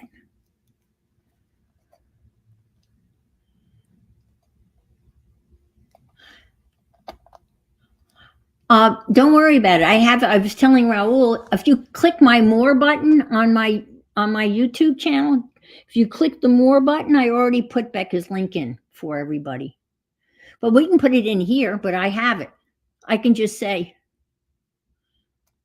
that it's there. Good morning, Jen. Look. I thought I was going to paint that, but I added the link. I put the link in after whoever follows me is on my thing. But her link is in the more button. But we have to tell people because they're not going to know to look there. I mean, honestly, I think everybody should have done that. And then it would have made it so much easier for everybody, because I described what I was going to do. And yesterday I had a link for the people wanted to download the picture that the upside down picture. If people wanted to try that, they could print out that picture. Thank you, Becky. Becky's great at putting links in.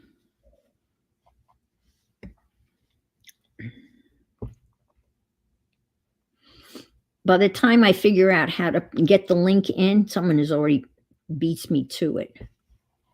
But I put a link in the other day for somebody before. There, I got some. That's good. Now it won't go anywhere. I can throw it in the air. I don't want to throw it in the air, but I could. And it would be fine. I'm not going to come back like that. Is that how they get those super straight stitches?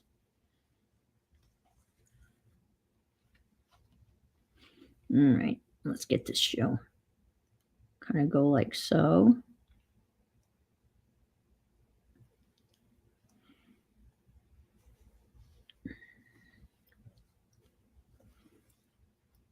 Mm-hmm.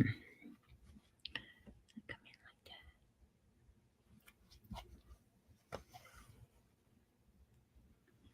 Mm-hmm.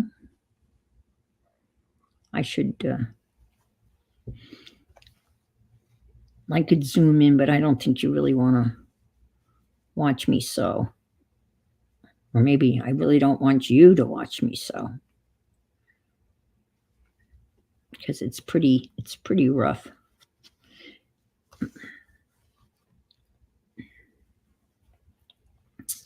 It's not pretty. It's not like watching the true seamstresses and sewers, but it's getting the job done. It's somewhat straight, and the green does look really nice because there's a lot of green in the, and this is a nice green. You see, not real straight, but it's somewhat straight.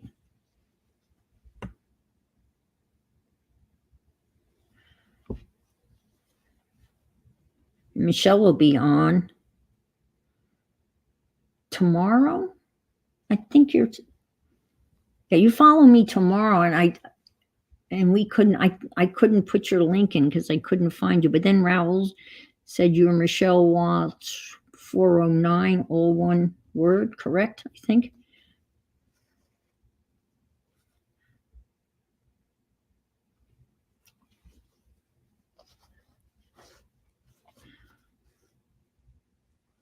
But I have Becca's link in, and then I think Kim Bolton follows me at some point, and I found her link.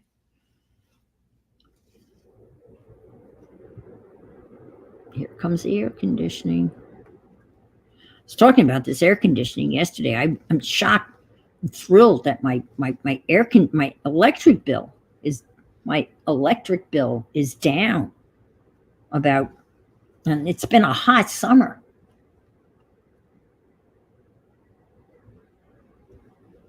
And it's normally $124 a month. And I just got my budget plan. Usually it's the same, and they even lowered the budget plan from $124 to $100 a month, and that's with running, the two air conditioners. I've got the one out on the porch, so I guess no, that's okay. The new air conditioner is obviously much more energy efficient than the old one. So I am thrilled with that.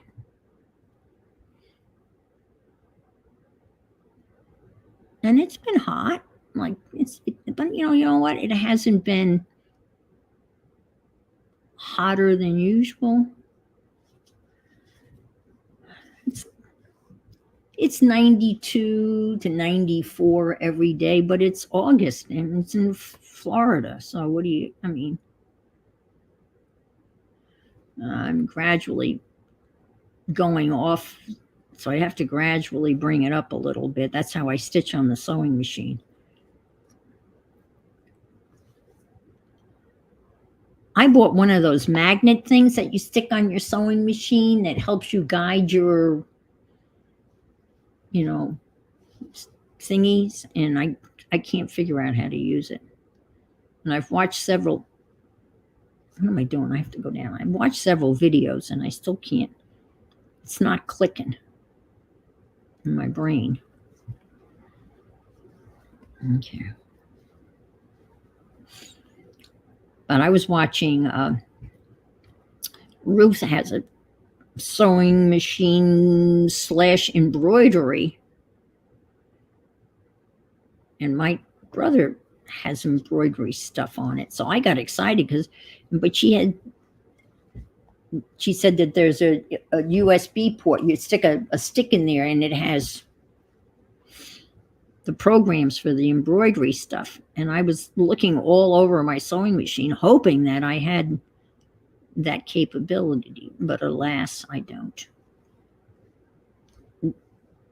But I can program it to sew letters.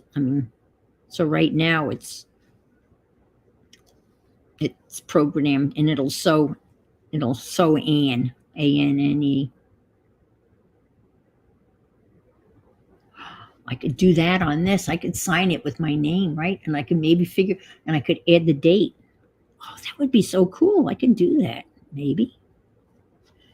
I'm coming around here, folks. Thank you so much for being here.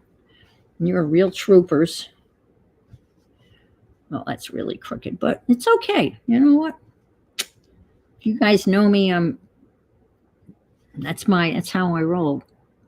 Either upside down or backwards or yeah. I do like the green though. You know what? And even if I did this on the sewing machine, it still would be crooked. Not as crooked, and the stitches would be evenly spaced. I mean, the sewing machine, but I don't know whether I could sew in a straight line. I did hem a pair of my shorts the other day. This was so weird. I invited a friend to come over to watch the women's soccer game. And I always, around the house, I wear these cut off pants that are ragged on the bottom. And I thought, I should probably hem these. I don't know who possessed me. Like she would care. She could give two shits. But anyway, I put them on the old sewing machine and I hemmed them. And if you want to take the break hour 2, you can do that so you don't feel rushed finishing what you're making now. I really want to see okay. Teaching.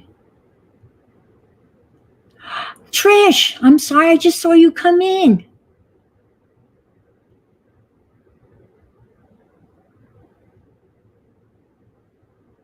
Oh, wow. Oh, that's wonderful, Trish. I haven't seen you in a while. I don't understand. You want me to take a break now and come back? And if you want to take the break hour 2,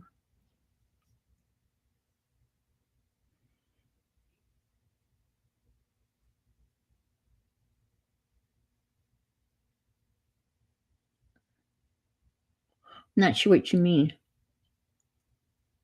It's 7:30. I have 2 hours. I'm not sure what he means. Is anybody? After your stream, we have a break. Ann is 9:30. We had a break after you. And I thought I was done. Oh, all right, let me just see.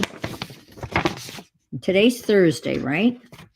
I printed it out, guys, unless you changed it. Let's see. Let me just double check.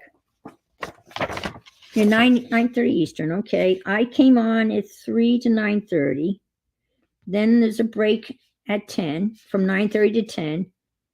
And then Becca comes on she's on from 10 to 12. And then 12 to 2 is you, Miriam. And then 2 to 3:30 is Sharon, Texture Junkie. And that's, unless,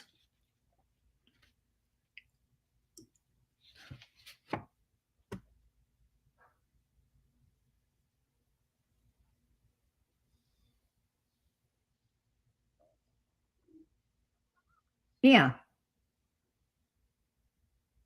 It's 9:30.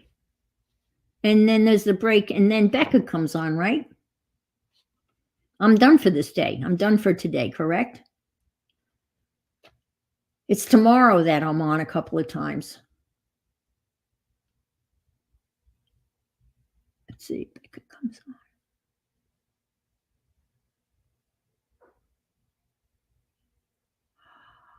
Oh, she comes on. When is Becca coming on? Are you sure?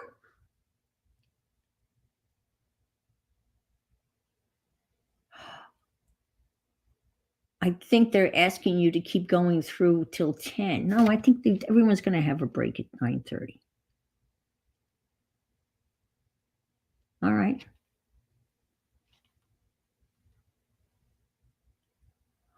Yes, if she wants to extend. I don't know that I want to extend. I am 6.5 hours. I've never done anything like this in my life. I'm going to go, if that's okay. I'd like to, go off at 9:30 if that's okay. And then there's a break for a half an hour, and then Becca comes on at 10. Is that's what I have, unless you change that and you need me to go to 10. See, she is not ending and giving her. Do you want me to end now? I'm so confused.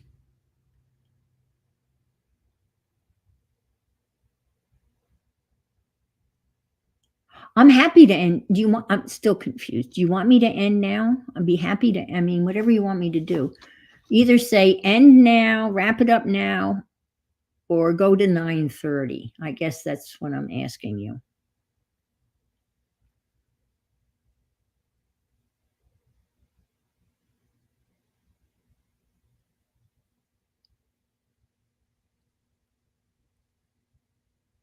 Can I end at 8? I'll cut the difference. How about if it's 7:42. How about if I end at 8? Go another 18 minutes? Because I don't think Becca's up this early.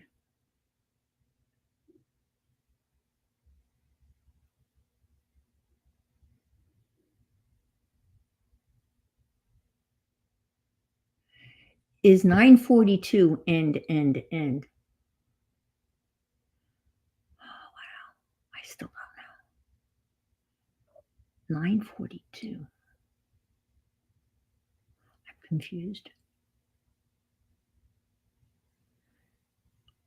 I don't know. Okay, I don't. I'm sorry, Miriam. I don't understand. You're saying is 9:42 end?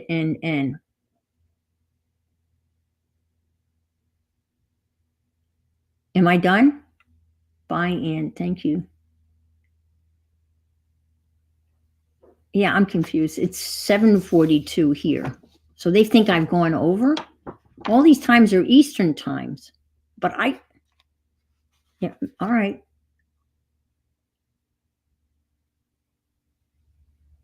Thank you, Renee. It's 7:42, Miriam, not 9:42.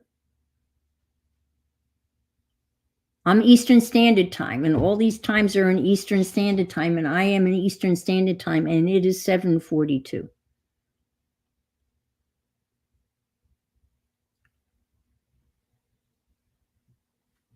Okay. I don't think I'm Renee, I think yeah. Okay. All right. Well, thank you, everybody, for being here. But I think I am Eastern Standard Time, Miriam, and I'm okay, but I'll say goodbye.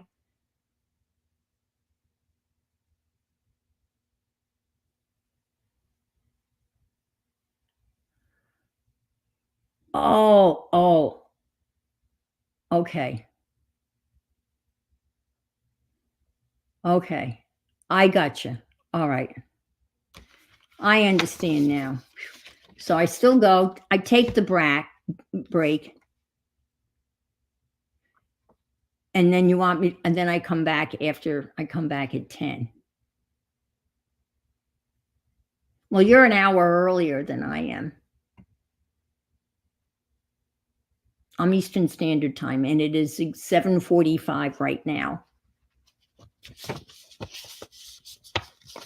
Okay. Miriam's going, bye. All right. Yeah. So, Trish, your daughter's moving or you're moving? You're Central, yeah. Yeah. Moving is so stressful. And if you've lived so are you moving? Hi, Silji.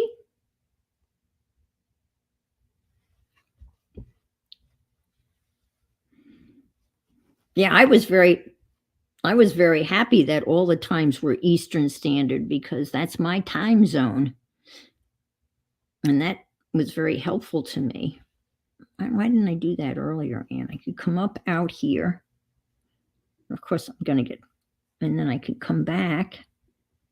Oh, man, I could have been doing this so much easier this whole time. I just figured it out.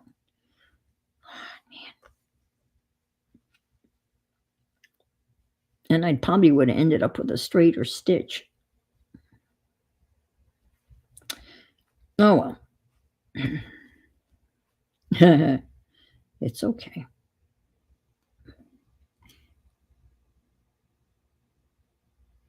Kimmy. Hi, Kim. Oh, there's Kim. Hi, Kim. Our daughter. Okay.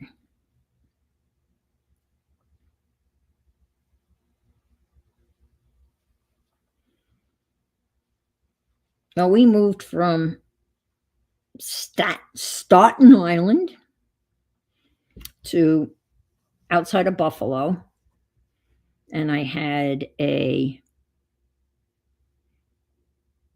5-year old and an 18-month-old. So that was a bit of a move. And then, of course, when I left New York to move to Florida, but you know what? I've told this before, but I literally gave away or sold everything I owned. And I shipped. How did that get so crooked? Is it crooked? What the heck? I had a needle. I pinned it so I wouldn't be crooked. Well, I just have to, I can't. I'll have to cut that. Maybe I can just force it, be straight.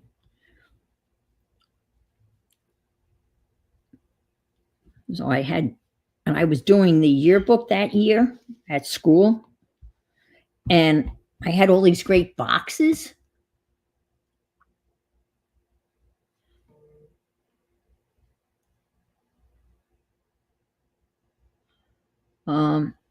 I had all of the yearbook boxes that the yearbook came in, and they're great boxes. They're like liquor store boxes.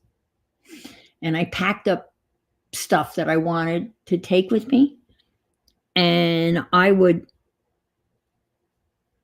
weigh them and address them to my mom's place, right? And I'd put them out on my back porch, and I would call UPS. Thank you, Michelle. I'm glad you said that. And I would call UPS and I would say I have X amount of boxes to be picked up. And I told them when each one weighed, and somehow I knew how much I had to pay them. And they would come up and pick up the boxes. Whoa, that's it. Okay, I'm taking Michelle's advice. I'm not going to worry about it. Took a rough turn there. And they came and they picked them up. And I didn't have any crafts, obviously. But I remember there were 2 single guys that worked at the school that I worked at. And I remember they came to they were in my kitchen. And the 2 of them were fighting over my Cuisinart. I was giving that away, and they were fighting over the Cuisinart. Oh, I want it. No, I want it. And I said, figure it out. I don't know how they decided who got the Cuisinart. I didn't need a Cuisinart because my mother had a Cuisinart. You know, I didn't need to bring anything except the clothes on my back. And I don't even think I brought any books. So we packed up my little Subaru, bought a dog cage big enough to hold my cat in a litter box. And my oldest son and he came down from Boston.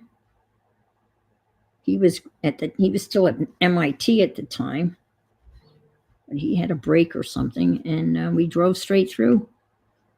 Stopped for gas and a bite to eat in the bathroom. 17 hours and 45 minutes.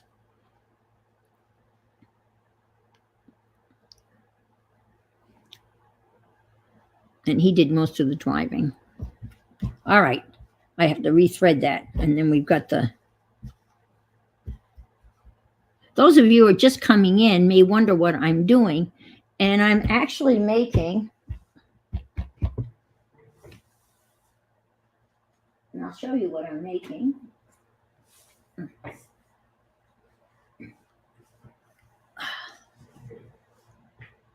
I am making a tea cozy, like the one I made from my little red teapot.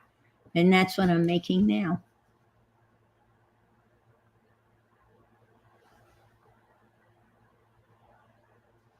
Ta-da! And that's what I'm doing now. And I had a lovely walk through this container of scraps that I didn't really know that I had.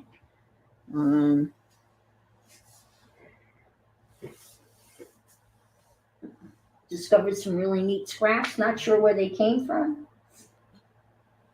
I bought them, obviously. And then that's what I'm doing. I had some batting. Oh yeah, I guess there's toaster. Yeah, they used to have all those. They used to have all those things that you could cover your appliances with. I never understood that. I guess to keep the dust and dirt off them. Yeah, that's true. I know. I remember the square ones for the toasters because you don't want to keep the toaster. Oh, you're making a cover for the sewing machine. My sewing machine came with a cover, a big ugly plastic cover, which I have in the closet because I have my sewing machine, this work table that is with the craft box thing, the scrap box thing that I have. The craft table that is pretty big, and on the other side of my computer, the sewing machine, it fits on the other side. So if I want to sew, I have to just get up and walk around, and I have a stool, like a stool type of thing on wheels that I can sit on. So it's right on the other side of my computer, and it fits. And because I have a small Mac. I don't have a big laptop. It's a little one. It's like a 13-inch one. So that works out. But that would be neat, though. That would be a neat way to. Are you making you doing patchwork, or you doing like a fancy cover?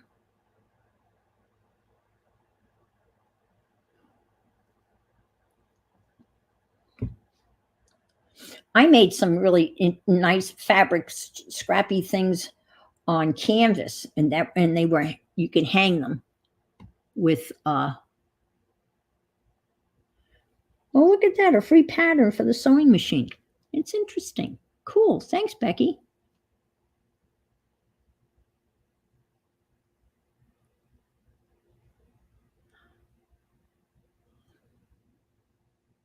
You have a toaster cozy.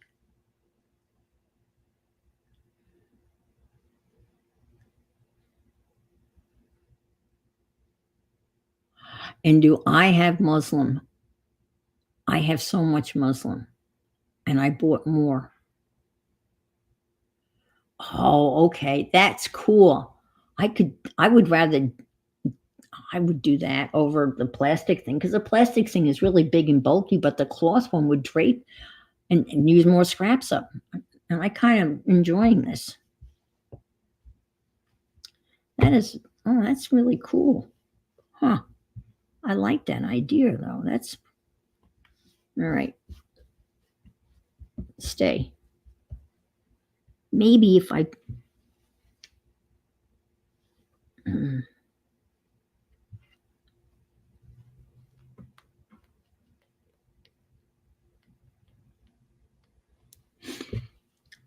Ooh. All right.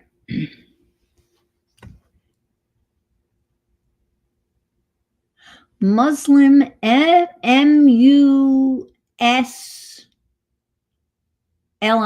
muslin.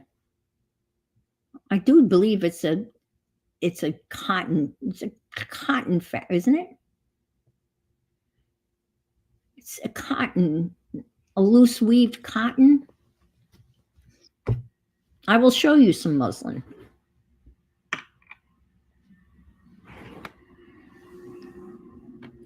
you doing, Lily? I'm always afraid there's some sort of critter because it's far.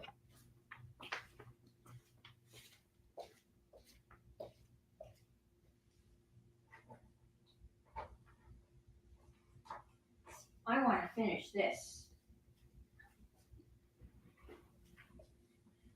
You saw me. I started the other day. I started this on one of my streams, and I started out with the drop cloth canvas, and then I switched to muslin. And no one has seen this. And I painted the flowers. You saw me stamp the flowers, and I redid it on a piece of muslin. And look at this, how this came out. Pretty happy with that.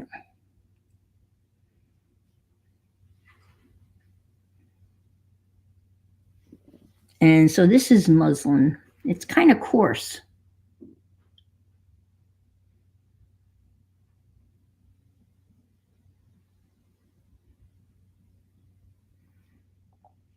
I don't know if you can see the coarseness of it, but it's very coarse. And it says, when I bought the package, it says you can make clothing out of this. I would think that would be really. This is a Louise Hensel, and this actually is going to be mounted on a 12 by 12 canvas that I've printed, but I'll show that to you probably Friday. And it's supposed to be faux embroidery. And what she did was she just threw a couple of French knots in, but this will be in an actual embroidery hoop, and it'll be mounted on this 12 by 12 canvas. And I'm thinking I might be able to make this out. I might be able to turn this into a clock. And I use the fabric pens to color this in. But anyway, so this is a Timmy Louisa Hensel inspired dish. But I guess they made clothes out of muslin, right?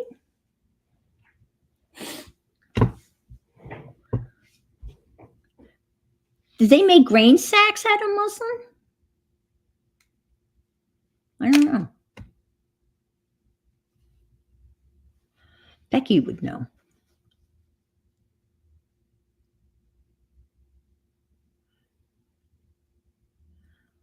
The weight of muslin is about the same weight of my bloomers are made out of. Okay. Well, I'm assuming there's a way to soften that.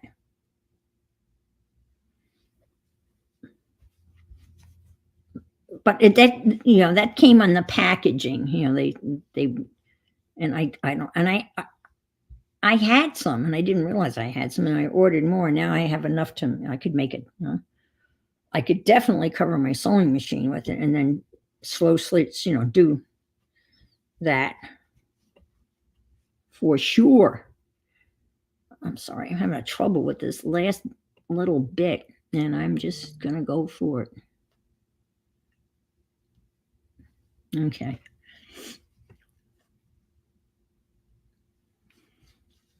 Oh, there's different. Well, that would make sense. And I don't know. I ordered it on Amazon. I just, and it just, when I cut that piece out to redo that part of the project, I initially had started it on a piece of canvas, and I painted like one flower in the stream after I stamped the flowers on. And I just didn't like it. It was too hard. From a fabric store. And yeah, Kim's saying. Yeah.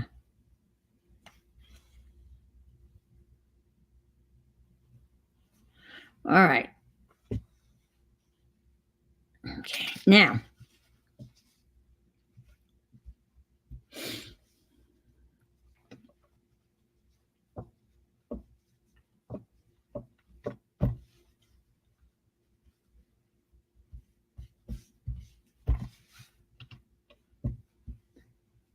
question is,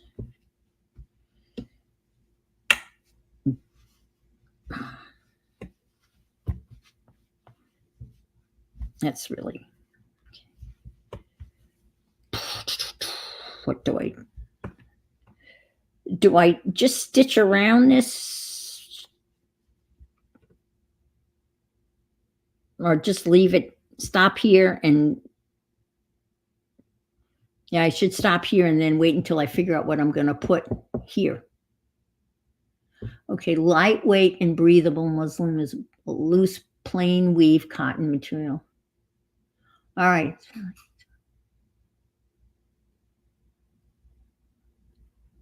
Oh, wow. And surgical procedures. Okay. All right. Interesting. Huh.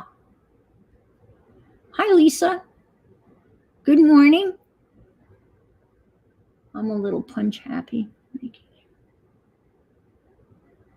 Well, I got enough of it. I don't think I'll be doing any surgical procedures with it, but I could see where it could be used like as a drape thing in the back for a surgical thing. I could see that easily.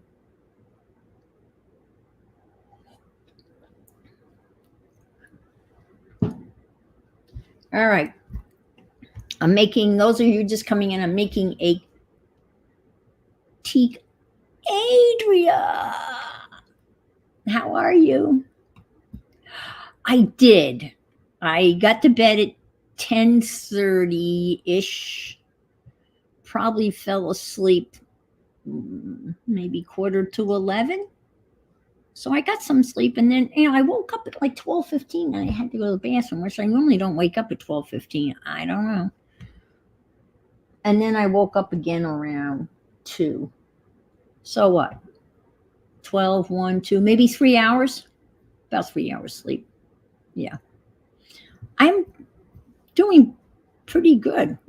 I'm moving slowly, but everyone's been so great. People have been coming in and coming out, and it's been great. Wedding dresses. Wedding dresses. Okay. Interesting.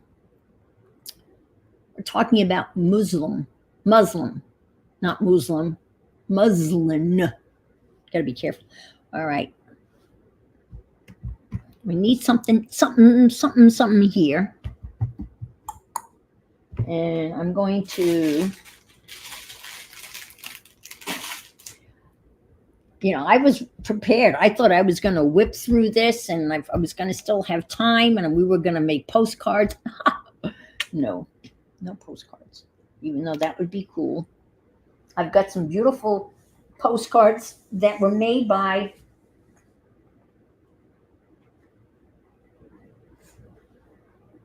Carol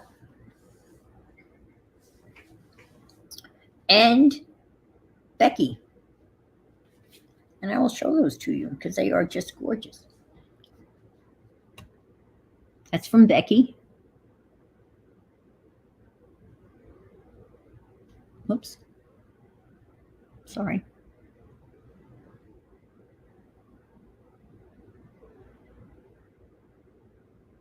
And this is from Carol McDonald. These are easy to make. I mean, not easy, but they're neat. And they're both mailable postcards.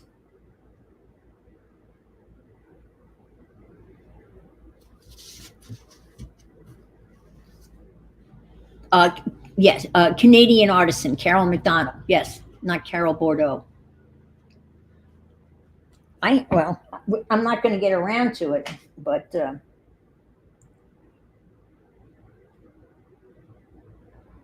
I made this one, and it was supposed to be a set of 8 TCs, and that's like a free motion stitch. And the title of it, Butterflies Are Free, and I made this last year, #1. So I was obviously, I made one. I don't know. Anyway. And I've got 2 really neat books all on making. Speaking of Carol, how magical is that? There she is, herself. As they would say in Ireland, there she is herself. How are you? I was just showing you a fabric thing, fabric postcard. And of course, I've got a lot of other fabric pieces.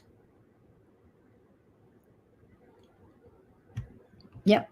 Okay. I'm sewing and I'm making a tea cozy out of scraps, Carol. I know. I'm going to take a whiff of lavender. Keep me going. All right. I need a little scrap of something.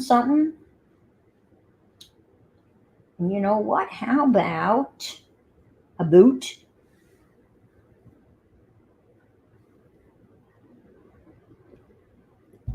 That's part of the rooster thing I cut off, but that would be nice there, right? A little. It's not quite big enough though. No. All right.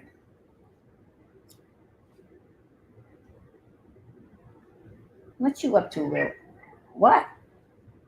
I got nothing for you. You've been fed, honey. I know it's confusing. It's confusing. I know. All righty. Meow. Meow. No. I hear you.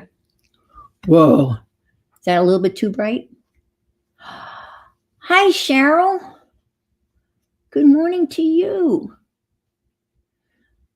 I do that a lot. I watch a lot of streamers lying in bed. Is that too loud? Do I really care? Yeah.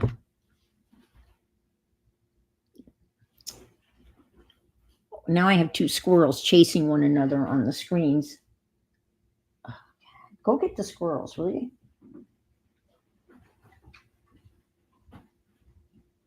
How about, oh, look. Look what I found, Raul. Raul, look what I found. Turquoise bandana. Yes.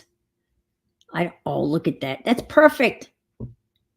That was hiding in this little neat pile of scraps that I tied up with a piece of yarn.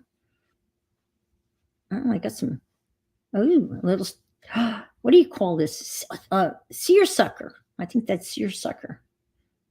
I just thought it was this plain stuff, but there's some really interesting scraps in there. Okay, I like that. I had white bandanas, black bandanas.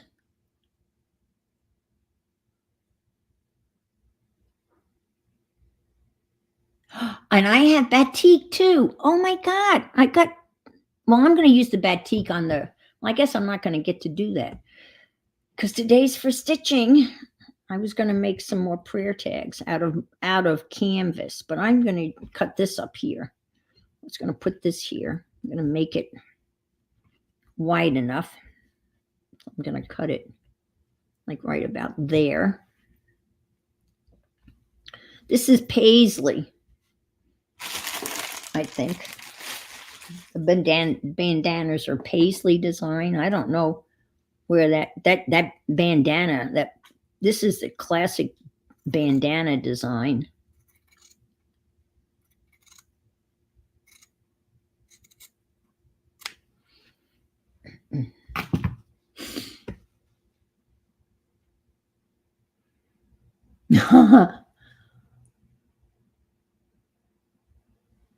More appointments. Okay, Cheryl. I know. I love this color. But this one, people weren't here earlier, but this one has a story.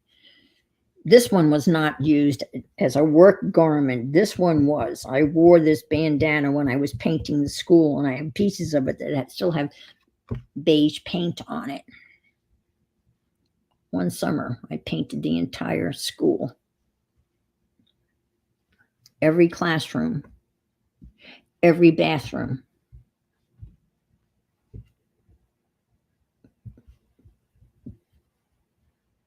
Locker room, boys and girls. That was pretty bad. I'd never spent much time around a urinal. I'd rather not ever do that again. Just saying. All right. Now this is going to be, I won't have to fold that under because this is just going to be sewn on this.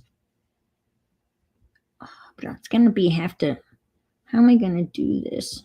Shoot. You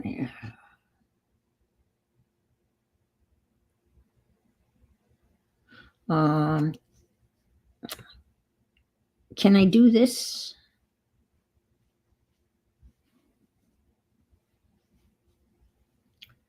I don't know. What do you think? If I do that and then flip it back over? I don't know if that'll work or not. Well, I'll do it. What's the worst case scenario?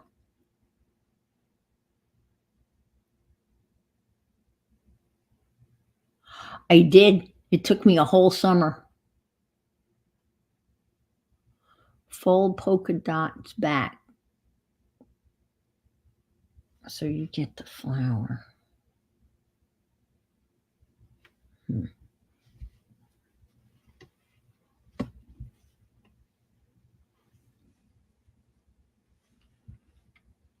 Well, I'm just going to stitch this, and then this will come.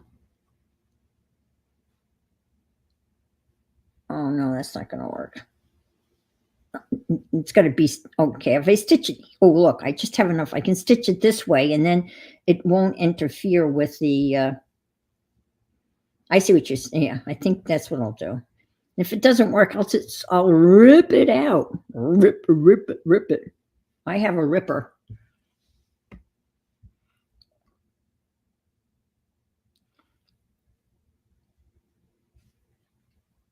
And then I'll do that. Okay, let's just try this. And then that'll come out underneath that. And then I can sew that on that. And then I'll cut whatever I'll just cut that off, whatever I don't need. I should probably cut that off now, but I'm just going to sew this, and I'm just going to use the same thread. Can I? Yes, I can, because no one's going to see it. All right. I think that's going to be okay. Face to face. I am face to face with my, and I'll start right here. Make sure this is out of the way. All right, here we go. Going in, folks, going in.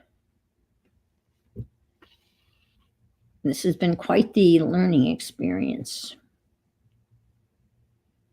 You think sewing scraps together is easy? Think again. No, it really is. Kinda. But yesterday, the struggle was real.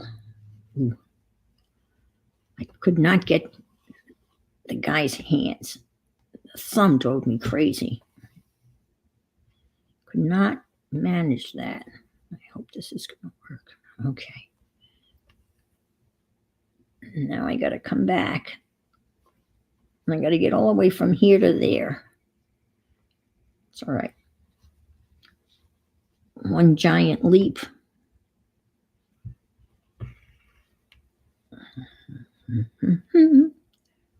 Back to bed. Okay.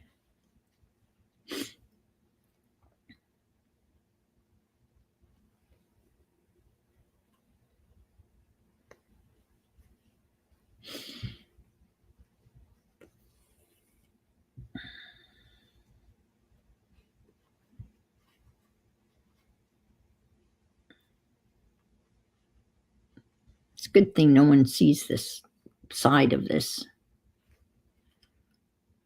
I must have done the same thing with the other one, because when you look in the inside of the tea cozy, you don't see too many. You only see the stitches that I did to sew the patchwork on. There's nothing else you see. And I don't know whether I doubt I did it on the sewing machine. Probably not.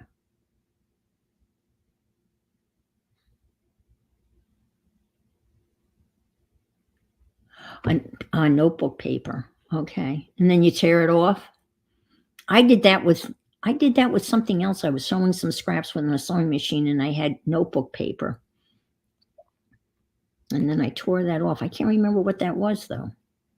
But I have done that.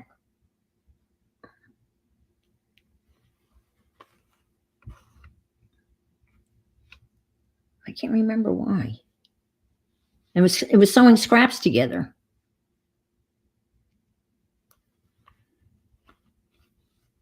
All right, let's go here and here. And let's flip this over and over and give it a little persuasion. It's a little puckered up, but man, it's not too bad. Look at that. I'm very happy with that. That's not bad. Look at that.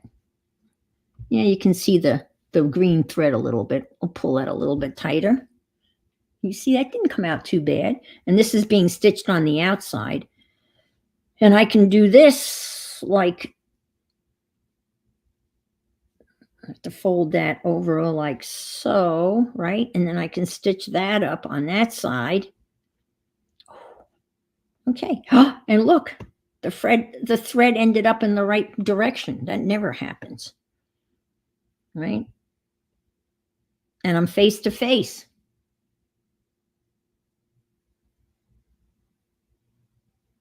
I'm glad you were able to get some breakfast down.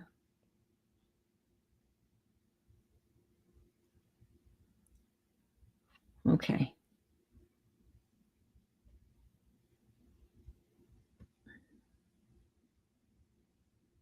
No, wait a minute. Am I stitching in the right?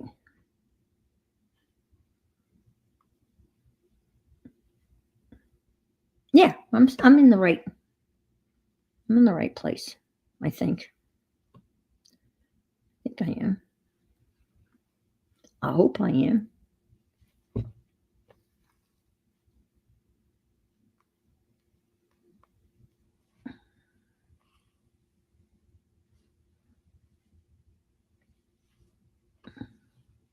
I'm not,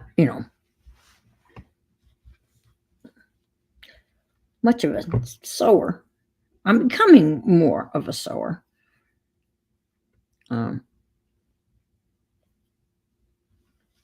And I'm not afraid of my sewing machine, and I can, thread it and make a bobbin. I mean, not make a bobbin, but put thread on a bobbin.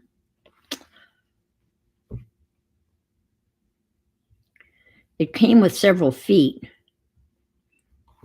and I haven't used any feet other than the original foot.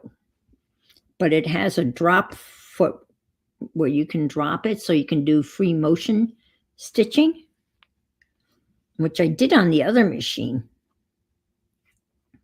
that didn't have an ability, but I made a little thing that kind of was able to block out the needle. It's hard to explain what I did, but it worked because I like that free motion. But the scary thing about that is you're not careful. Where'd that accent come from? If you're not careful, oh God, I don't know. You could sew your thumb. I know some people have done that. I can't imagine how painful that would be. All right, let's flip this over. Whoa, ho, ho, ho. Whoa, ho, ho. You have a scribble your grandmother made for my parents. Oh, wow. On a Trendle machine. Wow.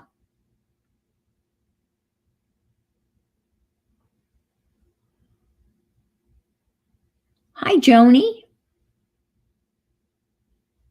Not so. Oh, I love that. You must be a sewer. And you're tuning in because it's Stitch Day and you're expecting to see some stitching. Well, I am stitching.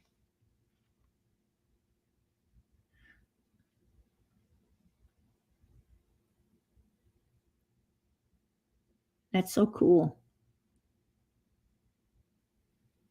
I was thinking of doing that.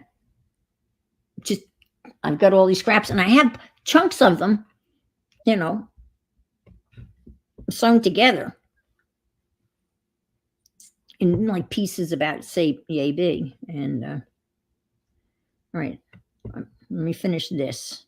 I'm going to go all the way to the top of that. So I'm going to flip this back over and keep going. And it looks pretty good. See, something like this you could take anywhere.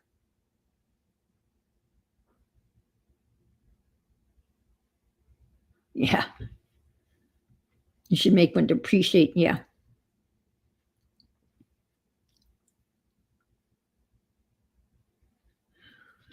Well, the Amish make all their own clothing.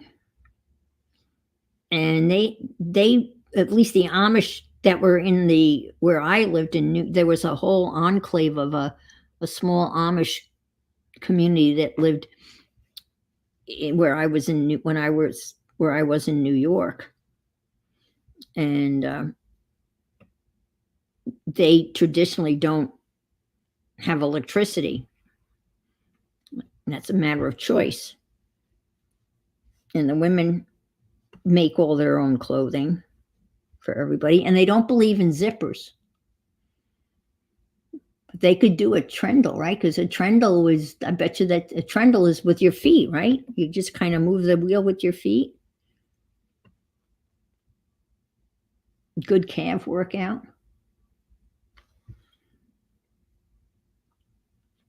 And they would, the Amish, it was funny because they would come to the local supermarket.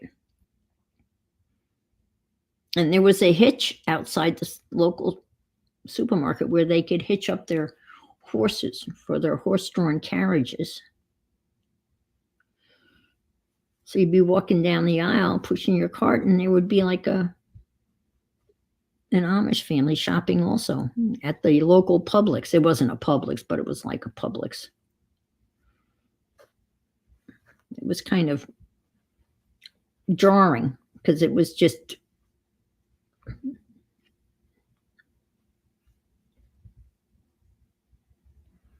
I had an Amish guy build my dining room table. His name was Johnny Rivers. Okay. All right, that didn't come out too bad, honestly. I'm happy with that. It's a little wonky, but that looks decent.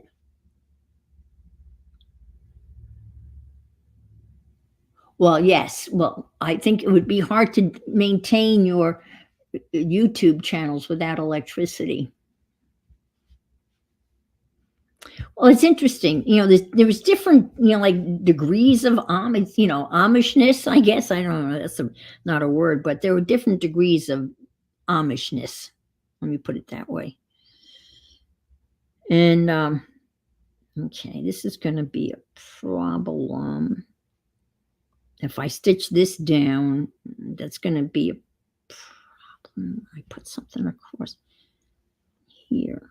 Gotta think about this. All right. Some would have horse and buggy, right? Some would have, there was a splinter group.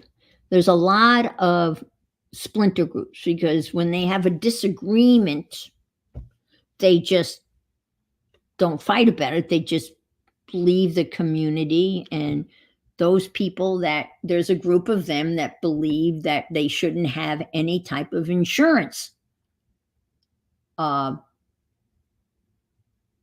the Mennonites are more modern because we actually worshiped with the Mennonite church when we lived outside of Gettysburg. They're a little bit more modern. They have electricity, but they're, again, a very close community. So there was a group. Actually, you know what? It was the Mennonites. It was a group of Mennonites, and they were one group thought that they should have insurance, and the other group said no, God will take care of us. So the group that thought insurance was a good idea, they split off and formed another community, and that's the Mennonite community that we worshipped with.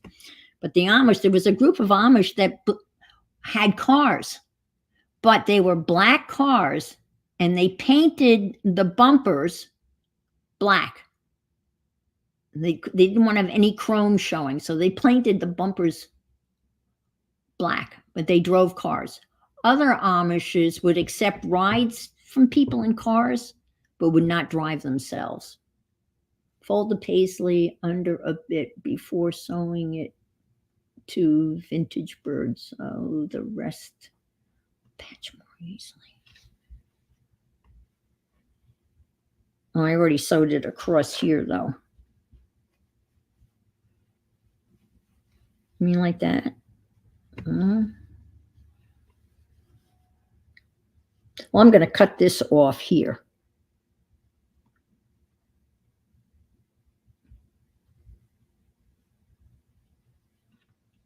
All right, let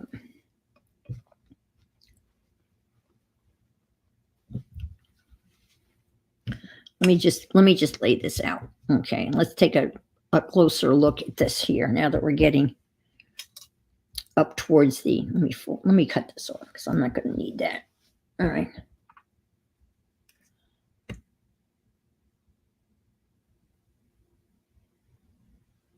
No decorations allowed. Nope. And they're not allowed to, they don't believe in zippers. So buttons and little hook and eyes type of things, but no zippers.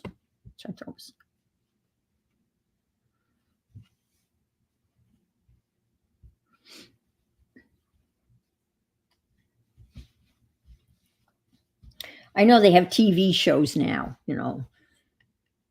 being Amish, leaving Amish. It's, and there's a practice that they let them young men go off and live in the real world, I guess, before they decide to completely commit to the Amish community. I think some do that. All right, so here, let me just fold this to get the halfway part. All right, so this is halfway. And I'm going to mark it with the magic pen. And the young women too? Okay, I wasn't sure. That's the Jehovah's Witness that don't believe in blood transfusing. I don't know about the Amish. I know the Jehovah's Witness don't celebrate birthdays. They don't believe in blood transfusions. Sister wives. There was a rite of passage in some that allows teenagers to explore behaviors that are usually discouraged and to decide if they want to commit. Yep. Rumspringa. That's a German Dutch word. Let me make a little mark here.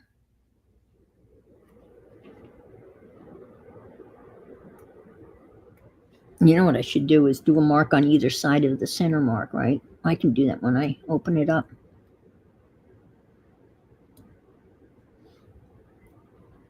But sister wives were Mormon, not Amish.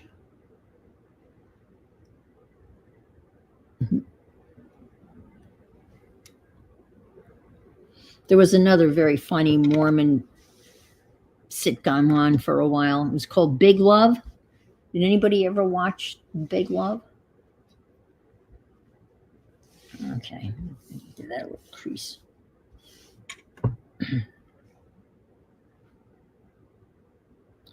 Okay, so I've got a lot of area up here to kind of fill in before I put this. Again, this is going to go across the top. And I'm going to stitch, I think I'm going to stitch that on the outside. And that'll be an anchor part to anchor this down. So that's going to be in there. So that's going there. There. I don't know. And this can come up here and there. I don't know what happened to my accent. I'm talking there. That's Southern. I don't know. Okay. So I need stuff here. All right. And a block of stuff there. There.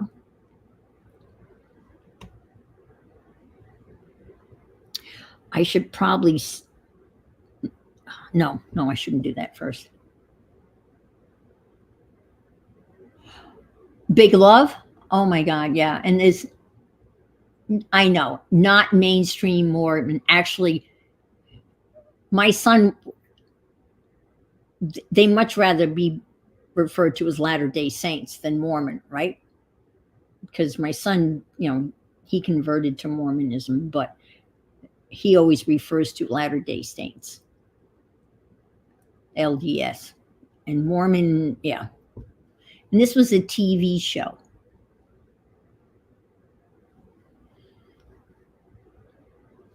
And the guy had, I think, 3 wives. And they had 3 houses, so in a row. And he had his main wife, and then he had 2 sister wives, I guess. And they were on either side of the main house. And because the kids and the houses shared the same backyard, LDS, yeah, not LSD, LDS.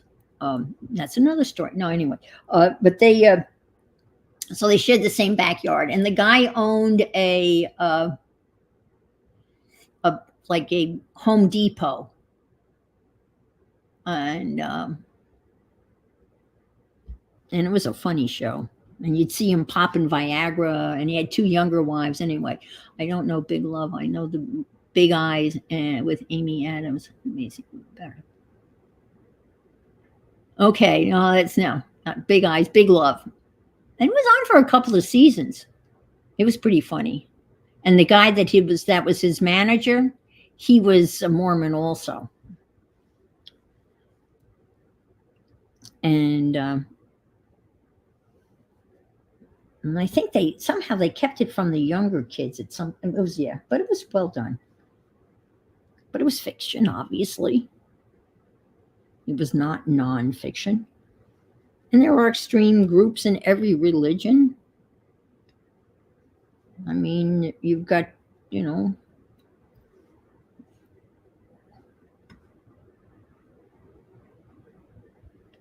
All right. I'm thinking, folks,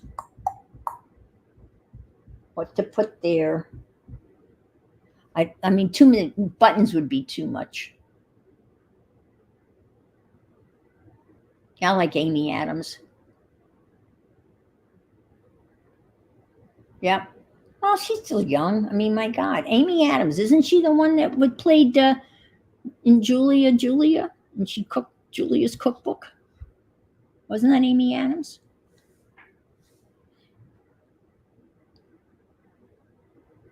The Restored Church, believe in more than, the Restored Church of Latter-day Saints believe in more than one wife. I've never heard of the Restored Church of Latter-day Saints. I'll have to ask my son. Huh. That's new to me. Now the question is, I don't think I want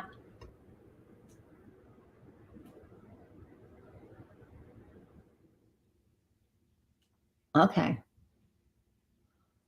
I agree. Yes, she was the Julia and Julia. Julie, she was Julie, and she was cooking through Julia's cookbook. That was a funny movie. I have that cookbook. The question is, I don't think I want the same strip of fabric all the way across. And I think what I want to do is have maybe one type of fabric here, and to break this up, like it's broken up here. All right. This picture's going on there too. Meryl Streep. Was she the wife? Was she in? Oh, in Meryl Streep, and she was also in Doubt. Oh, was that the one with the guy he committed suicide, the priest? And she was like the really mean mother superior or something. Meryl Streep played a really bitch of a nun. Amy Adams was the young nun. Okay. So let's find some. Well, maybe we could go back to this.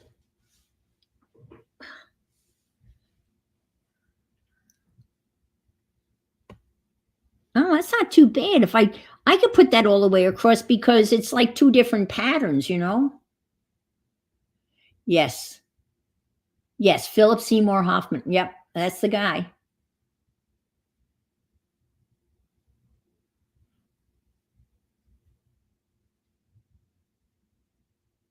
I like that. That works.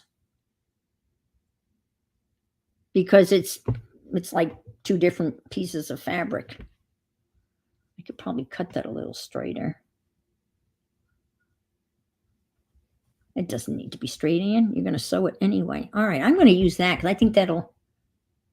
Oh no, it really needs to go this way. Yeah. All right, the flower with this, and this thing with that. Okay. All right, we got a plan. Woohoo! An hour. One more hour.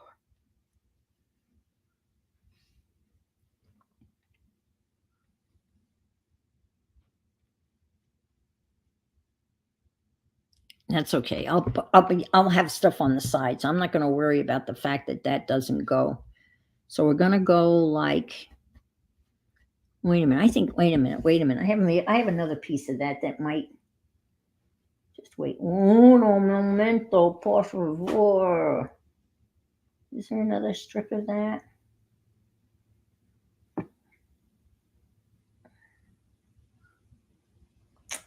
Not really. Okay. All right.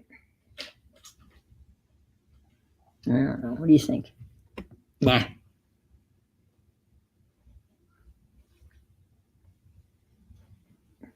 All right.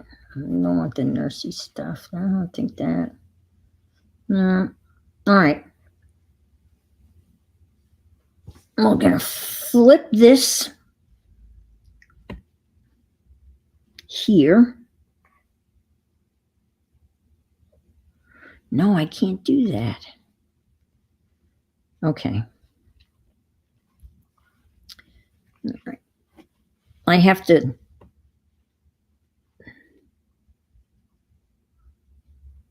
Can I do? I can do it. I can attach it this way, and then flip it over, and then continue this outside stitch. I think.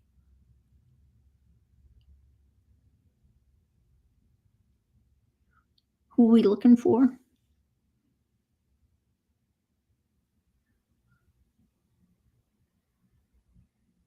Okay. See any live streams of her? She was live streaming 3 days ago. I don't know who. I'm off. I have to go to the city this morning. All right. Be safe.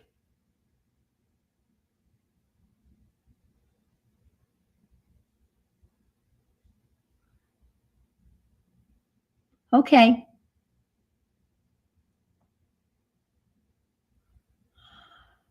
It's Safia.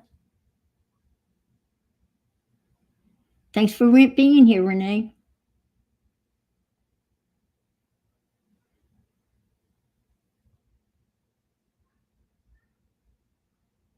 Oh, you went to that exhibit at the zoo and the boys loved it. That's cool. Adria, that's so cool, Safia. I love that. Look at phonetics. I love phonetics.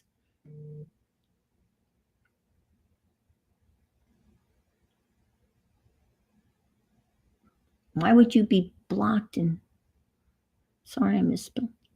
No, I thought it was great because that was like that reminds me how to put the syllable on the right syllable. Okay. All right. So I'm going to stitch this that way. Yeah. Let's just do that. Let's do it one stitch at a time. Let's knot this off. Knock it off. Not knock it off, but knot it off. And then get some white thread and go over there, get that down, and then move on instead of, I'm glad I'm thinking about it, because then, the more you think about it, you either screw yourself up or you prevent a mistake. And I'm hoping that I prevented a mistake. I don't need a major knot because it's not going anywhere. I'm not going to be throwing it up into the air. Thank you, Safia. It's coming along. Slowly but surely, one stitch at a time.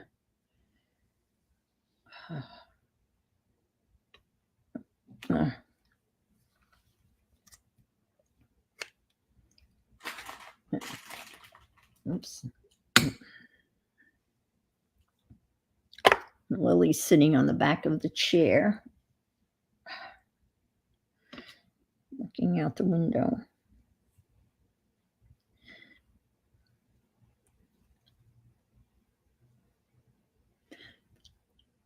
That's where they made rippers. Yeah. I have several rippers. I have a real old ripper. That was my grandmother's. I guess I do have one of her notions. I have her ripper. It's very dull, but I guess you could sharpen that with a nail file or something. I bet.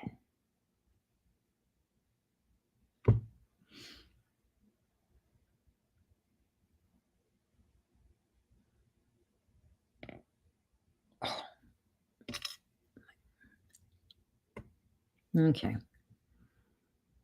I do have a ripper. And then I have a newer ripper that's a sharper ripper.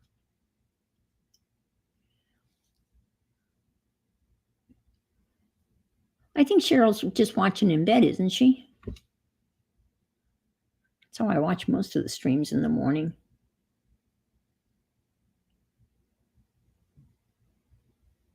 What?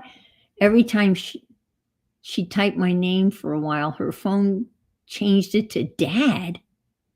How did they get Dad from Safia?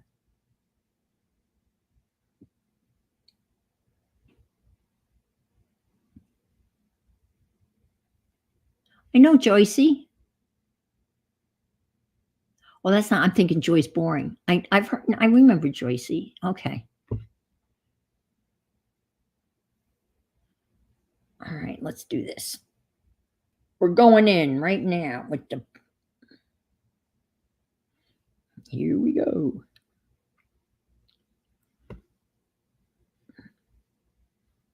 Okay. All right, I think we're good. And I'm going to do it. I don't know why I didn't think of doing this.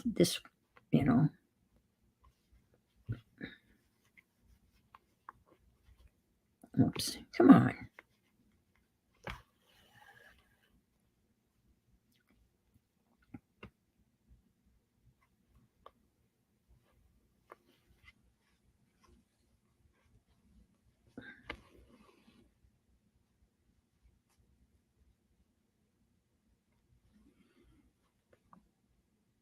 It's only taken me 6 hours to figure out how to do this more efficiently.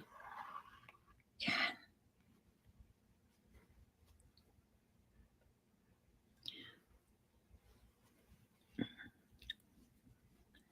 Never said I was a fast learner. I'm a learner, though. I love learning new stuff. That's why I'm playing bridge.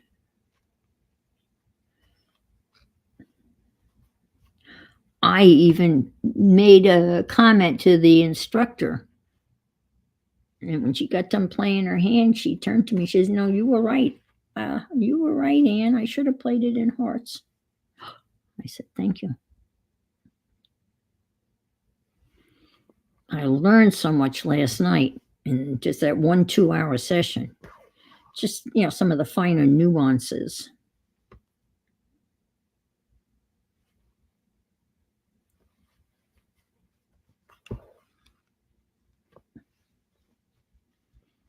Yeah, this is going. Let's see how that looks. Okay, that's not too bad. And then I'll put the green. The green, got room around here to follow this around. Yeah, okay.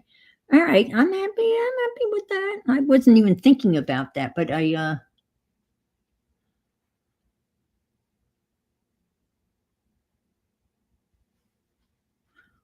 said, I'm trying to finish.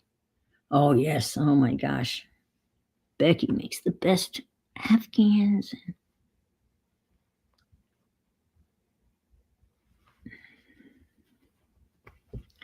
I mean, I could see making a quilt out of these scraps with a light backing because you don't want anything heavy, you know, because it's just too hot. It's too hot. A Cantor quilt is the perfect weight for Florida. Don't get too close now. You want to leave enough room to do the stitch there.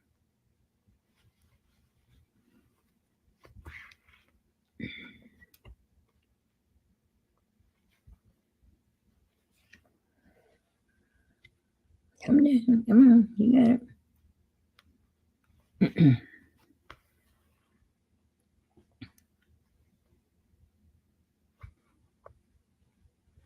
And lately, I've been getting up and turning the fan on in my bedroom. I haven't.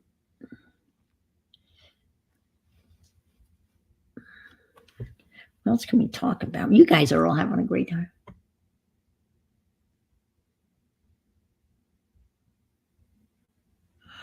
Oh, I don't know. This, Michelle, actually, this is a tea cozy. It's not going to be a quilt. It's at this point, it's a cozy for a teapot to keep the tea warm. So when you have a second cuppa,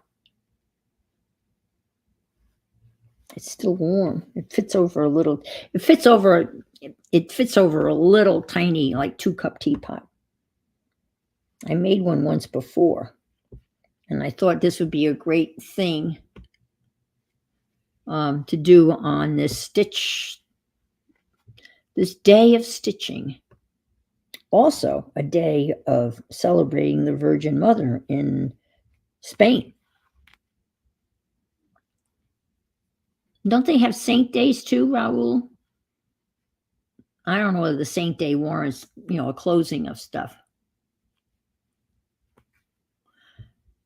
Yeah, it definitely would be an eye opener. I didn't think about that, but yeah, when you see that, my other one is pretty bright too. I'll show you the other one in a second. My teapot's pretty bright too. It's bright red. I saw it. I fell in love with it. We need a picture, Lisa.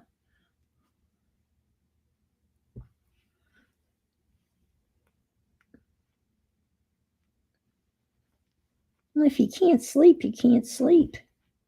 I know everyone was yelling at Miriam.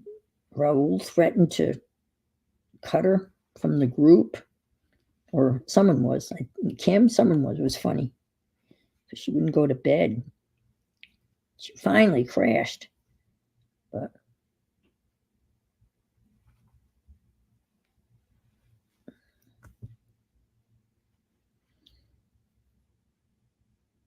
I'm going to have breakfast when this is all done, except I have no eggs.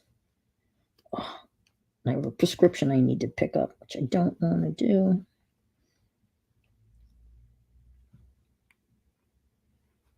I could have oatmeal. It's not oatmeal weather, though.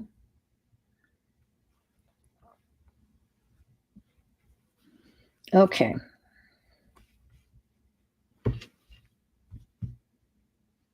Let's flip this over and see what kind of...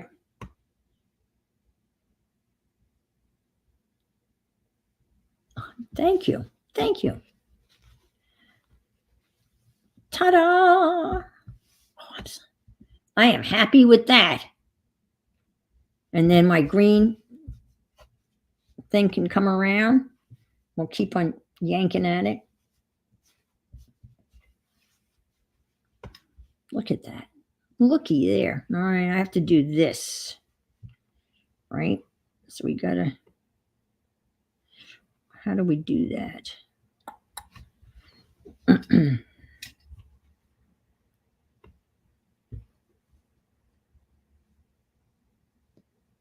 I don't know. Can I do that?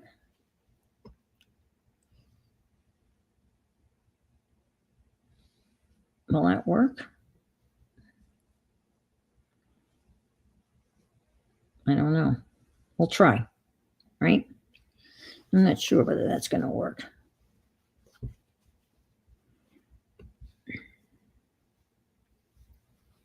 Face to face. Face to face. I have to remind myself. It will be face to face if I do this.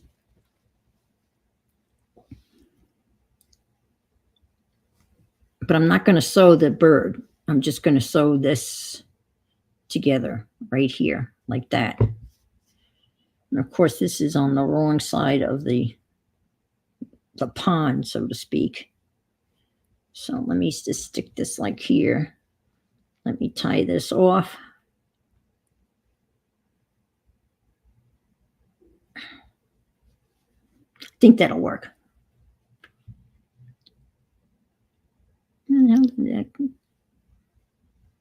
Well, I guess I went too far. There it is, loop and loop. Okay.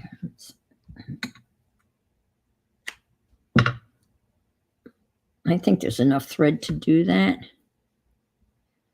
But why risk it?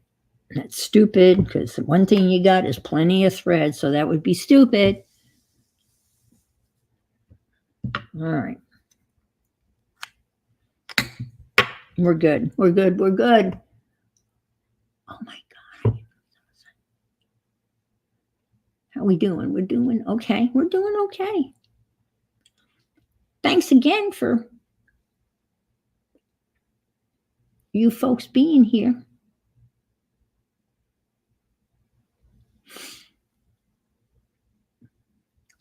Is that what you call these sprays? I know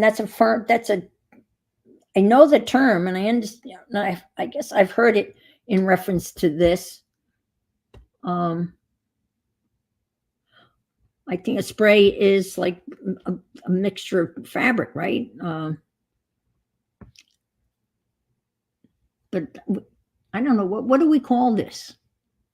I mean, this is the tea cozy. This is the tea cozy. I'm sorry for those of you that have already seen it, but people are coming in, which is awesome. See, this is what I'm making. This is all scraps, and here's the teapot, and it's lined with the batting, and it keeps the tea warm. Oh, after Lily. Oh, okay. Yeah, Lily's doing okay. Yeah. She hasn't attacked me, and I have not contacted the vet. And I know I have to. I really need to have her tested. Everything I've read, that if she does have mercury poisoning, there's absolutely not a damn thing that they can do about it. There's no way of reversing it, because it's not like a sudden that she suddenly like ate mercury. It's been slowly getting into her system over the last 3 years as I fed her tuna fish every day. So she doesn't appear to be in pain. She's eating, and all of her body functions are operating as they should be. And so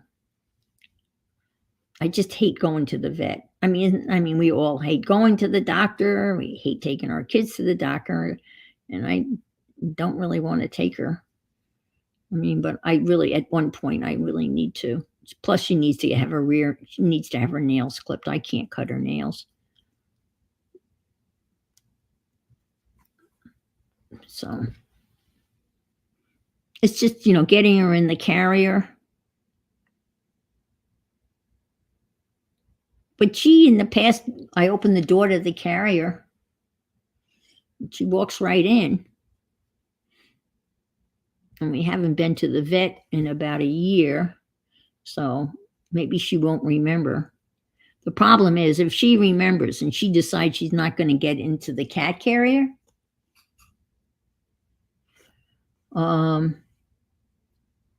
there's no way I'm going to physically be able to get her in the cat carrier because she's weighs too much. I mean, I know there's times you can just pick them up and drop them in feet, not drop them in, but put them in feet first. But yeah, well, tuna fish contains mercury. And they even advise, pregnant women not to eat too much tuna. And, cats, it's a much smaller body. And I've been giving her probably an ounce of tuna every day for at least 3 years to get her, in order to get her arthritis medicine in her. So it's after 3 years. And I think that's probably what her brother from another mother died of, because he was a much smaller cat. I'm afraid to look.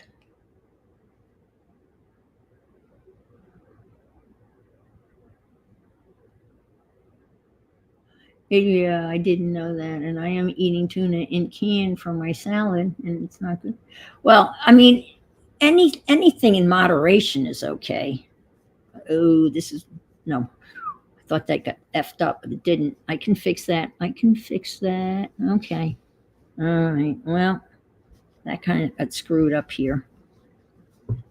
Wait a minute. That goes there. All right. And okay, that's not too bad. I can just maybe fold this under a little bit and no one will know. And then it'll look, and then I'll put that. Yeah, that's not too bad. It's a little bloopy here.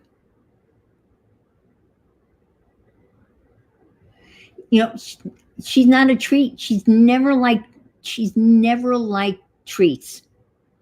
She's never been a treat eater. You buy those little chewy treats. Nope. Never eaten them, never been. But she has taken to, I'm now giving her baby food, baby chicken, the Gerber chicken and gravy meal in the small, tiny can. And she's eating that with her food, with her medicine in that. She didn't eat it all this morning. And I haven't gone back in the kitchen to see whether she went back and finished it, because she did that one morning. She left it there. I'm going to do that. I did a little hand iron thingy, and we'll stitch it right there. And that'll look good. And then that takes care of that. Yeah. Yeah, she's never been a treat eater. Now, Tiger, man, he was a beggar. He'd eat anything. He'd be right there. No, it's just that, yeah, because he'd eat anything. Scrambled eggs, you name it. He was a little piggy. And I didn't even know he got up on the counter, because Lily never jumps up on the counter. And my grandsons were visiting me, right? And the youngest one, Callum, had gone into the kitchen while we were eating dinner. He went to get something, right? He came out and he said, "Grandma," they don't call me Grandma. They call me, you ready? Granny Annie. Granny Annie, Tiger's up on the counter. And sure enough, he was up on the counter licking the butter. The butter was in the butter dish, and the top was off the butter, and he was licking the butter. So,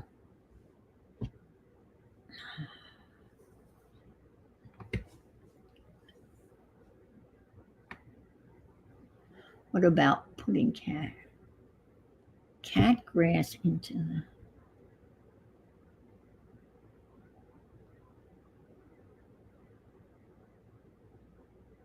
Yeah, Buttercat. He was a little tiny guy. Oh my God. He was like Juanita's side, Becky. Maybe even when we got him at the rescue. So sad. He was all by himself. All his brothers and sisters were gone. There was no mama cat, and he was curled up in a little ball, and they had nicknamed him Little Bit.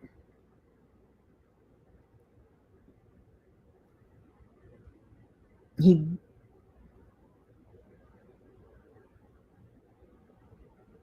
They just shot off a rocket. I could hear it. The house kind of rumbles. I live about 30 miles from Cape Canaveral. And there's like just this low rumble in the back door, sometimes rattles when they shoot off a rocket. And my internet just flickered. All right. Thank you, Michelle, for being here.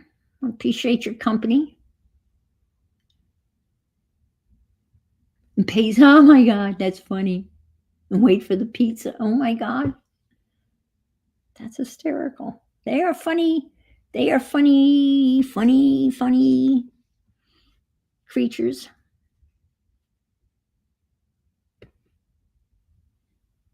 And they train as well. I'm well trained. Lily trains, she's got me trained.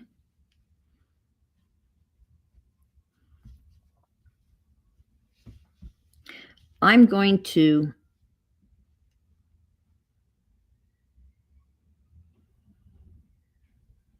I'm just listening for the rumble here. It's the neatest thing. When they shoot these rockets off, the booster that they used to shoot off, they reuse that over and over again. And after they shoot it off on the local channel, they'll show the rocket, the booster rocket, come back, and it lands on a barge and like out in the Atlantic Ocean. And they've painted like a big bullseye on the barge. And they have cameras on it. And you can see that thing come right down and land right on the bullseye, straight up. And then they go retrieve it, that booster rocket, and they use it again to launch another satellite. And they're launching satellites like crazy for cell phones. I mean, Elon Musk, SpaceX, they're sometimes 2 and 3 a week. My ex-cat obsession. 22 mackerel. See, I wonder if mackerel.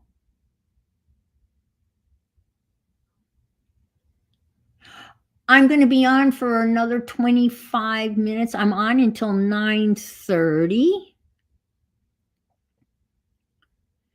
And there was some talk about there's a planned break. Tina. Yeah, 3 times early. Yep.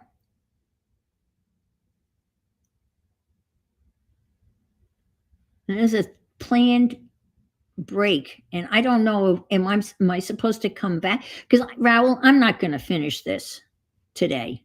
I mean, I'm going to work on it, and you will definitely see the finished product. But this is 6.5 hours worth. I know I appreciate.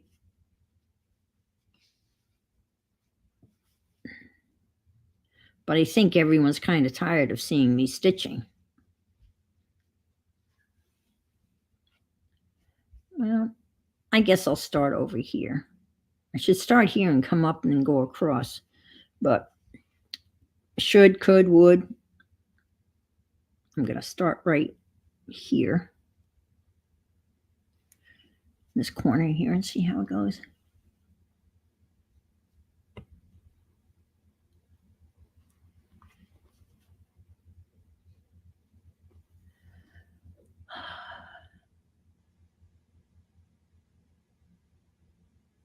Yeah, I'm going to sign off at 9:30 if that's okay. And I'll be back on tomorrow. a couple of times tomorrow.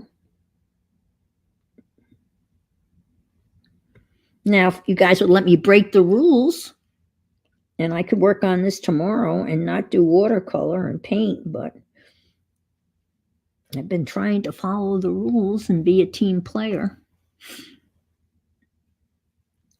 Fancy stitches. I don't know. I don't think so. I'm going to add embellishments, Aunt Beck, like buttons and things like that, but I don't know because it's so busy.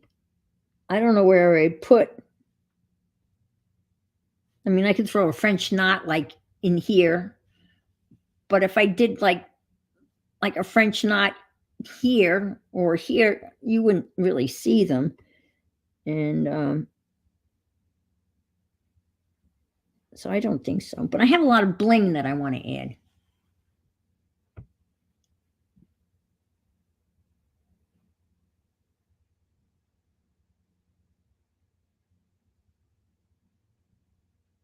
Thank you.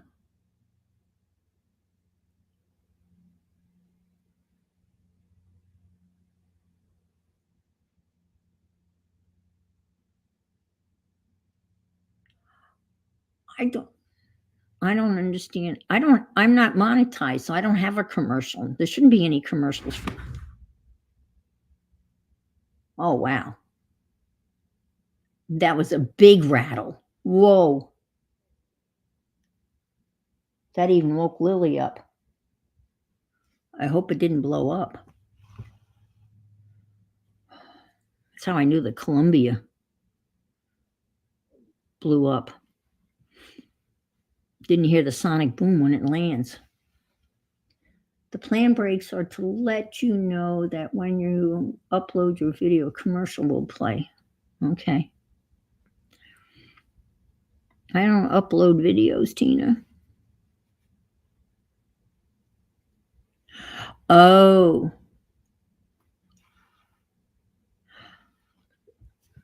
Well, I'm not monetized. I don't have enough subscribers. So they get to keep my money. I guess. I don't know. I don't even know. I forgot now how many subscribers you need to be monetized. Quite a few. But thanks to this streamathon, I have picked up quite a few new subscribers, which I'm pretty excited about. Now, whether YouTube will let me keep them, it's another story altogether because, again, and Dee Dee made a really good point. I know a lot of times when people subscribe, if they don't leave a comment, thumbs up is not enough. You got to leave a comment, even if it is I was there or anything like that. And they will take them away. I mean, YouTube is taken away. And I just gave up because it doesn't.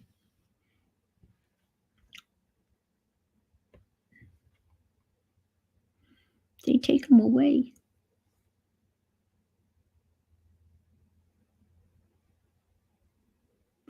You heard that? That was okay. You heard that too, Tina? Okay. Yeah, that was normally just a little. That's why I bet you. I would guess maybe something went wrong, unless it was. Well, they have those. I got those astronauts that are stuck in the space station, and Elon Musk is talking about how they're going to go get them, but unless that was an Atlas, rocket, which is much bigger than the rockets that they use to send up the satellites.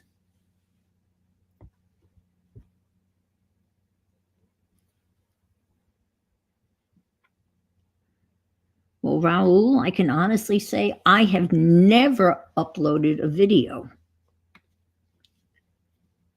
I don't know if that's a good thing or a bad thing. I was getting back to what, Dee Dee's comment, and it makes much sense and she's a live streamer too. And as a live streamer, why would you? It's hard. Why would you leave a comment when you're talking to people? I mean, we're commenting all through this live stream, so it's what can you say? I mean, there's several people that will be kind and leave a comment after a live stream, even though we've been talking for, every comment. You guys have been making comments throughout this whole video, right? So what can you say? Now, some people will say, nice stream or something like that, but really, we have been commenting. So Dee Dee's point, when you live stream, you're naturally going to have less comments because we're commenting throughout the whole time. So I never thought of it that way. And of course, to me, that makes perfect sense.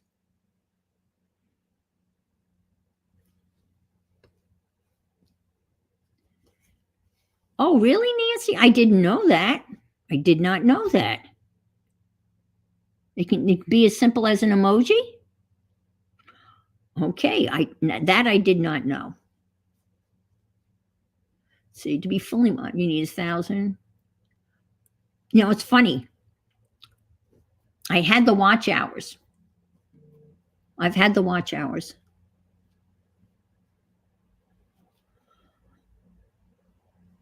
I've had them a while ago.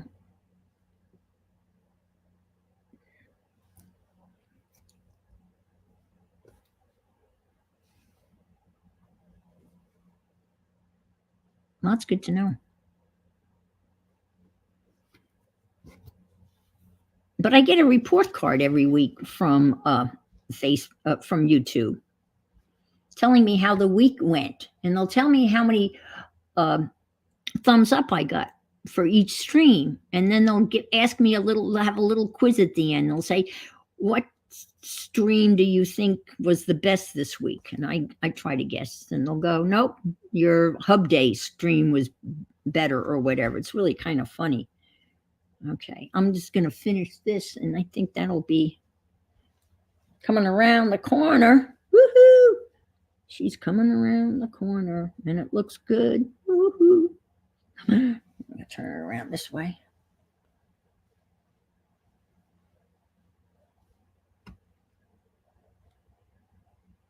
I'm going to this way. Okay.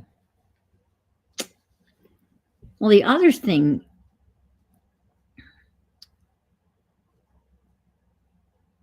and I don't know whether they've changed this rule or not, but it doesn't matter because I bought a webcam, but I think you have to have 1,000 subscribers in order to be able to use your cell phone as your camera. But you can get around that because you can buy a webcam, which I'm using a webcam. Let's see. Oh, I like that, Becky.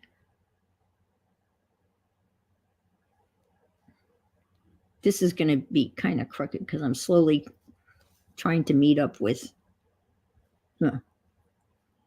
Okay. I could do that right here. Tea time. I will do that.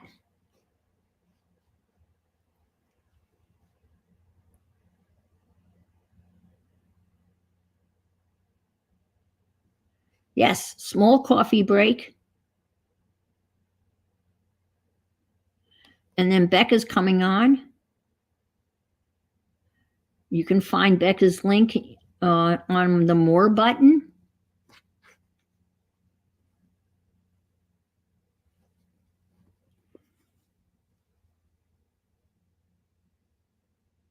In my YouTube channel, if you hit the More button, there should be Becca's channel there for you. Description box. I was so proud of myself yesterday. I did that. And I have yours in, Kim, too, because you follow me tomorrow, and I already have your channel in my description box or More box or whatever. All right. Coming down. And you're going to start the Hollow Zine invites and promotion. Yes. I've made a few zines in my day. I like that. I like that format. We have to get Renee to make a zine. I'm going to talk her into one. I'll get her in craft and chat. We'll do a zine. Just have to think up something. We did fairy tales. One year was the theme, and then the last one I didn't do the most recent one. I did the one where I was given 3 prompts. I just couldn't get into picking my own 3 prompts. I just like the random ones. And that's when I had the cucumber that didn't want to end up in a pickle jar. So he became a pickleball champion instead. All right.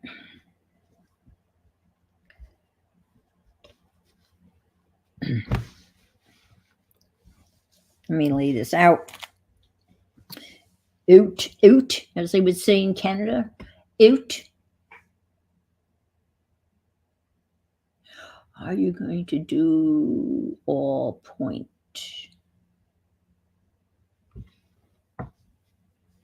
Thank you, Aunt Bex. There's Becca's link again after a half an hour.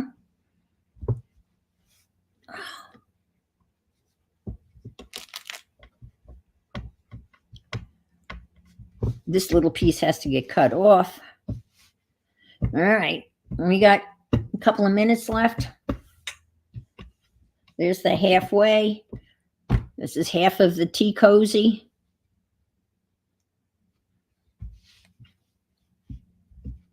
And this goes here. Something went flying. And the sides will get tucked in a little when I sew them together. They'll sew them together. And I will hem this.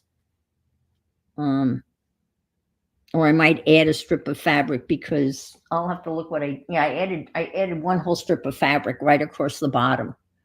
And I'll embellish with buttons and Aunt Bex, I have those little I've got some of these. They're kind of big, but maybe one. I've got this. And Aunt, I think you sent these to me. Let's see. And you can say yay or nay, but these definitely. Did you make these? Yo-yos, but I think you made these, right?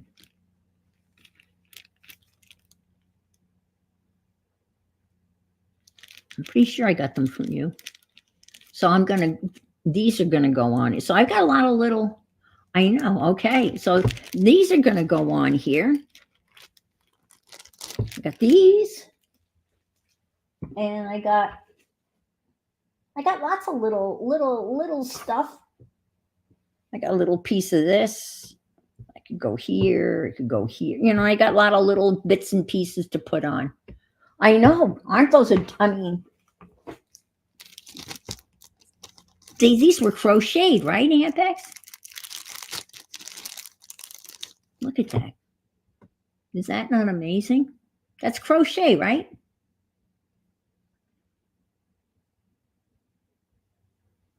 It must be variegated, whatever yarn that.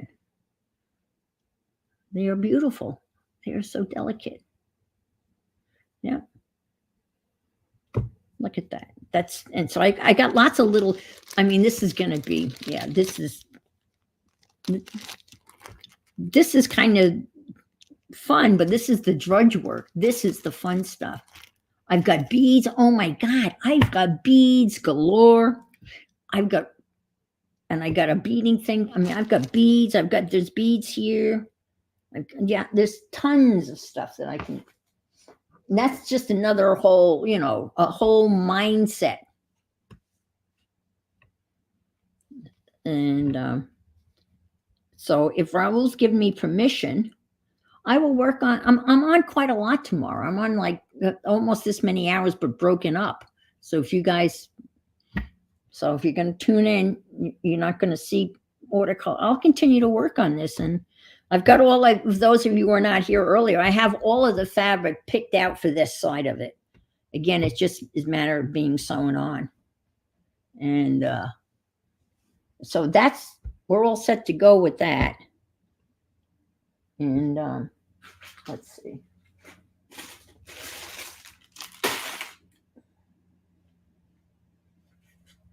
I almost had it all picked out. Almost, not quite. Ooh, looky there. How about that? Oh, that's funny looking, isn't it?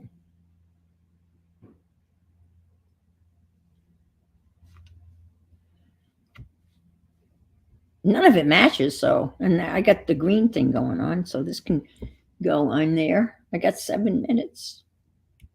I know you guys wouldn't mind if I left early.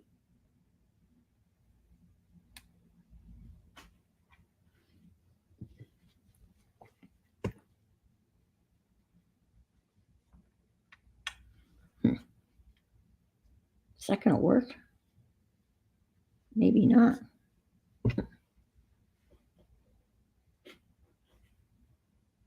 Man, I don't know what I was cutting that up for. No idea. Yeah, that'll go there.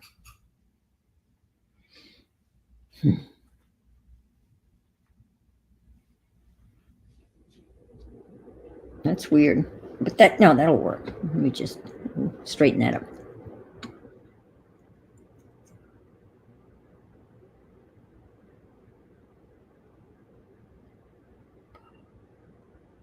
Okay.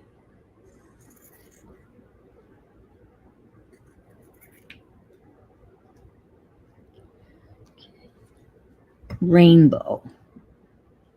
Let's see.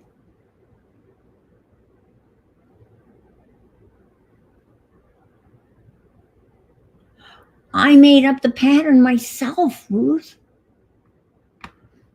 I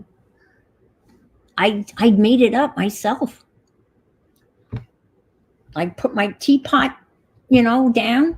Hi, Ruth. Good morning. I put my teapot down, and I draped over oh, I almost lost that piece. I love that piece.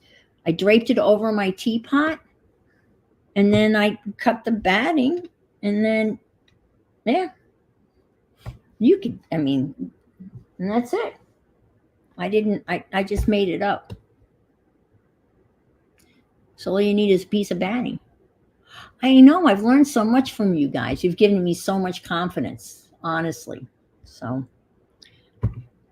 I'm going to say so long, and I will see you later today on other streams, and I'll be back on tomorrow at 3. Oh, it's 6 a.m. to 9 a.m., then 12 to 1:30 p.m. for Friday.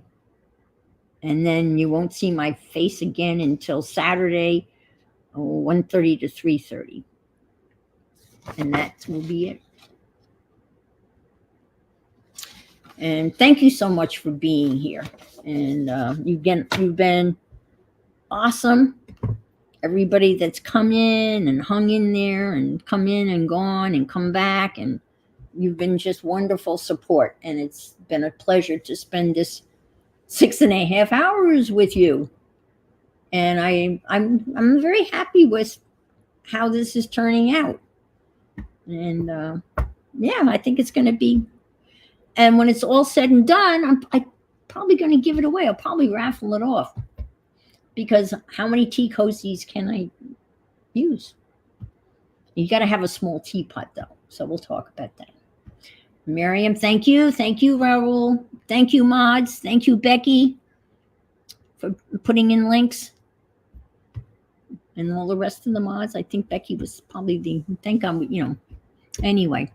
All righty. I'm going to say so long. And remember, if you can't be good, be fabulous. Bye.